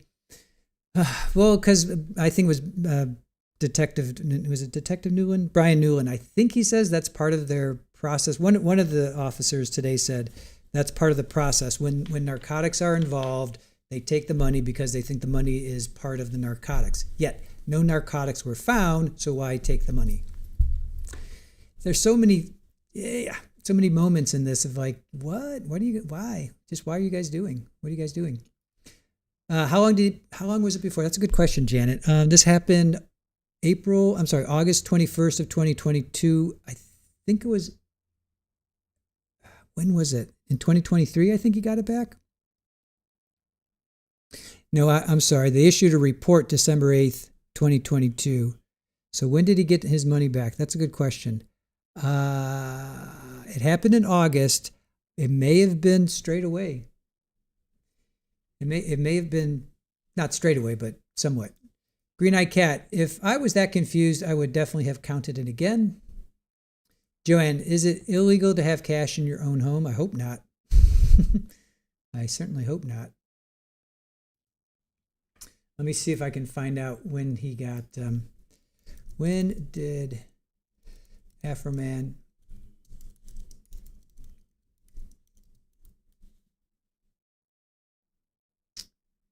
oh, wow, there's a Wikipedia page. November 29th, it looks like.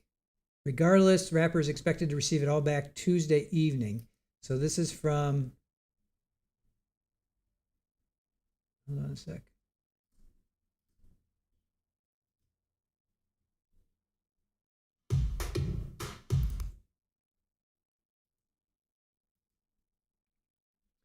So it seems like it was November, end of November. So this happened in mid-August, and he got it back end of November.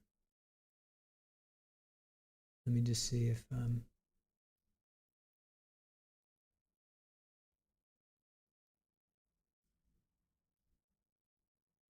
Oh, I found it. I found it, you guys. I found him. I found it. All right, hold on.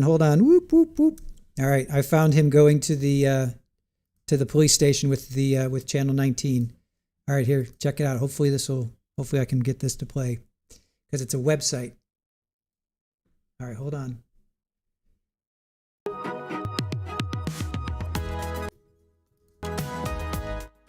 All right, hold on.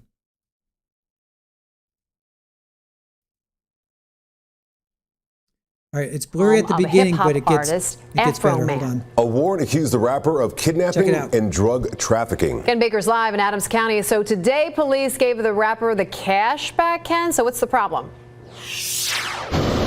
Well, Trish, we were invited here to the Adams County Sheriff's Office as that cash was given back. We watched it being counted out of sealed evidence bags, and $400 in cash was missing. Only Fox 19 now caught this on camera. It was back in August. We showed you the Adams County Sheriff's Office kicking down doors and raiding the home of Joseph Foreman with guns drawn. A warrant listed kidnapping, possession of drugs, and trafficking drugs as probable causes. Foreman, whose rap alias is Afroman, talked to us shortly after it happened and said the Sheriff's Office removed a small quantity of marijuana and cash. The Sheriff's Office also confirmed the seizure. Months later, the Sheriff's Office is now giving back that cash. So when the prosecutor said that there was no crime, no conviction, or no charge, he then released the funds to the Sheriff's Department. Afroman took his lawyer with him to collect the cash that was taken during the seizure. I always videotape it. Yeah. This is the moment the Adams County Sheriff's Office brought in the cash that was taken from Afroman's home late August. You can see both bags were sealed. It's not been opened since he... So that's the 641, and this is 4390. Multiple people counted the cash, and the numbers didn't add up. The cash seized by officers that day was $400 short. I don't have an answer for you. So that makes me think that somebody took that amount specifically. That's not a accidental amount. Afroman says the missing cash is just the icing on the cake when it comes to how negatively his life has been impacted since his home was raided in August. The rapper says this raid stopped him from being able to book shows. I need all the clubs that heard the cops say, oh, you know, we have a warrant for kidnapping.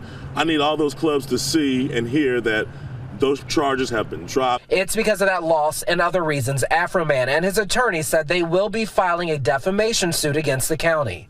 Sometimes I have to talk myself into going to sleep because it's like, wow, man, you know, what if they come back in here, you know, popping around, sweeping around.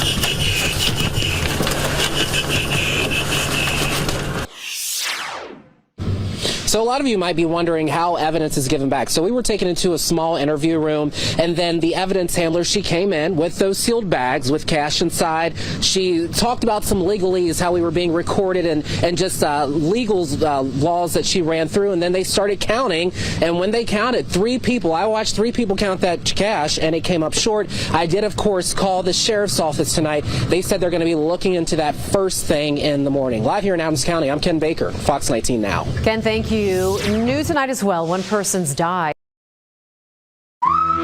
These are Hardee's Frisco breakfast sandwiches starting at just... All right, so that's pretty big.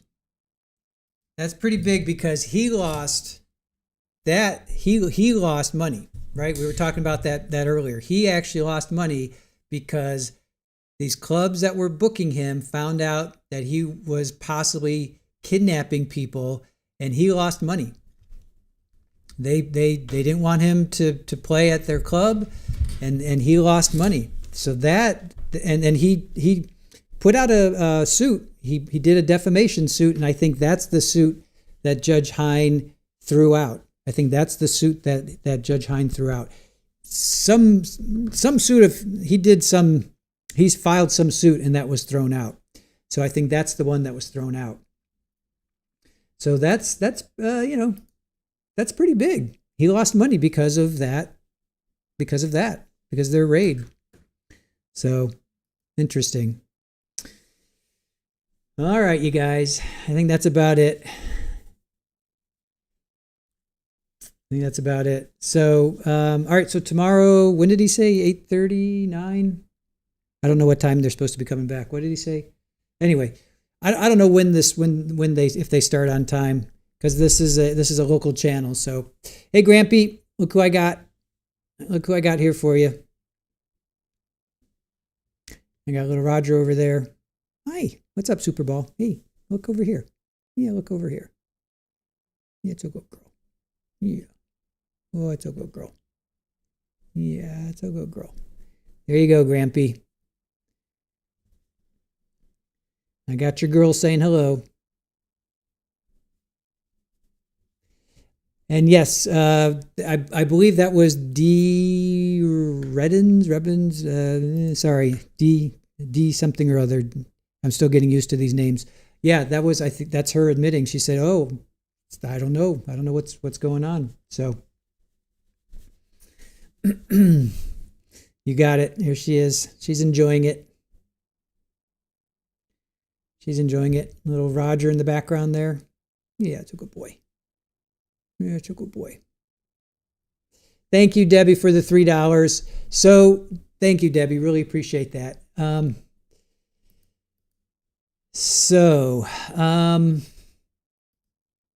lot was going on today. Polly caught a baby squirrel. That was pretty traumatic because she kept trying to bring it in the front, in the back. She kept trying to bring it in.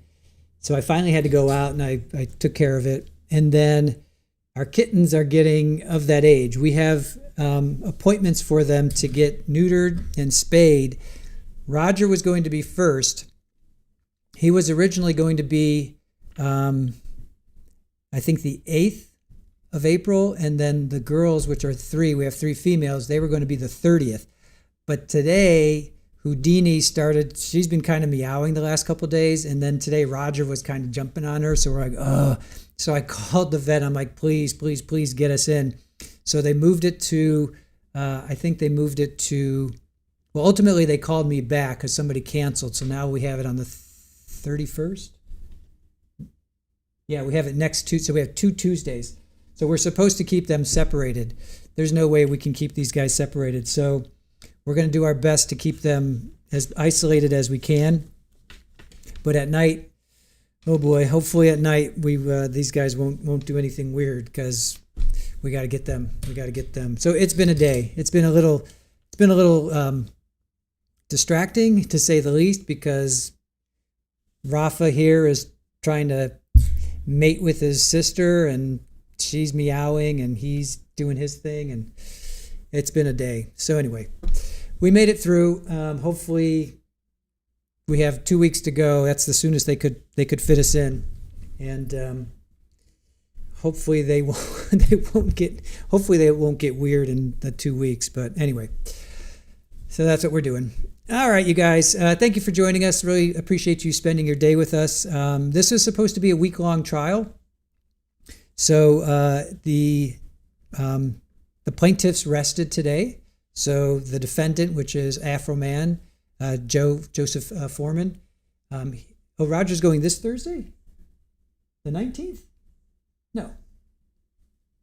Oh, he is going this Thursday. Okay. So he's going this Thursday, Aaron. That's what it was. Okay. Anyway, he's going soon. He's going in like 2 days, I guess. And anyway, it's any point. It's not going to be soon enough because we don't want them to do anything that we don't want them to do. So thank you for joining us. Really appreciate it. Thank you to our mods. Thank you to Erin. She's cranking out a bunch of shorts because this trial has a lot of really, really good shorts going on. So with that, I will say have a great evening, and we will see you guys. We'll see you tomorrow, I think around 9 o'clock. I'm not sure when he starts. Well, anyway, check us out. We'll probably go on around 9 o'clock tomorrow. I'm not quite sure. Plus, this court doesn't start always on this right at the same time. So anyway, we'll see you. Hopefully, I think we'll start around 9 o'clock tomorrow. All right, guys, have a good night. Bye.